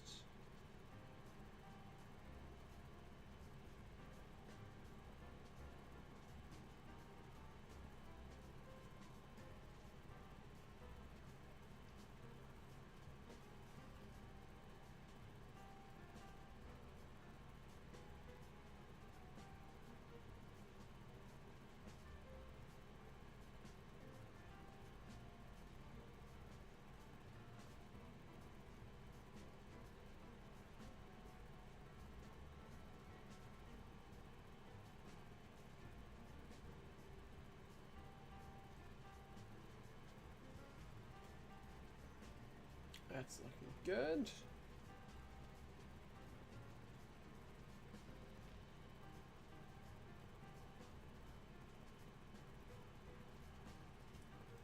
Look at my other reference picture. Yeah.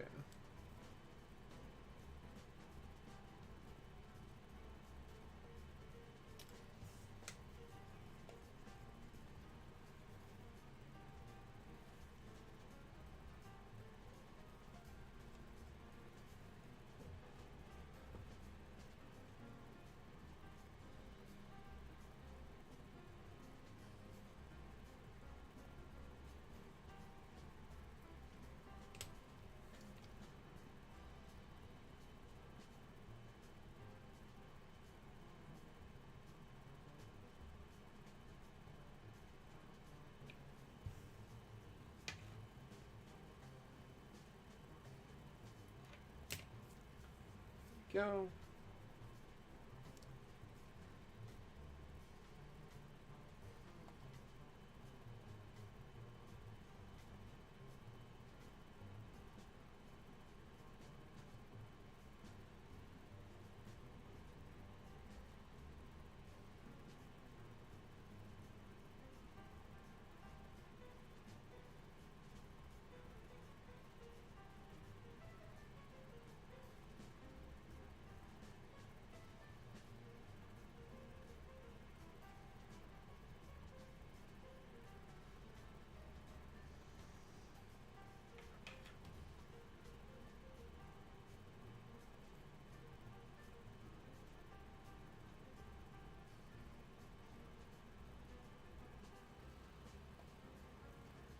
This is coming along very nicely.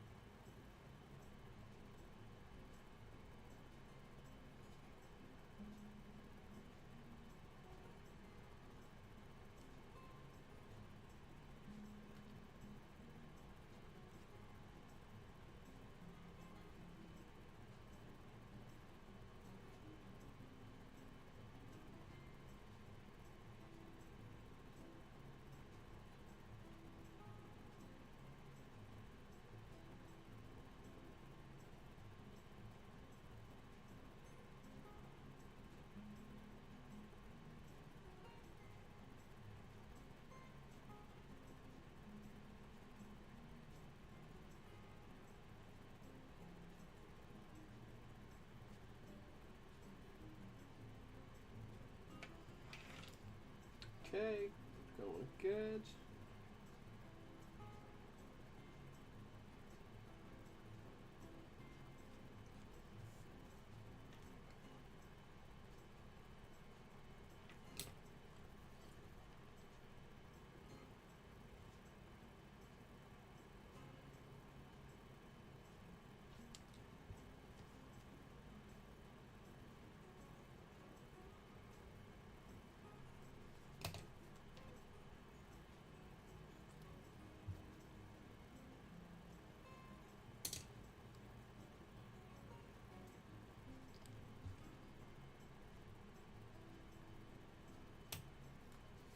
This is coming along very good. I really like this.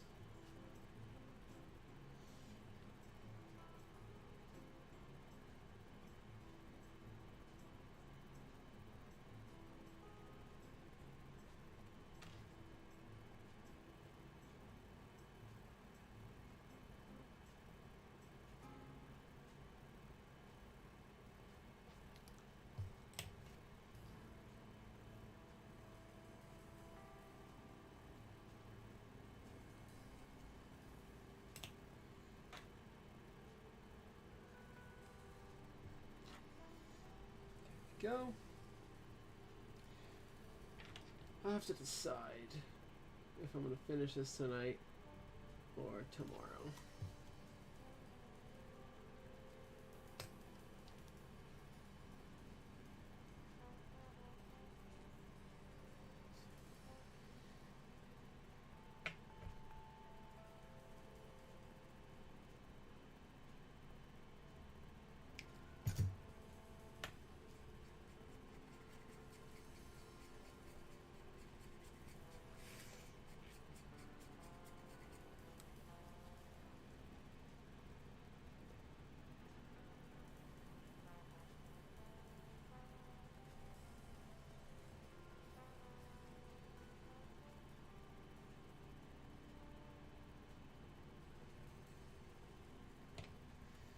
There we go.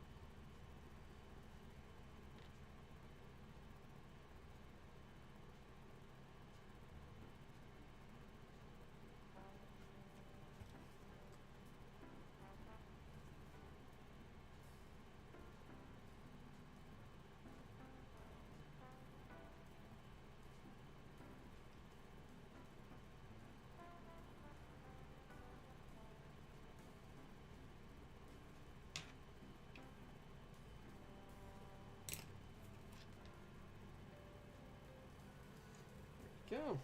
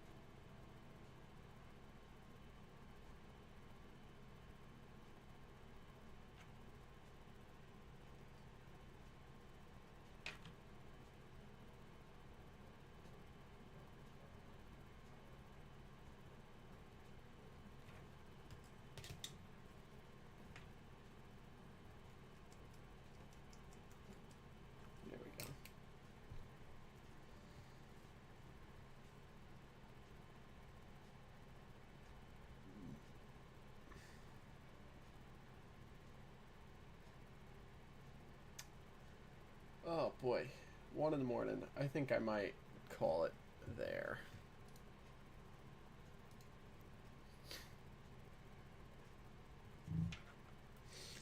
So I think it's gonna be it. So I was gonna do another switching job tonight, but I think I'll.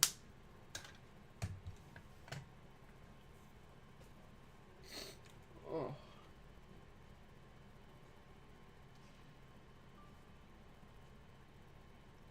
I'll do another stream during the day tomorrow, I think. Perhaps. Tomorrow afternoon.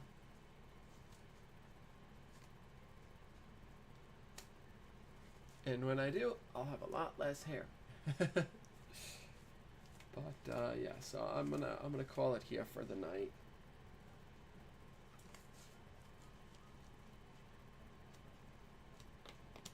And I'll come back, finish this car tomorrow, and